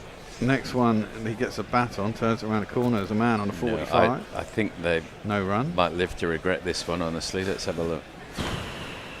Nah, I think it's going down. Right, I'm wrong. Umpire's cool. They would have retained. They would have retained, but it is just shaving leg stump. Yeah. But that's the third LBW shout with Shafadullah as umpire. He's given them all not out, and they've all been clipping. Yeah. What's the that conclusion one's tossed from up? That? He doesn't like LBWs. It's clipped up to mid on and no run unless they're Bangladeshis. I suppose the question is, would you have given any of them in the days before DRS? Probably not. No, I mean he may be a bit of a dicky bird in terms of not outers, but also it's curious, especially with someone like Bashir, because he was a left arm wrist spinner, Shafadullah, as a player. So you'd think he might have some sympathy with his fellow spinners. Or maybe he just knows how knows the mathematics of it a little more accurately. Yeah, possibly. Bashir over the wicket to Gill, who just clips that to mid wicket, no run. I suppose if you're not a huge cricket fan, that is one of those laws that is so difficult to appreciate. Well, he's going to hit the wicket, so he's out, isn't he? Yeah, and I did see. I think someone said that earlier, and I do understand that. It's just, I don't know. I quite like it. It's predictive. Yeah, that one's clipped into the leg side and there's no run. I mean, I do have a problem with that now with the amount of technology and tracking that you have. I suppose the other thing is there's so much. The batsmen only get one chance, so do you have to give them some leeway? I've always felt that, although a lot of people will say it's a batsman's game, and it probably has become more of a batsman's game. It's definitely a batsman's game. It's not. It is. Shut up. T20. Eternal dispute. T20 is the eternal batsman's game. I'm not arguing with that, but I wouldn't say that's true. Last ball, no run. I wouldn't say that's true of cricket as a whole, because as you say, you get one chance. I mean, okay, if the fielding is terrible, you might get more than one chance, but. Effectively, you do only get one chance. As a batsman, Leonard Cohen, better than any band, I should say. More super chats. That's from Messi Jez. Come on, Bear. Oh no, that's not Josh Tongue. I was pressing the wrong jingle. Josh Tongue is Messi Jez's favourite band. Zippy Tuna sent us another $2. Another one.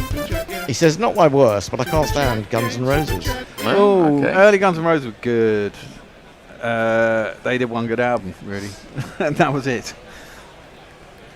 I can't think of bands that I really hate. I mean, bands that I don't like, I just don't listen to. Well, exactly. I can't think of ones that I hate anymore.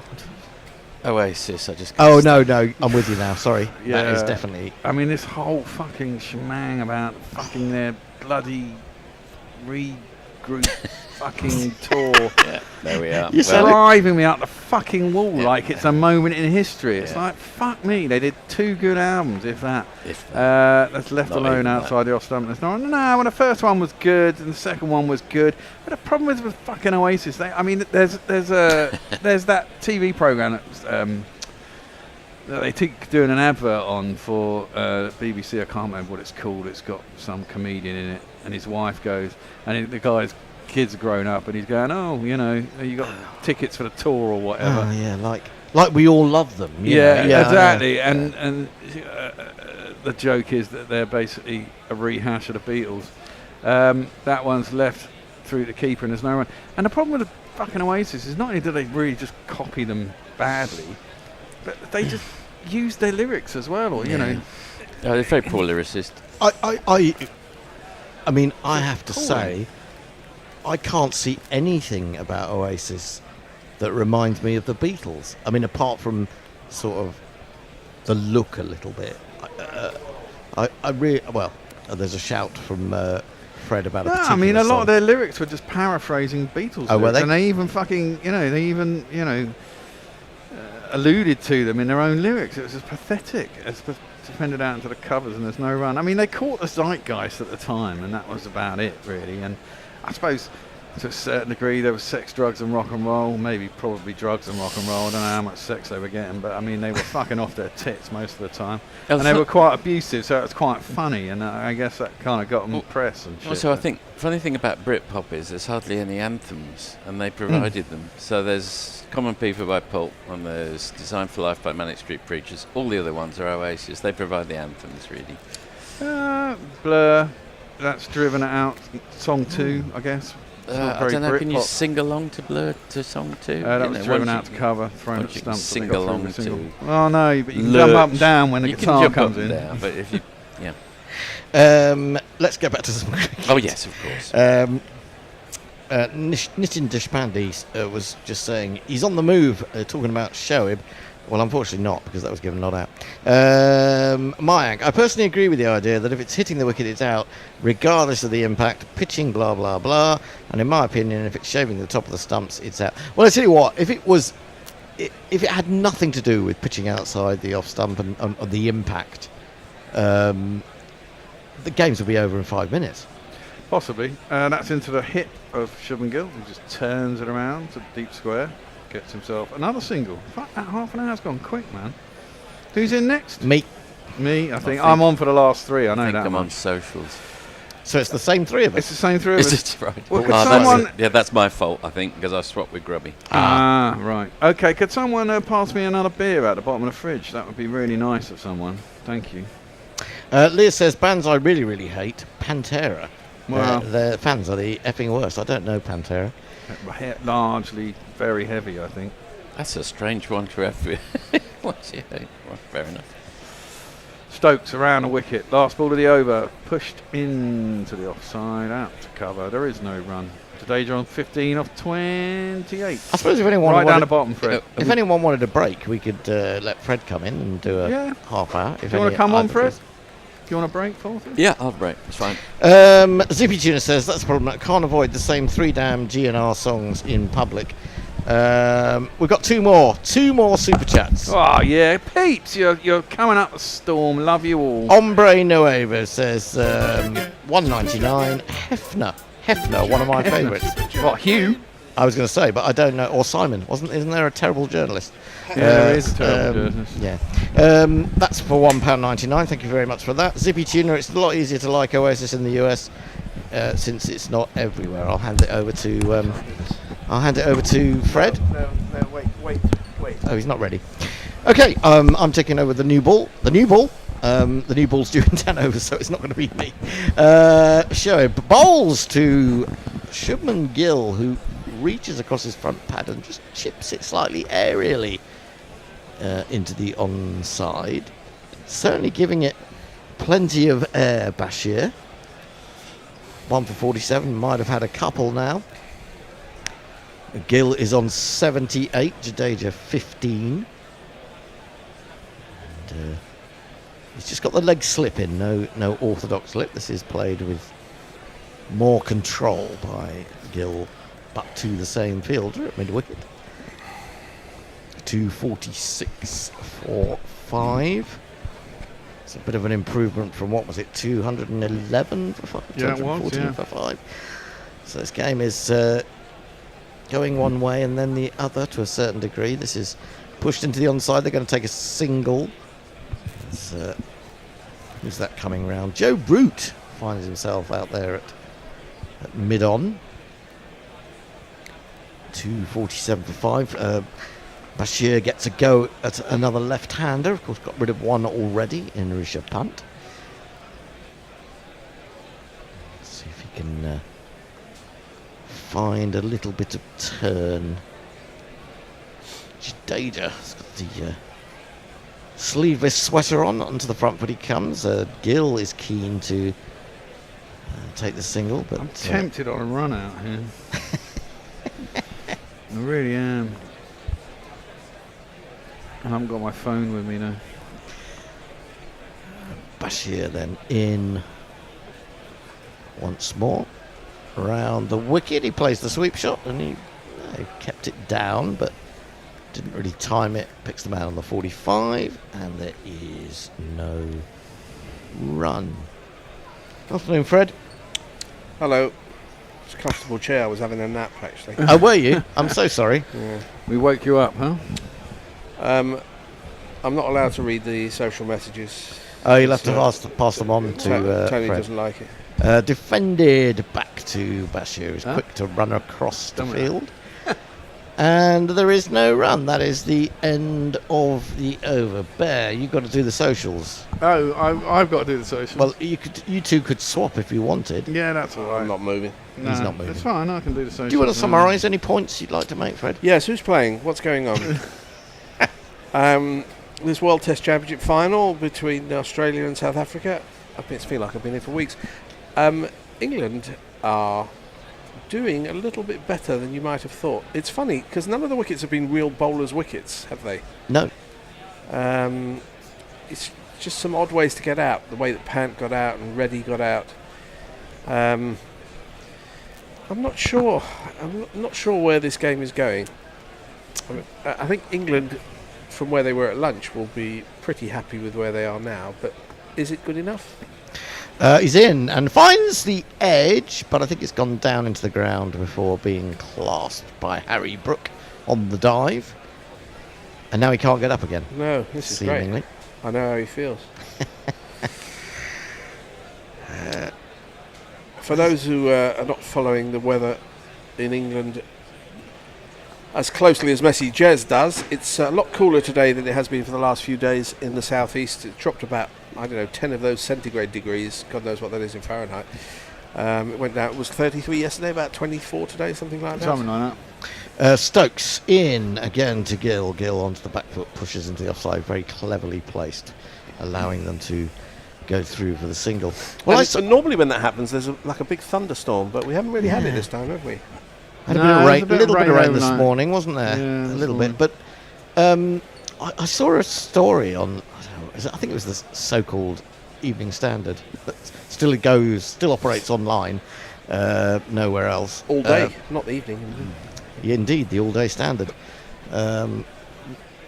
With a woman standing or sitting with a temperature gauge as Stokes is in, bowls onto the back foot, going up on his toes, nicely forced by Jadeja, half stopped, but the ball gets away from the man at cover, who is Cass, and they get through for a single. And she was honest, it goes 33 degrees on the tube, it's like a sauna down there. Bollocks. And I got up at 20-1 this morning to deal with a cat wanting some food. So the euphemism? No. Yeah. And I've got a fan in the front room that also doubles with a temperature gauge. And at 20-1 in my front room, it was saying 34. Yeah, I mean, I got in the car yesterday, switched it on. I think that's it's sitting in the sun. It said 42.5 centigrade. But I mean, it's ridiculous. They make such a fuss. Oh, it's a health hazard. And half the people in the country go to Spain and Greece on their summer holidays and are quite happy, sitting by the beach in the sun all day when it's 36, 37, whatever. Yeah, but they got water nearby and you jump in it. Yeah, it does make a bit of a difference. It makes a hell of a difference. In a sort of cramped front room, it is hard. But they're sitting in the sun all day. That must got to be more dangerous than sitting in your front room. Well, it is. I mean, as the skin cancer figures show, this is pulled by Gill. Keeps control of it down to long leg. They take a single, 250 up. I mean, last year we went to France, and first week of August it was 40 degrees for most of the week. But we had aircon in the house. The house is in South France, so the house is designed to get rid of heat for a start.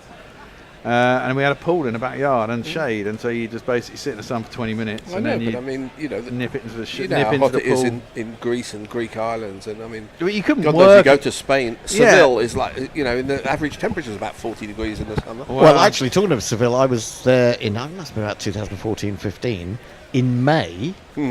And actually, the only reason I was there was that we decided to go and have a day trip there from the Algarve. It's lovely, isn't it?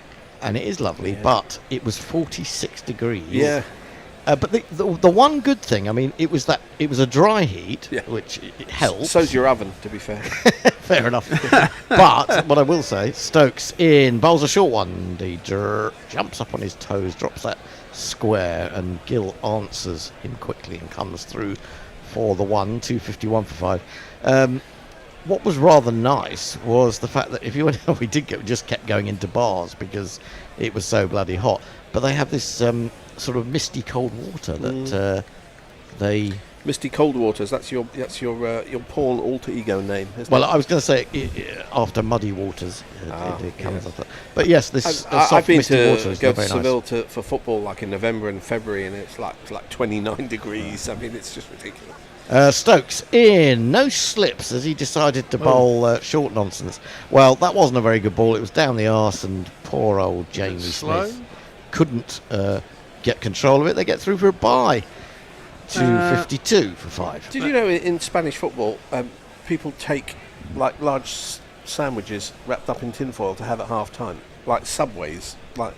What, and they put them on a hot surface so they heat up? No, everyone takes in these literally everybody, you see at half time, all the whistles blown, everyone starts unpeeling their sandwiches. They don't sell any, they're not making money by selling food at the grounds. Well, there's some grounds that won't let you take food in these days. It's anyway, come on. outrageous. Anyway, Socials. Stephen Dale says, you two, hate them with a passion, all in caps. Zippy Tuner says, agree on you too.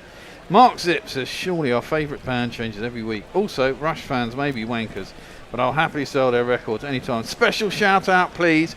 Hannah, hello Hannah, who is helping set up the July the 4th yard sale. Hello Hannah. Shoaib into Gill, who pushes firmly, but a good diving stop there by a very keen young man known as Joe Root. I have a feeling there's a Gorilla regular who's a big fan of Rush. Andy Ward? Yes. There you go. He's a metalhead though, isn't he? Yeah, they're not really metal. Bashir in again, plays across his front pad. Gill, but works it easily enough into the onside for another single. Sort of prog in whiny voices. Yeah, prog. Yeah, very much prog.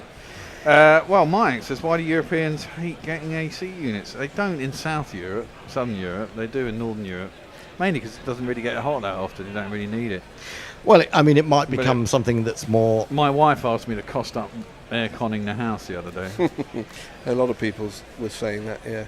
Defended by Jadeja on the front foot. Same reason they don't have snow plows in Miami, but every so often it snows and causes all kinds of damage because it doesn't make economic sense to have them, and the once in the 20 years that you're going to need. I do think there's a huge difference between dealing with the heat when you're 25 and when you're 60 or 70. I mean, the last few days have been unbearable. I think they've been unbearable indoors. A couple of times that I've gone out, I felt actually I should probably stay out. But if you go to like a supermarket, and you see people standing near the coolers, near the milk fridge, just loitering. Most of the places I go to seem to have very fierce air conditioning, to be honest. Yeah. Bashir then around the wicket. I like being in my car with the aircon on. He's in, he bowls, he's forward, he defends. And there is no run. Glorious sunshine at Edgbaston now. It's that lovely time of day. Golden hour. It's nearly gold. It's approaching golden hour. It is. I love that. I love this time of evening at cricket. It's just something. Well, anyway, really, but it's just the gorgeous light, isn't it? England looking for another breakthrough. Bashir in. He comes down the wicket. He drives, and that I think is a very good shot indeed. It is. It's one bounce for dead straight. Well, pretty straight, and that has brought him a boundary. He moves to 21. Jadeja. And then after those two quick wickets, when you felt that England had gained the upper hand, this is now a partnership worth 46 runs. Brilliant use of the feet there. I mean, how far down the wicket did he have to get to the pitch of that? He steers this one off his toe and will take a single behind square leg. There was that weird ball earlier where Cast did something odd with his left hand as he was in his run-up, and was it Shubman Gill was on strike and pulled away? Was that considered a ball or was it a dead ball?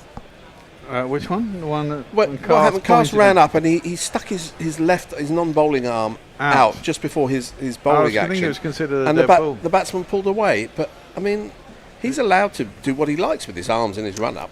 Yeah, but I mean that was quite obviously an instruction of some sort. Really? Either to. Well, I think it was a bluff. So. I don't think it was an instruction. I think it was whether it's a bluff or not, it's still you're making a signal. I don't know what the law is precisely on that. I'm not saying I'd like to see bowlers, running through their entire mime repertoire as they're running into bowl, but what would have happened if that ball would have hit the stumps? That's the question. I think he was within his rights to pull away from that. I really do, because he would have thought, what's he doing? And that is kind of, he may have thought that someone was going to move in the field because he did seem to be pointing in a strange, vague sort of way.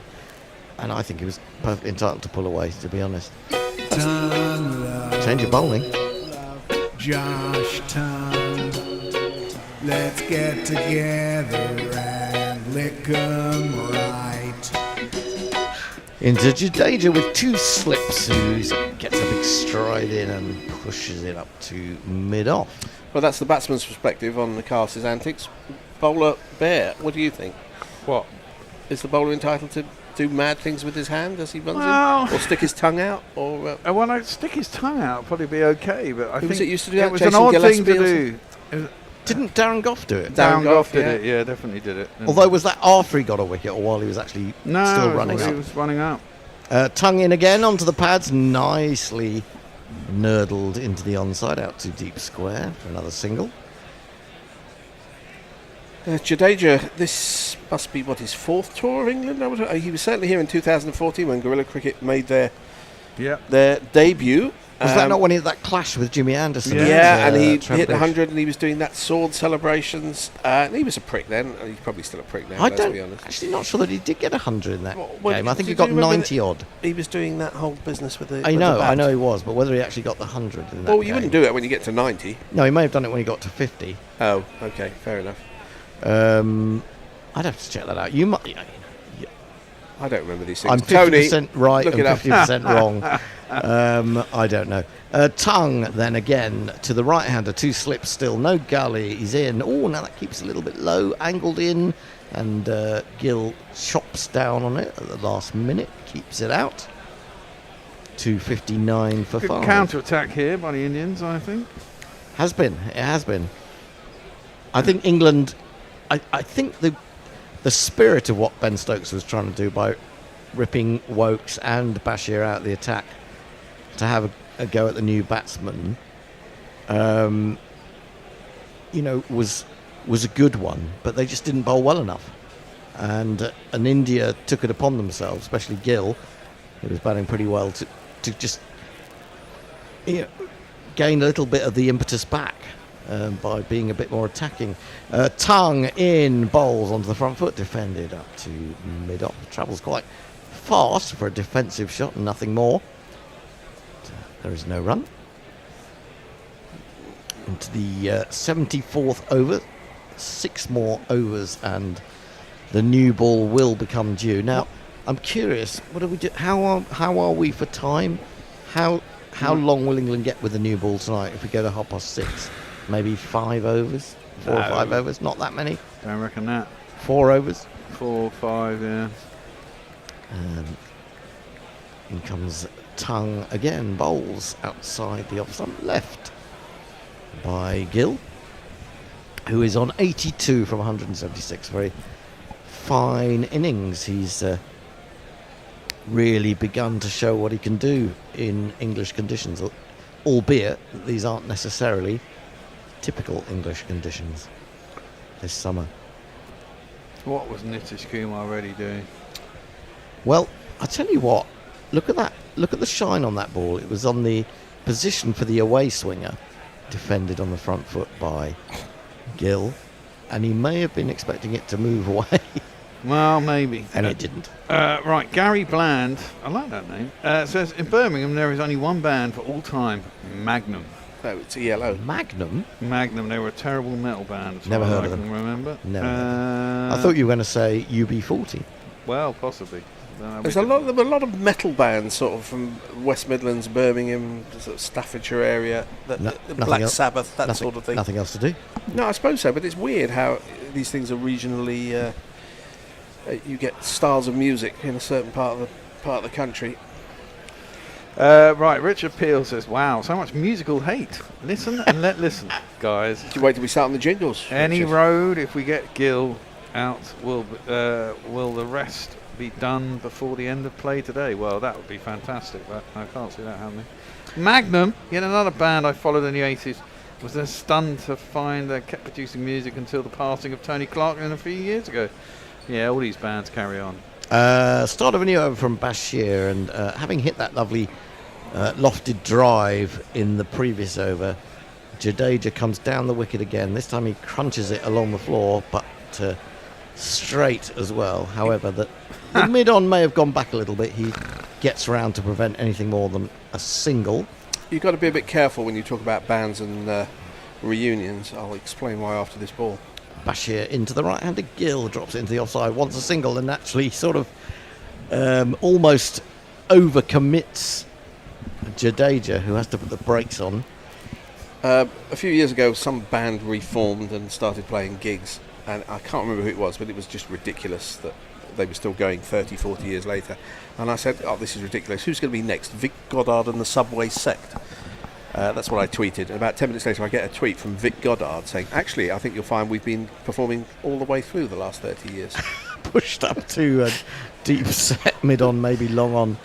Who runs in, they take a single. I picked the most obscure band name of anybody, like from the punks of the 1970s. And, I have to he say got that back to me pretty damn quick. And I'll mention Vic Goddard because I've never heard of him before, and he possibly he'll be listening to this programme and he'll get in touch. He became a postman, I think, if that was the right bloke I'm thinking of. Bashir offers Jadeja one wide of the off stump. It was the tempter. He resisted. He just for a moment, you felt he might have gone after it. 50 partnerships up, 261 for 5. Really, really good day of cricket, this. Yeah. Ebbed and flowed. Yes, Bashir in again. Defended back to the bowler. It's from your part of the world, Vic Goddard. Sort of Mortlake, is that near you? That's near Richmond, really. It's not really my... It's southwest, I suppose. So. Yeah, they were Punk sort of 1976, and I just picked the least likely name. Who was that Punk we had in at the end of the sofa days? Oh, no, I wish I could remember. Flicked away by Jadeja for a single on the onside. Keeps the strike, does he? Yes, 75 overs bowled, 262 for 5.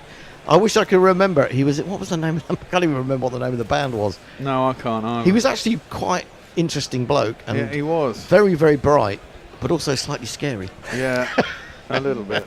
There we go. Here we go. Alex Marmon says, Bono once stopped singing at a concert in Belfast and just started clapping. He said, every time I clap my hands, another child dies due to poverty. Someone responded, well, stop fecking clapping then. I think I've heard that before, but yeah, that's about right. You could use almost any artist. There was a time when Bono became so up his own arse. Well, I don't know what he does for charity. This is defended by Jadeja. New over from Tongue. Of course, accurate this time. He has a connection with guerrilla cricket, Bono. In that the pub we went to in Malahide had the worst mural you've ever seen of your life, which was supposedly U2, but it looked nothing like them. It was terrible. I remember that. I don't remember that at all, funnily enough. I'm going to find it now. 262. Oh, did you take a picture? Of course. Jadeja on 25. He's faced, 44 deliveries? Gill 83. Tongue in again, short and rising as Jadeja just stands there really and lets it pass through to Smith.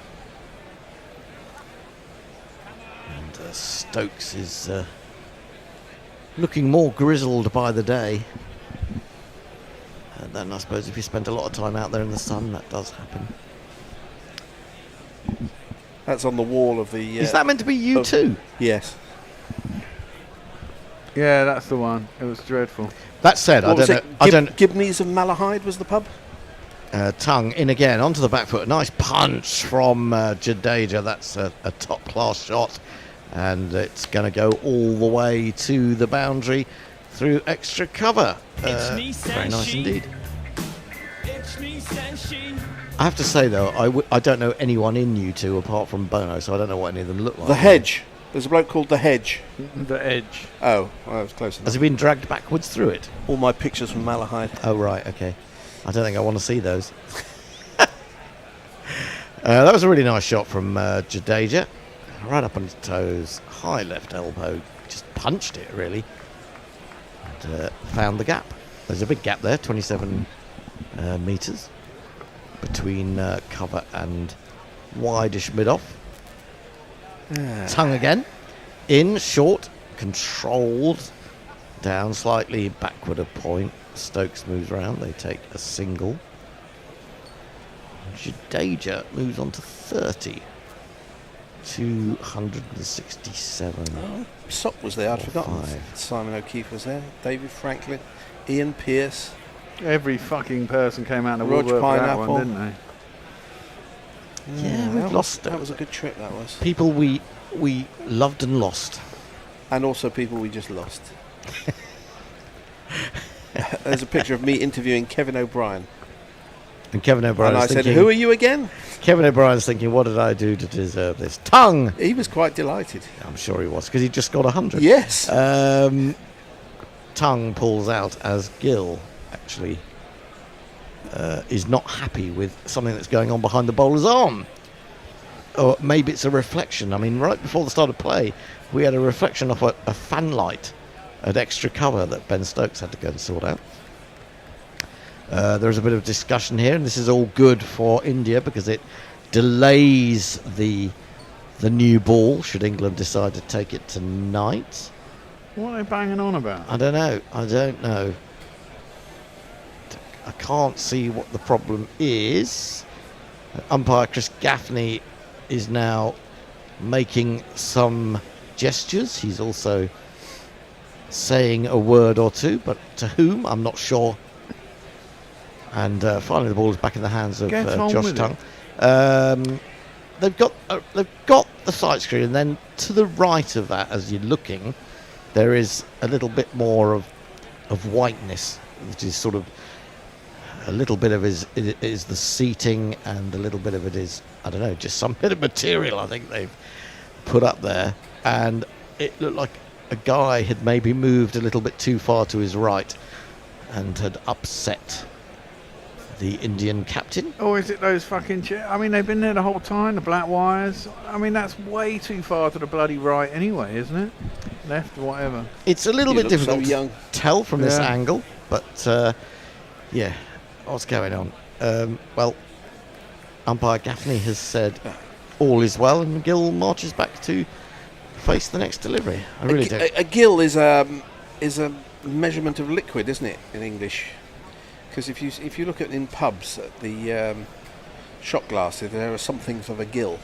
Short pulled. Ooh, now that looked for a moment it was a little bit aerial, but as it is, Ben Duckett has dived as he ran round from deep square, and I think they might have another look at that one. He doesn't know, which normally suggests he knows very well.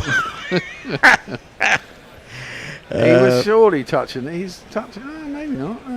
Oh yes. I don't think he is actually. Oh well. I think he was before the ball hit him, but he just about managed to get. This will take 20 minutes to sort out.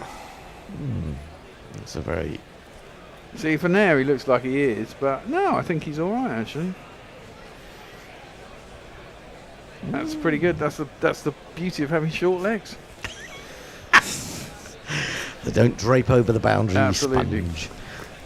So they got two there, presumably. 85 to Gill now. In comes Tongue again. This one is neatly taken away off his hips to Duckett once again. This time straight at him.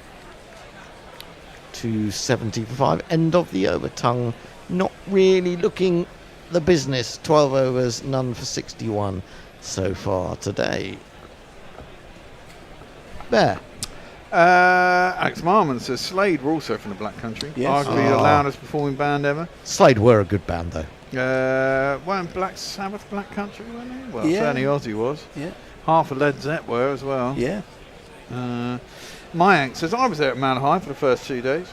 It cost me $330 to fly from the upstate New York to Dublin. Paid an additional $120 to change my flight since day one washed out. And had a blast in Dublin. Did we meet up with you? Did you meet us? I thought we did. Did we? I don't know. I can't remember. Did we pay your entry fee? I remember. Is it Subash? Do you remember Subash? Was it Subash? He was there. A lot of people there. Larry the Leprechaun. Mick Jagger. Hendo interviewing the bloke on the gate. Couldn't speak a word of any known language. No, I remember your fucking exhaust getting ripped off. That was hilarious. That was not hilarious. Best part of the whole week. That was absolutely outrageous. Did you ever get money off it? You didn't sue them, did you? I mean, what's the point of suing Cricket Ireland? To be honest, I mean they've got no money anyway.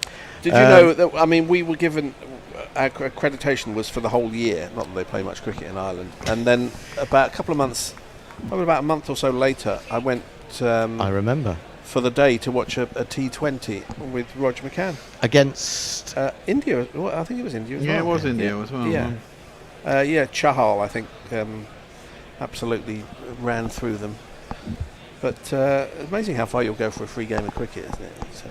Well, I don't know about me. No, I flew in the morning, flew back in the evening. It was quite something. I can't do that. Now I think it's Gill has gone down with cramp. He's got the coach out there, the trainer out there, who is trying to stretch out those legs. And this is I would say, a little bit annoying for England, and you wonder whether there's a little bit of kidology going on there. Maybe not. Maybe I'm being unfair.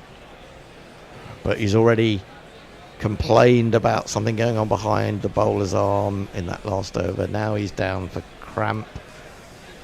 And time is running out for England to get hold of the new ball tonight. He's on 86 from 181. Jaiswal made 87 Rao was out for 2, Nair for 31, Pant for 25, and Nitish ready for just a single shouldering arms to be bowled by Wokes. Now Sorry, he's down. Mayank. And while Mayank responds, he says, no, because I tried to bother you, Bear, and you were too cool to talk to me while you kept vaping like a madman. I'm sorry, the Bear's not too cool for anything. He certainly would have talked to you had you introduced yourself, I would have thought. I think I was pretty fucking stressed for some of it. Yeah, I mean, we did work Especially when hard. the lightning hit you. Yeah, well, I didn't do a lot of commentary, did I? Because I kind of treated it like an act. You know, at the time, I was still a TV man, and I kind of treated it like a job. And everything kept breaking down, and the fucking Wi-Fi went, and it was all pretty shit. So it was stressful most of the time. Well, it's kind of stressful because we were also cramming that many interviews into every second that was available.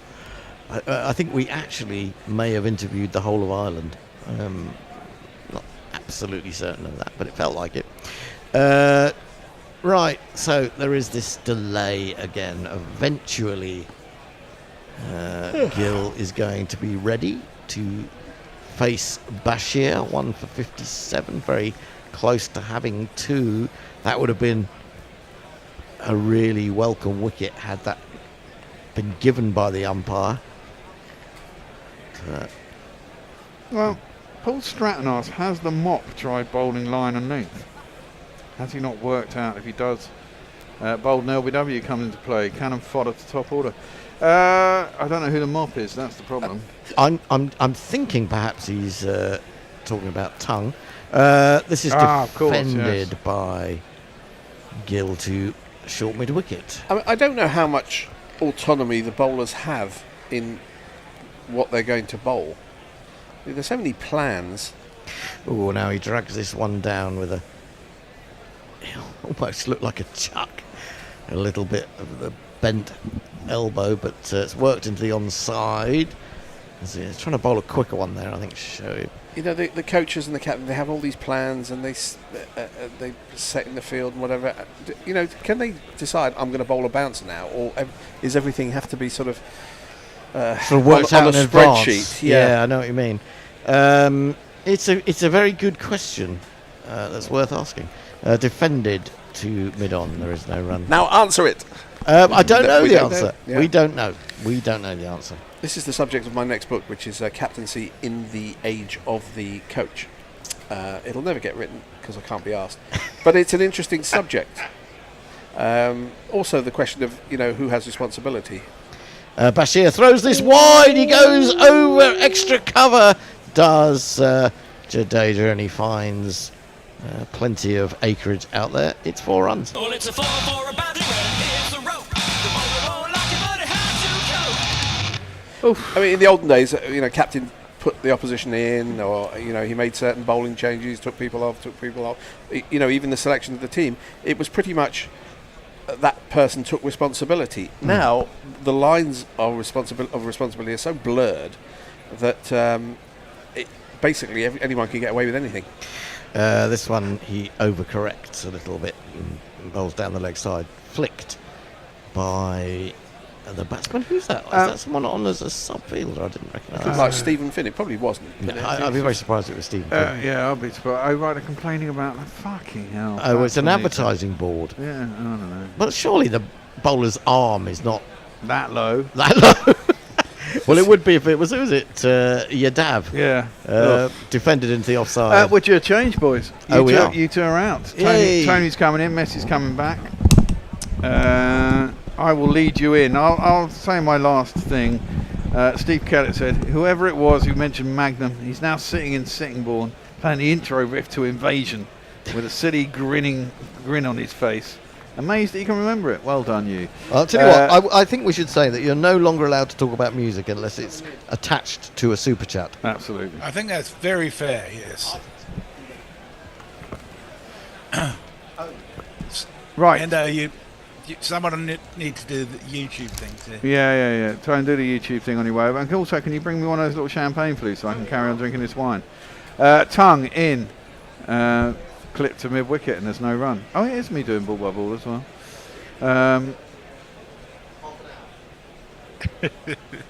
Sada Hendo dragging Fred out of the chair or something. Well, indeed. Shipman Gill is on 87. Jadeja's on 34. And Tongue has got none for 61 off 12. So he's pulled it back from 7 and over to 5 and over. So I suppose it's something. It's worked into the leg side. And there is no run. You come to join me, Tony? Or you just, Stokes is clapping away. And India on 2.755. I think England will be reasonably happy about having had them 211.5. Yeah, I think so. Given there's a lot of runs in this wicket, I think it's a 450 is probably about par. Oh, we ought to see what's going on in the GPL actually, I suppose. Tongue in, defended by Gill, out for cover, and there's no run. We've got 2 overs after this one till the new ball, so we should get a few overs tonight. So Ombre Nueva's got 287. I've got 293 and 303, and then he's got 307. 247, 287, that's in play. 29303, 307 may well be in play. 347 and may not be. All the others could be. Cut well by. He plays that way. He kind of chops it. It's a very odd shot, but he gets it every time. And this one he chops down at third man. It's 4 runs.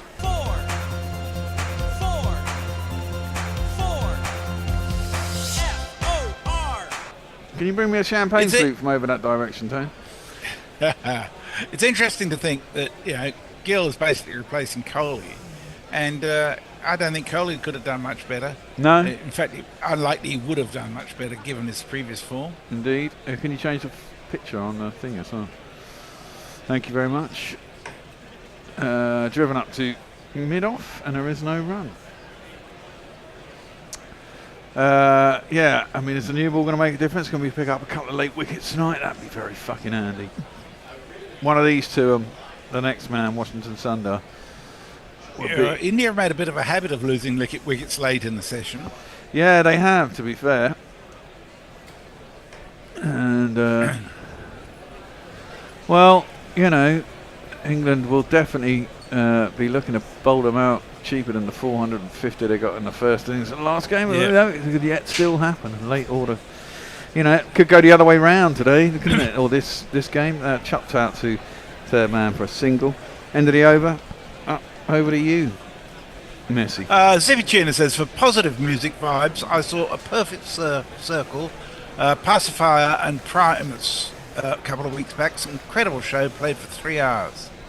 Dr. Nivedit Burma says, nice move by Gill, worthy successor of Kohli, indeed. Paul Stratton says, Tongue none for plenty. If he is being told to bowl short and wide, it clearly ain't working. Indeed. Daz Reynolds asked for the bowling figures, please. Which bowling figures? Everyone's. That is clipped into the leg side. And he'll get a single. Tongue's got none. Bashir's got 1 for 62. Stokes got Jaswale. Wokes has got 2 for. And Cars has got 1 as well. Cars got Karen there. Caught off the glove and the slips. Good ball. Wokes bowled Nitin Reddy, who's shouldered arms. And he also got Cal Rahul, who defended on the back foot and let it roll onto the stumps. That's too short. And Jadeja just defends it out to a short cover. And there is no run. You sense that wasn't. Well, you might help if you put the mic near your mouth rather than pointing down below your chin. That's it. Around the wicket is Bashir to Jadeja, 2 leg siding. And I'll get a single out square leg. You were going to say, Tony? You sense that Nitish Kumar Reddy was the point at which England could have burst them open a little bit. Absolutely. But haven't taken that chance, have they? Well, they had that appeal, didn't they? Bashir's first ball, which they didn't review and would have been given remain not out. That was clipping leg stump. That was defended by Shubman Gill. I still think it's a pretty flat track, to be honest. Yeah. And there's plenty of runs, as you said, Messi. Back to the bowler and there is no run. Look. Oh, we got a super chat. Super chat. Wait till the end of the over, and I'll load up a little jingle for it. Tossed up and works into the leg side for a single. I don't get India choosing 2 spinners in an English conditions. I mean, look, they're going to be bowling tomorrow, and they're going to be basically going to have to bowl a lot of overs as spinners. Pretty, they might pick up the old wicket. Which is fine, but they've deepened. They've deepened gone the their safe batting option lineup with Sundar, haven't yeah, but I mean, spinners aren't. I'm going to pick up a hatful of first innings wickets. As they we're do seeing get with to the bowl Bashir. last, I suppose. Clipped up to long on or halfway on by Gill to end the over, and he retains the strike. He should do anyway. Brian in Brisbane says Bear's still drinking red wine from flutes, and he sends us £2 for the Bear to go to Poundland to buy some wine glasses. Yeah, I wondered about it. I mean, I can get some from Sainsbury's, but I don't think about it when I'm there, and then I come in and go, ooh, yeah, exactly. Ben McCormick says, feels like India are firmly in the ascendancy here. I disagree. I think if anybody, I prefer to be in England's position. New ball in up. 1 over, We'll be all out for and we 350. have a new bowler, and it is this man. His voice is high-pitched and ginger hair like a pict, but massive runs he has hit, so there's that. Introduce yourself. Joe Root. Introduce yourself. Joe Root. Introduce yourself. Joe Root, actually. His first ball is just around the wicket. He's bowled into the right-handed kill, and there is no run. It's played out to mid-wicket. Second ball is a little bit further up, but still on the leg side, and Shubman Gill plays square leg this time, and there is no run. It's still so round arm, isn't he, Rooty, these days? Third ball played into mid-wicket, single. Maybe he's just trying to bowl a maiden so they can get the new ball as quick as possible. I think that might be the case. He's just what's the time now? Using an end. 9 minutes past. Did I get full? Oh my word! Oh, fuck me. How did that not end up being a catch? That was a filthy delivery from Joe Root, and Shubman Gill came down and managed to... Did he hit into the ground? No, I think he top-edged it. He just top-edged it. Yeah. And it bobbled and went absolutely nowhere. Could have gone anywhere. Unfortunately for him, it didn't go anywhere. I tell you what, Bear, listening to you today, if I didn't know any better, I would have thought India had lost 15 wickets. Well, I thought it was just going to... You've given so many. Well, I thought I was just going to plop up to mid-on. This is probably it, isn't it? Oh, no, that's no, it was a good sweep. Swept around the corner. It was a bit too full, wasn't it? And he just helped it on its way past. There is a leg slip. Last ball of the over, that was quick. Same shot again, he's going to get the same result, 4 runs. That'll be the only over of, is that 100 for? Oh, it is. Well done. Well done. It is. Well, it's one of these. And it is.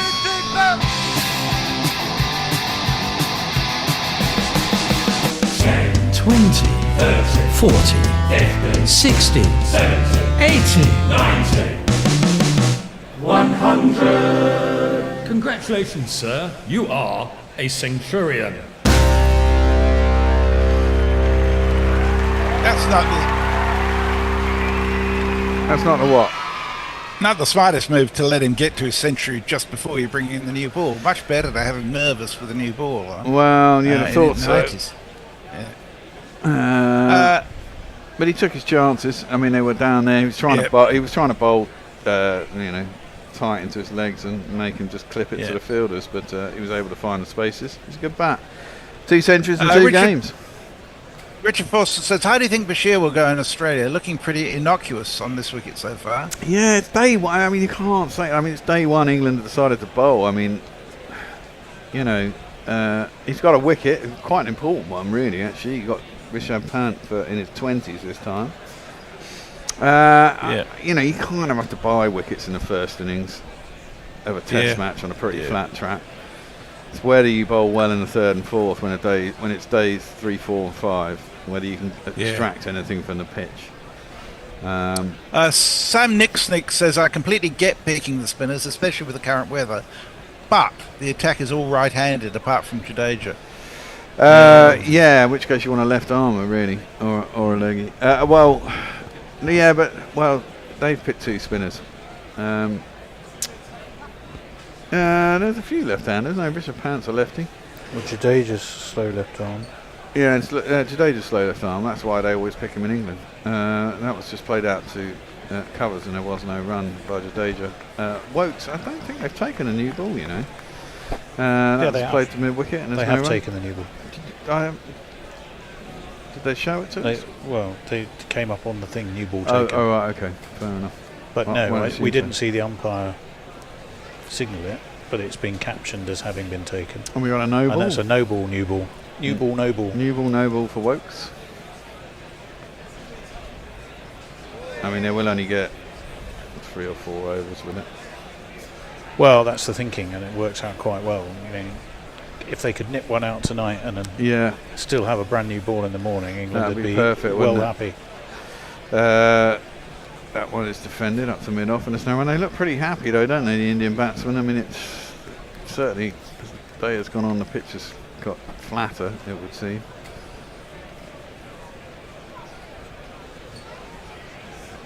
It's good batting from Shubman Gill, now 100. Yeah, he's been.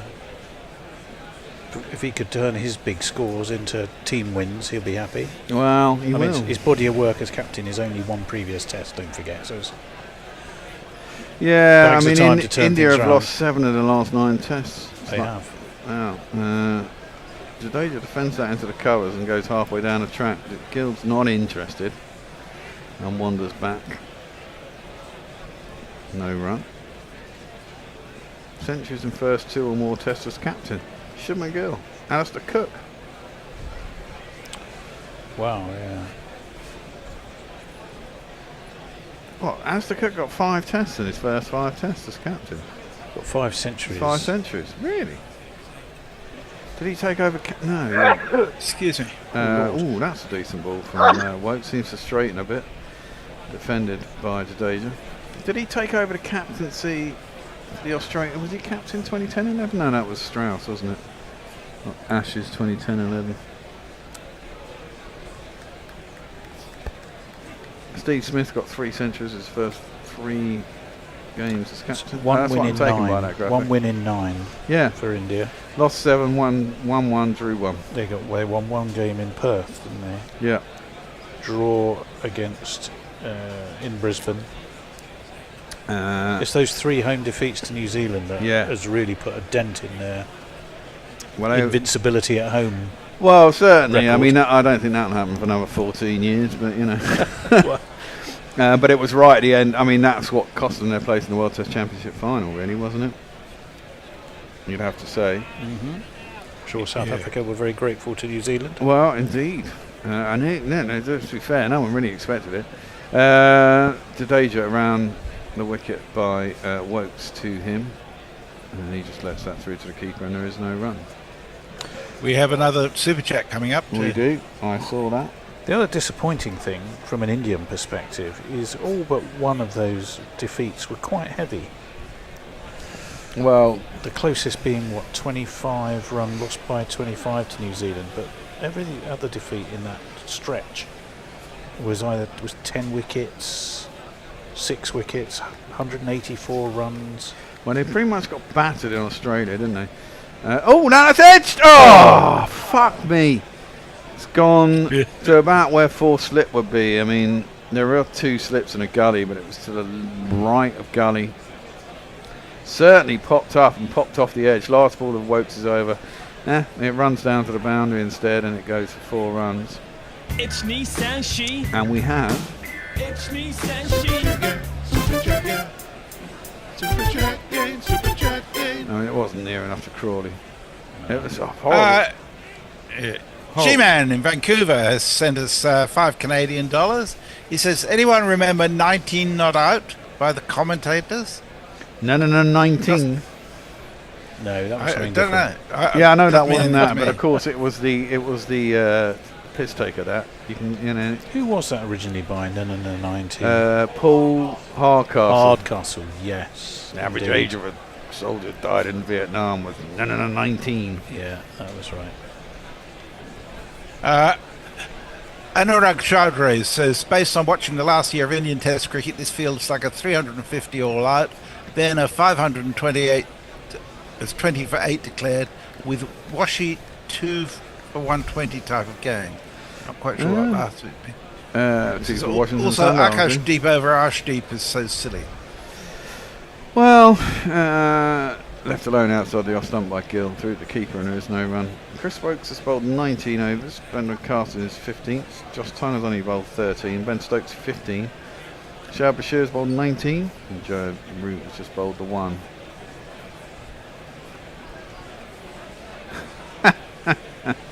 OJ. The OJs were a fine band. Well, yeah. Cast in. Clipped. A little bit aerial, but there's no mid wicket. It's going to go out to presumably someone in the deep, and there'll be 2 runs. Joe Grover sent us £2 to say, why is Bear so animated? Drugs? No. The bear is naturally animated. I am naturally animated. I've had a few sherbets, a couple of cans of beer, glass of wine. I'm going to have another glass of wine now. It's a long day in the studio. Towards the end, you know, things start to go off the rails because everything starts taking hold. Cast in. Ooh, it's filthy. horrible. Well, it's not wide because it's a test match, but it was very wide. No need to play at it. Went a long way off the seam, but it started wide and went much wider. Well, at this stage, you're scheduled to be all by yourself in the studio tomorrow, Bear. We'll have to. Oh no! Well, I'm hoping Billy might be able to jump on a train and give you some comfort. Why is no one else in the fucking studio? Well, Hendo's not available. I have a commitment I cannot get out of. As for the others, probably the excuses aren't as good. Edged. Wide, full, driven at by Shubman Gill. Gets a big top edge, goes over the slips and down to the boundary, and is 4 runs. 4 on the floor, and 1 more 4 than the 4 before. 300's That's up. what 4's are for, to get funky on the dance floor. Partnership's round along, actually. Yeah, I just need 1 more run for the day. That'll do me. How many minutes we got? We've got another 10 minutes. I'm sure that's not going to happen. Well, that brings in the question: what's a good score on this pitch? And it's starting to look like 450 now. Yeah, that's what I figured. I mean, this is it. England will want to wrap this up. I mean, they've still got 5 wickets in the hutch. You know, they're not going to get rolled every game, are they? For you know, well, they've got 10 wickets for about 70 in the first game. Left alone by Gill, through the keeper, and there is no run. The umpire's wandering down the wicket, looking at something, picking something off the wicket.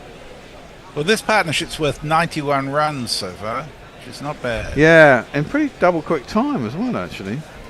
Yeah, it's at 4.5 runs and over. Yeah. When the run rate's gone up to 3.69, it dropped down to just about 3 at one point. Cart in again, bowling to Shubman Gill. Into the legs, turns it into the leg side, no mid wicket. It will just be the 1 run. Don't understand. I mean, I know it's the end of the day and everyone's tired, but you've got a new ball. You might as well try and cramp a run somewhere. And mid wicket's as good a place as any for me. But hey, England's body language again is slightly not quite sure where it's going to come from. They need the spark of something. Like the Bashir wicket that seemed to just come completely out the blue. Yeah. Even if there was some sort of plan involving shorter boundaries and bowling a rubbish ball. I mean, it was a shits gets wicket ball. It was a full toss, wasn't it, in the end, I think? No, it wasn't a full toss. Wasn't it? I thought it was. No, it was a slower delivery, actually. He bowled it about 10 miles an hour slower. And it obviously dropped, and Pant mistimed it. And so it's, you know, actually quite good. But it was bought. Yeah. In a classical sense. Paul Stratton says, unfortunately, Bashir will get destroyed in Oz. We need to find a test class spinner. Yeah, well, good luck. Leah says, Cook was captain in Bangladesh prior to the 10-11 Ashes because Strauss rested himself. He took over after the Ashes, I think. Okay. That one is left alone by Shubman Gill, through to the keeper, and there's no run. Wokes bowling his 20th over of the day. He's got 2 for 56. Bowled well, I think. He's not the quickest. Yeah, it was this morning particularly. He could have picked up another couple more with just a little bit of extra luck. Yeah. Anyway, he's coming in to bowl Shubman Gill.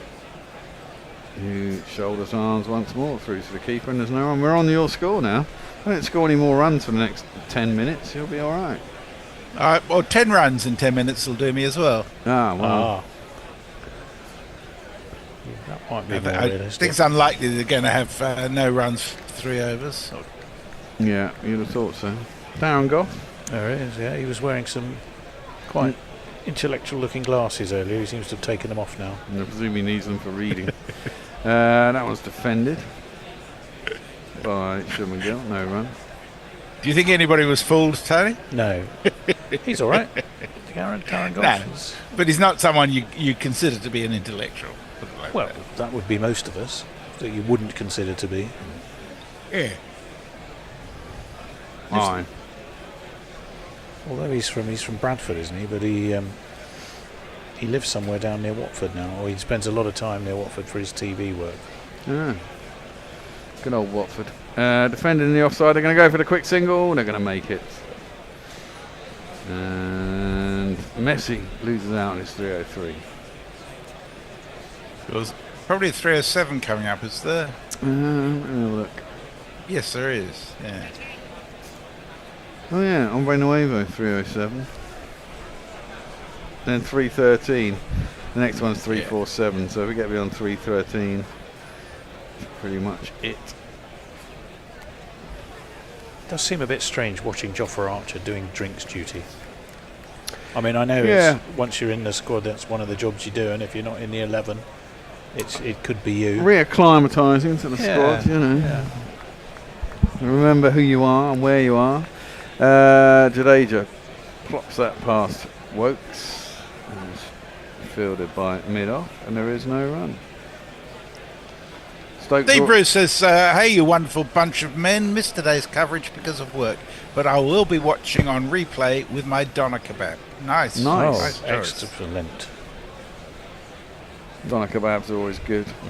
I do like a doner, but it's hard to find the perfect doner. Well, we've got fabulous kebab shop in Claygate. Razzies kebabs. Razzies kebab. Fabulous. That's down the leg side. Bounce before it got to Jamie Smith though, and there is no run. Also that's the end of the 8th. Excellent sheesh. See, I like a doner. Just because A, they're quicker. I hate having to wait for the fucking thing to be cooked. You could always phone ahead. Mike says, I think Bear is animated due to the passion of following England cricket. There you go. Thanks, Mike. Dr. Verma says, what has Cast done to his shoes? Yeah, I think he's worn a hole in them and he's using gaffer tape over them. No, he's done a classic thing. I think he's cut out his toe, hasn't he? Well, he's had a foot injury. He had a toe injury, didn't he? Yeah, he had blisters and shit, didn't he? Cast is in. Cut by Schumann-Gill, presumably. Oh no, there's a man out behind square. Is he going to get round? Who's that? Oh, Lord. Oh no, he did manage to stop it. Did he? I think it's Pope. He's thrown his sunglasses away as well. No, he's thrown something away. Second pair of sunglasses. He says he stopped it before it hit the sponge. Presumably they'll look at it. I don't know what flew away from him. Oh, we'll find out. It ran through. What did he throw away? Oh, it didn't touch. No, he did that. Ooh, That's going to fine. be close. It is close, but it's fine. You want it to be 4, Bear, because otherwise it's on 307. No, it's on 306. Oh, no, 306, sorry. Yeah. Cast in. Played up to mid-on, and there is no run. Well, I don't mind giving 30 quid away. It's when it gets the big money, I don't like it going, you know. Well, plus it entices more people in when it's a big pot. Yes, but hang on. That's daft. Because the bigger the pot, the bigger the percentage we take of that. I mean, the percentage doesn't go up, but the amount of money we make that is why, you know, it gets bigger. Well, of course. So you're not giving away more, you're making more. Well, yeah, I know, but I'm still having to give it away at the end of the day, so I don't like giving away But you're money. not giving it away, you're giving away something you wouldn't have had and keeping something you wouldn't have had, so you actually end up, it's a net gain. I like keeping the money, is all I'm saying. That's played up to mid-on. Yes, but then that is quite literally something for nothing. Well, this is not what we're about as a Well, we always give it away. We always give it away eventually. But the point is, the bigger the pot gets, the more people get interested in it as well. I think you, Trump and Boris Johnson, probably need to convene about your idea of economics, mate. No. We haven't had the Bear and Bishop nagging one another like this since we left Sydenham. Yeah, well, left alone outside the off stump by Gill. Let's make the numbers bigger, just out of interest. £1 million that you wouldn't have had. So you're sitting on £1 million, but you've made $500,000. Well, that'd be fine. Oh, that's all right, but you're still giving away $500,000. Yeah, I know. But that's okay. Well, of course it is. I mean, it's okay There's when no we give it away. logic in your argument. No, there isn't any logic. It's just I have to, at the end of the day, I have to give it away. All emotion. It's all emotional. Exactly. Right. Okay. I like it more when it's in my bank account and when not my bank account, our bank account, yeah. Than giving it away. Yeah. Oh, right. Jay says, I think Darren Groff requires more than glasses to read. Also, he's from Barnsley. Barnsley, I beg his pardon, yes. And he also sends us £2 to say Tony has revealed the flaw of capitalism. Right. Clipped into the leg side. And they'll get a single. It's on 307. Ooh. Whoa. They'll get one more minute. They're going to get one more over. I think it's just more glass half full, glass half empty approach to the way you look at your money. Well, you've either made money you wouldn't have had anyway, and you're true. £500 better off, or you've given away £1,000. Well, you haven't, because you've made £500. Yeah, I know. I know. I know. Yeah. Logic is not involved. In the meantime, we have another super chat. Indeed, Civvy Tuna. I'll wait till after the sport. Right, last ball of the over. Should get another one after this. Cast around the wicket, works into the leg side. They're going to get a single anyway, so it doesn't matter because they'll be on 308. Woohoo! Sorry, go on. 308 for 5 after 84. I was going to say the opposite. Zippy Tuna sent us $5. He says Bear, Trump, and Boris Johnson will be an interesting smoke circle. Thanks for the great coverage today. Another competitive-looking test. It's Indeed looking it is. very Thanks, good indeed. Zippy. Yeah. The opposite way of looking at that is when Vivian goes shopping and she comes back and says, "I've saved us £120," but she's bought something we didn't need in the first place. That happens all the time with women. Wasn't going to go there, Bear. I have a wife who does that immensely often. So she would argue we've gained a purple standard lamp, and I would argue we've spent £120 on a fucking lamp we didn't fucking need. That would be my argument all day long. That works into the leg side. And we get no run as it's hit to mid-wicket. There's no run. We end up with loads of shit that we don't need. I've got bags and bags. I mean, my bedroom. But they were bargains. So look at what you've saved. Accumulating stuff we never needed. We've got about 3 fucking IKEA bags full of fucking candles in my bedroom that were bought 20 years ago that have never been lit. Things like that lying around my house. You'll be grateful for those next power cut. Yeah. When my wife left, there were 24 and you'll be apologising to your unworn missus. Jeans. I don't think so. Inside edge on the pad, and then he wanders down the wicket, Jadeja. Equally, Gill was not interested, no run. That really, it seemed no one was even remotely thinking that looked like a tired end of day bit of fielding, because where was somebody rushing in to back up knowing that Bashir would have released that at the stumps? Well, he should have released it anyway, but I think obviously Jadeja had gone back early enough that he probably wasn't. Wokes had rather stood in his way. It would have been an interesting debate because he couldn't have got past Wokes anyway. So perhaps for the best, Wokes in again. Okay. Seems to be coming in a little bit from round the wicket to Jadeja. Maybe the last one or two he'll try and nip away. Wicket now would of course end the day. We have gone past 6:30, 6:31. Surely this is the time that we crave an over from Ben Duckett, just to see what would happen. Steve Bruce says the Bear letting slip there, my bank account. All this GPL money gets the beers in. Well, has to do something. That's worked into the leg side, and there will be a single, 309 for 5. So a 4 now, actually, after one of the last 2 balls. We'll take it to 313, and Messi would be in the money. The Duckster was doing his Icelandic over-the-head hand claps again there. Yeah. I could use the money. I've discovered I'm a lot broker than I thought I was because it was so bloody expensive in England. Well, yeah, London is expensive, I'll give you that. extortionate. Plus, so. it looks like I'm going to be up for thousands of dollars for the bloody water leak under my slab. Ooh. Wokes in. Ooh. Slightly played across his pads. Thickish outside half of the bat goes out to cover. No run. Why? What's happened? What? The water pipe. There is a leak. I've got the water turned off at the moment. I can hear a leak. We can't find it. It's somewhere under the concrete slab. In the house or on the outside of the house? In the house. Oh, that's not good. It's a nightmare. Isn't that the water company? Isn't it their responsibility? No. Wokes in. Last ball. Down the wicket comes Gill, gets an inside half of the bat, goes out to deep square leg. They'll get a single, he'll retain the strike, he'll be up first thing in the morning. 85 overs bowled in the day, 5 wickets gone to 2 minutes and over. That's about right, isn't it? And there we are. We're done. Honours even, I reckon. Yeah, pretty much. I'd put India. I put India slightly ahead if they can get away in the morning, but if England can wrap up a couple of wickets in the morning. I mean, if England can bowl out India for 370 tomorrow, I think they'll think they've done okay. Although, I mean, the old adage was put a side in, you got to bowl them out for under 250, but I don't think England ever thought they'd get them out for under 250. I just think they want to chase. I think on the last innings. And they will be aware of those Edgbaston stats. More games won by teams chasing than by teams batting first. Yeah, and this wicket's not going to get to shit us over the 4 days. Jake Grover says Nigel Sanford Walker. He also says Messrs Sheffield were a bargain. Indeed it was. It was a lot, about half price, half London prices in Sheffield. Zippy says, hope that gets fixed soon. Thanks, Zippy. England's Day, I reckon, says Leah. Ben McCormack says, cheers all, a pleasure as always.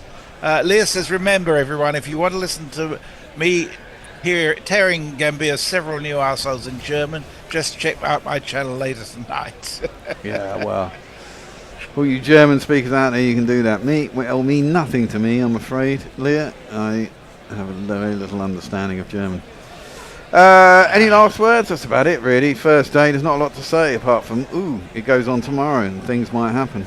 I think it's been a good day's cricket. It has been a good day's cricket. It has caught fire. No. But it has been intriguing all the way through. I'm quite keen to see how Washington Sundar goes, because you rather feel once you've got through the next 2, that's it. How much resistance are Akashdeep, Mohammad Siraj and Prasid Krishna going to put up? Siraj can certainly give it some welly. The forecast for tomorrow is a beautiful day of 22. Bit cloudy early on, then rather more cloudy during the afternoon, but not heavy cloud. Yeah, from a batting perspective, I think Jaiswal has again batted beautifully. Yeah. I think Shubman Gill has been quite superb. He's been if not a revelation, because we know he had the talent. He's shown he can do it on English wickets for sure. Certainly has. I think it's well set up. It is well set up. It is well set up. You can't ask for more at the end of a day one. Nope. And you know, Jadeja stood up this time. We know he can get hundreds as well. So you know, there's still some batting to come. And England and India could still yet get 450, 500 if they get a big stand. Hopefully England, new ball tomorrow morning, refreshed bowlers. And the batsmen have got to get in again tomorrow, so the best opportunity will be in that first half hour tomorrow. Nip out one of these two, get Washington Sundar early, and then hopefully England could bat before lunch. But equally, if they bed in the morning, bat for the first hour, England might be still fielding after lunch. You never know. The joys of Test match cricket. But that being that, we will be back in the morning. Good to see you, Messi. I guess I'll see you tomorrow. I'll be on my Todd. Indeed. Will Reynolds will be with us tomorrow. He says see you tomorrow. Still would be with you. Okay. Yeah. And Leah says see you all tomorrow. See you all tomorrow. Look forward to it. Take care.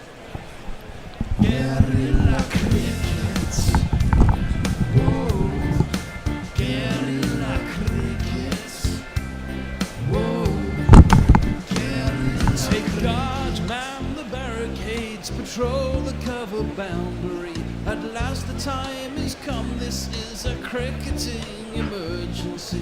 Hear this call to arms for every cricket revolutionary. Take up your bats and stumps for the test match insurgency. At first they tried to silence us, but we would not be silenced. They threatened us with lies, so we threatened them with violence. Che Guevara, Sangakkara, Joseph Stalin, Douglas Jardine, Robespierre, Darrell Hare, Vladimir Lenin, O'Brien Kevin, guerrilla cricket.